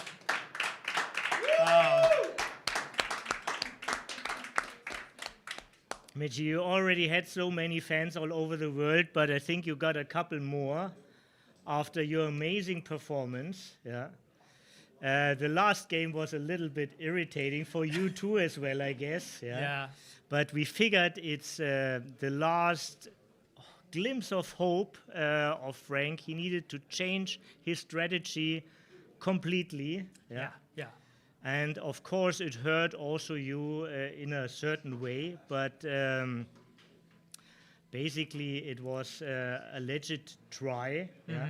And now you are the winner. There's no doubt about this. You played a fantastic, overwhelming tournament. Yeah, everybody who loves backgammon loved to watch you. A few words from you now, please. Well, yeah. First, I am very tired. I play so many matches. 6, 8, and today 4. So 24 matches. Oh wow! Maybe it's my record. Yeah, but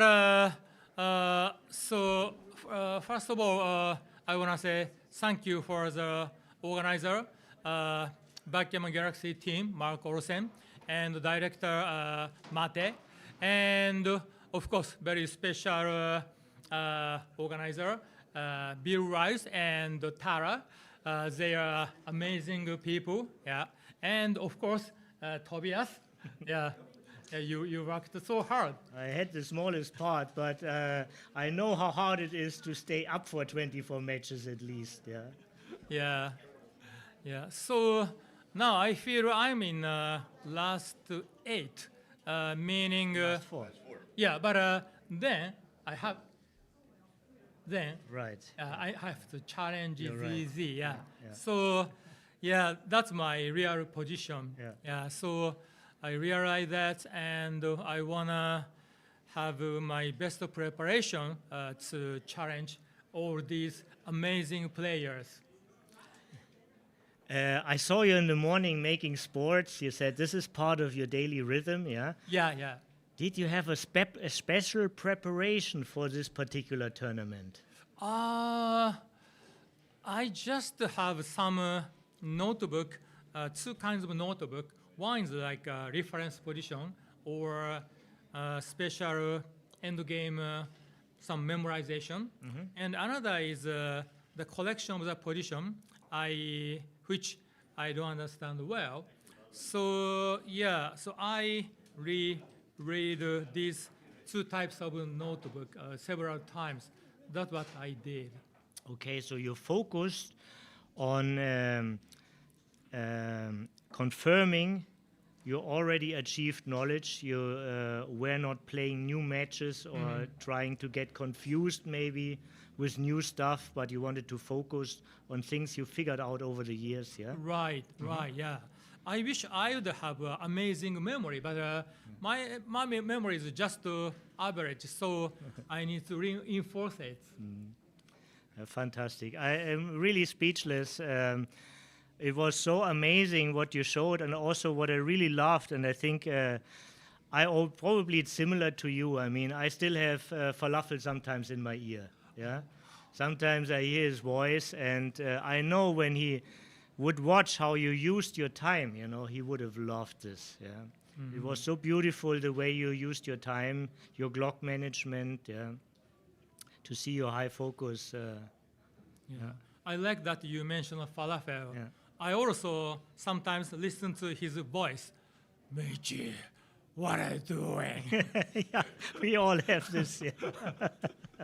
How can you do this? How can you do this? Yeah. Well, he would have been quite silent this time if he watched you. Yeah. Oh well. Yeah. Yeah. Yeah. So now, so 4 people get together in Monaco, and then the winner will play against GZ. Yeah. Yeah. That will be an exciting event.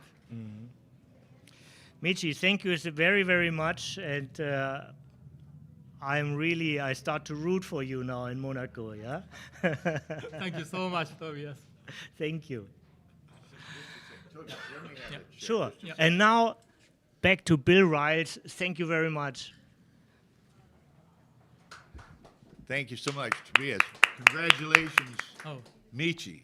thank you. Bill. Wonderful, wonderful tournament and demonstration of your backgammon abilities. I'd like to, thank Mark Olson and the Galaxy Yeah. team for their UBC concept. And you're on your way to Monte Carlo for the UBC Contender playoff.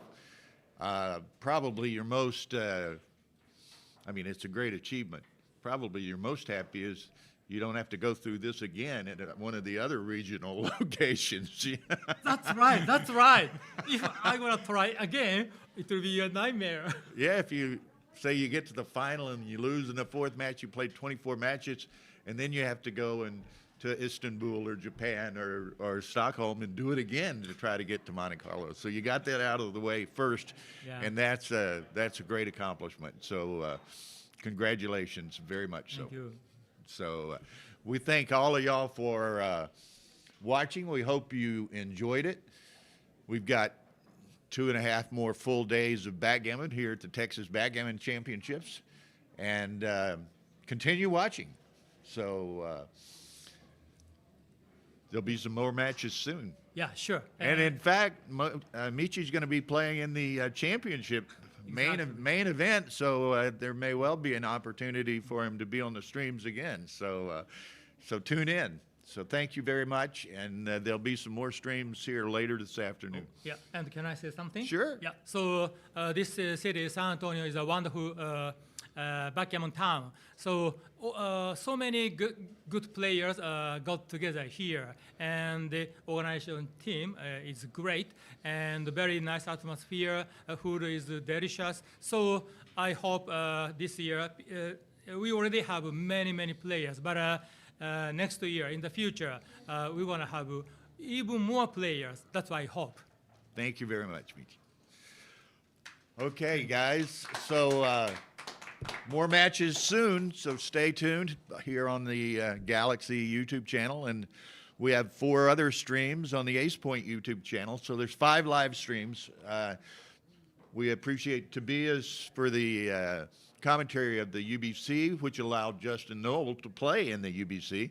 But now Justin reverts back to commentary director for the remainder of the tournaments here, and Tobias gets to play some. So it's been great teamwork of everyone involved. So again, congratulations. Thank you so much. Okay, thank y'all. Bye-bye. Okay.